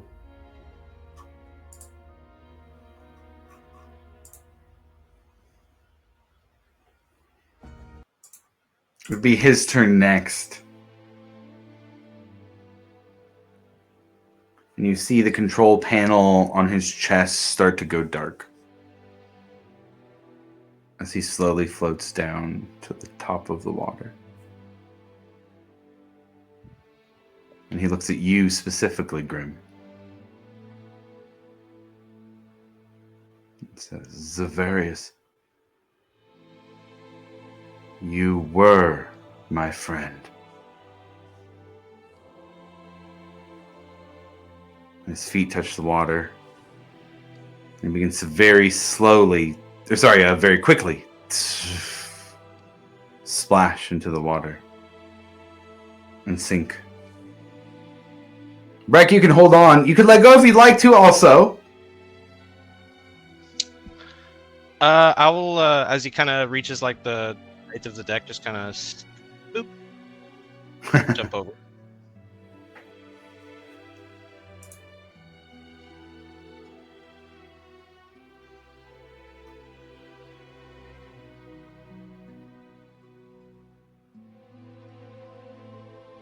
And it's left quiet on the deck of the Alcantara.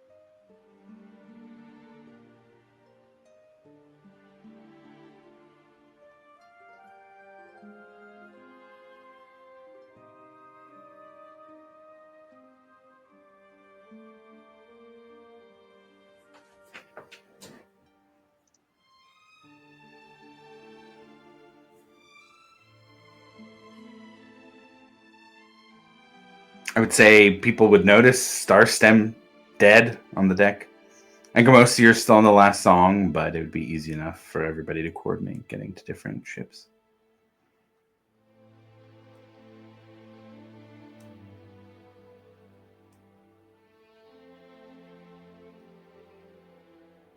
I think Grim would just stare at where Ash started to kind of sink. Like, the last piece of his past has, like, gone. Like, that was, like, for him, the last remnant of what his old life was or whatnot. So he just stays there, like, at the base of the ship, just, like, staring.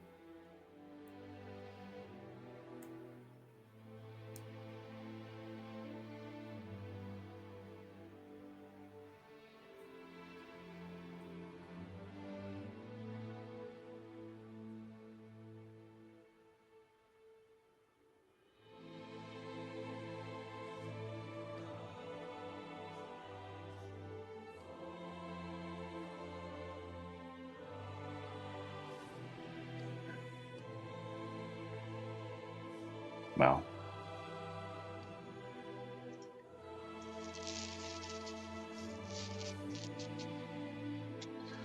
Does Ukatoa not come back up?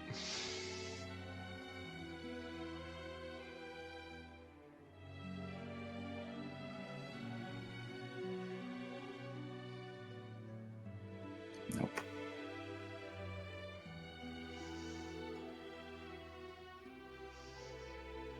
There's no sign of him at all. Not So that you there's can no sign see. of him. Milo would magically transform back into his normal self and float down to the fucking Terra. I believe Dragon Stump blocks allow for a polymorph a day. Change shape as a Change bonus action as many times as I want. Yeah. Busted. Benefits of the last episode.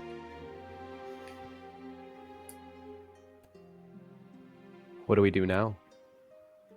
Do we go after them? I don't think I could swim that far.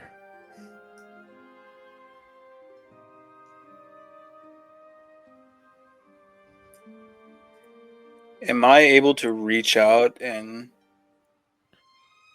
communicate with Ukatoa? You can try. I would just ask, is it done?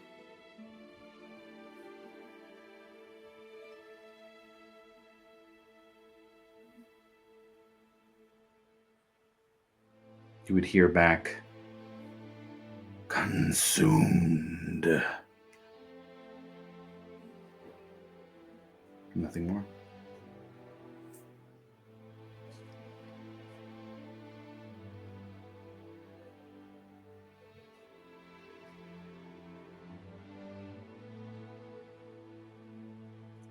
I'm not sure if it's a confirmation, but Ukatoa said consumed.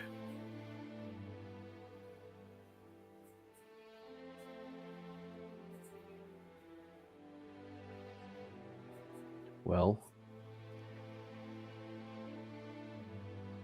we can go home.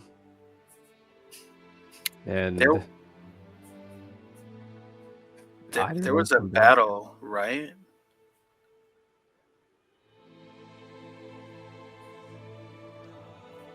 with like the There army. was still an army and our friends and whatnot. I guess we continue to fight. Hey, go check on our people. Yeah. Tired, boss. To wrap up that side of things, after the avatar of Tiamat had been destroyed, the forces that were left were easily scattered with the forces that had been gathered. Primarily the Ashari, with a particular lead by Squall and a enlarged Commodore Norrington leading the charge, were able to fight back much of the forces that were left. Many had already been disheartened by the loss of their commander and had started to question the power of Tiamat. So of the forces that were left, the destruction of Tiamat's avatar was enough to make many question what they were doing and if they'd be able to succeed. And it did not take many losses and much more fighting to end the battle that was happening on the sea.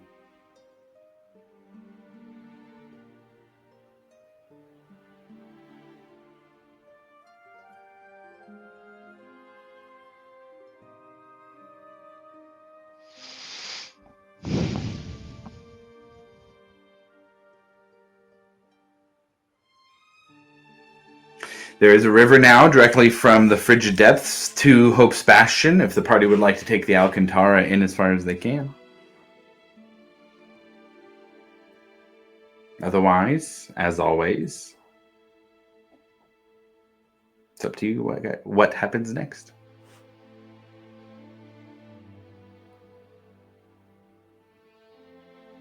I know we succeeded. Then why do I feel like this?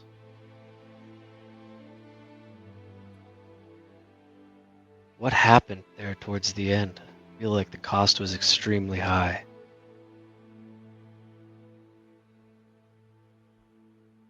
Definitely blurred the lines for me. When we started this journey, they were so very clear.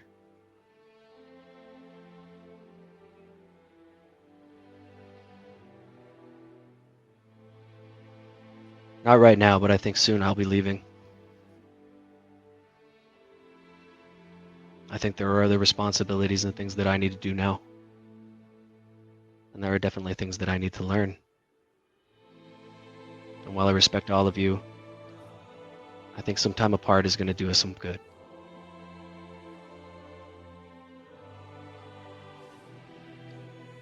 Actually, that's a pretty solid goodbye. And he's You're gonna just leave us gonna now? he's just gonna step off to the back of the boat, and he dips off the back and transforms back into the gigantic dragon form and flies off into the distance.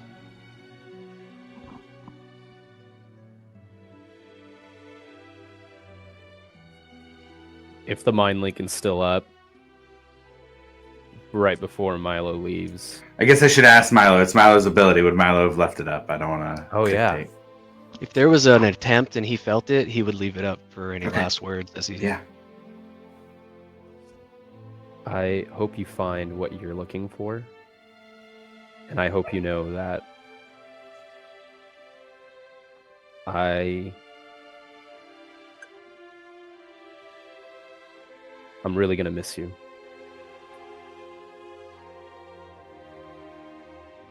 You know where to find me if you ever need me. At least you know how to. You kind of just almost feel a warm smile rather than him saying anything. And then the link just goes blank.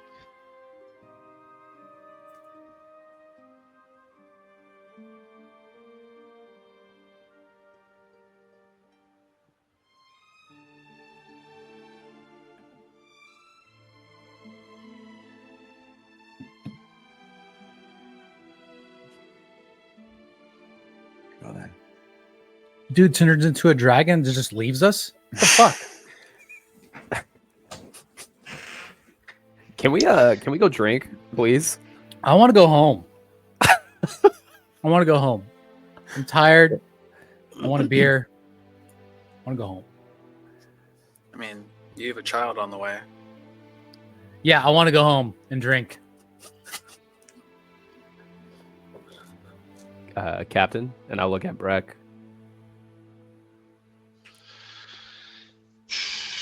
You guys might want to take the last song home. I have a meeting with Ludinus. I don't think you guys are probably going to want to be around for.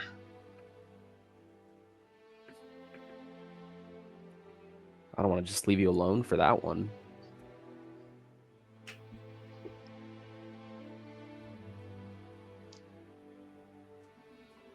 Yeah, I'll stick by.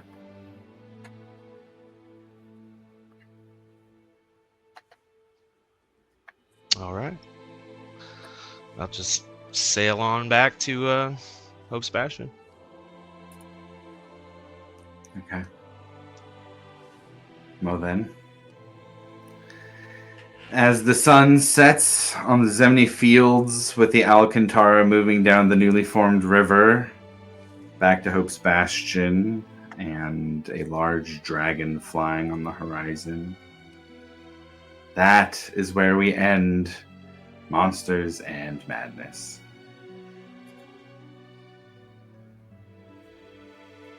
Thank you guys very much for going along with this crazy story. And let's take a little break and come back. We'll do a wrap-up epilogue. Let's be thinking about what your guys' characters would do, what their life would look like after this, what their story ended up with. And we'll talk some campaign highlights and some things about what happened with other characters, and maybe even just play out that meeting with Ludinus. So we got 2:00 Pacific time. I'll send you guys a link for the next one, and let's come back and we'll wrap things up for a little campaign wrap up. But thank you guys very much, and we'll see you in a little bit. Yay!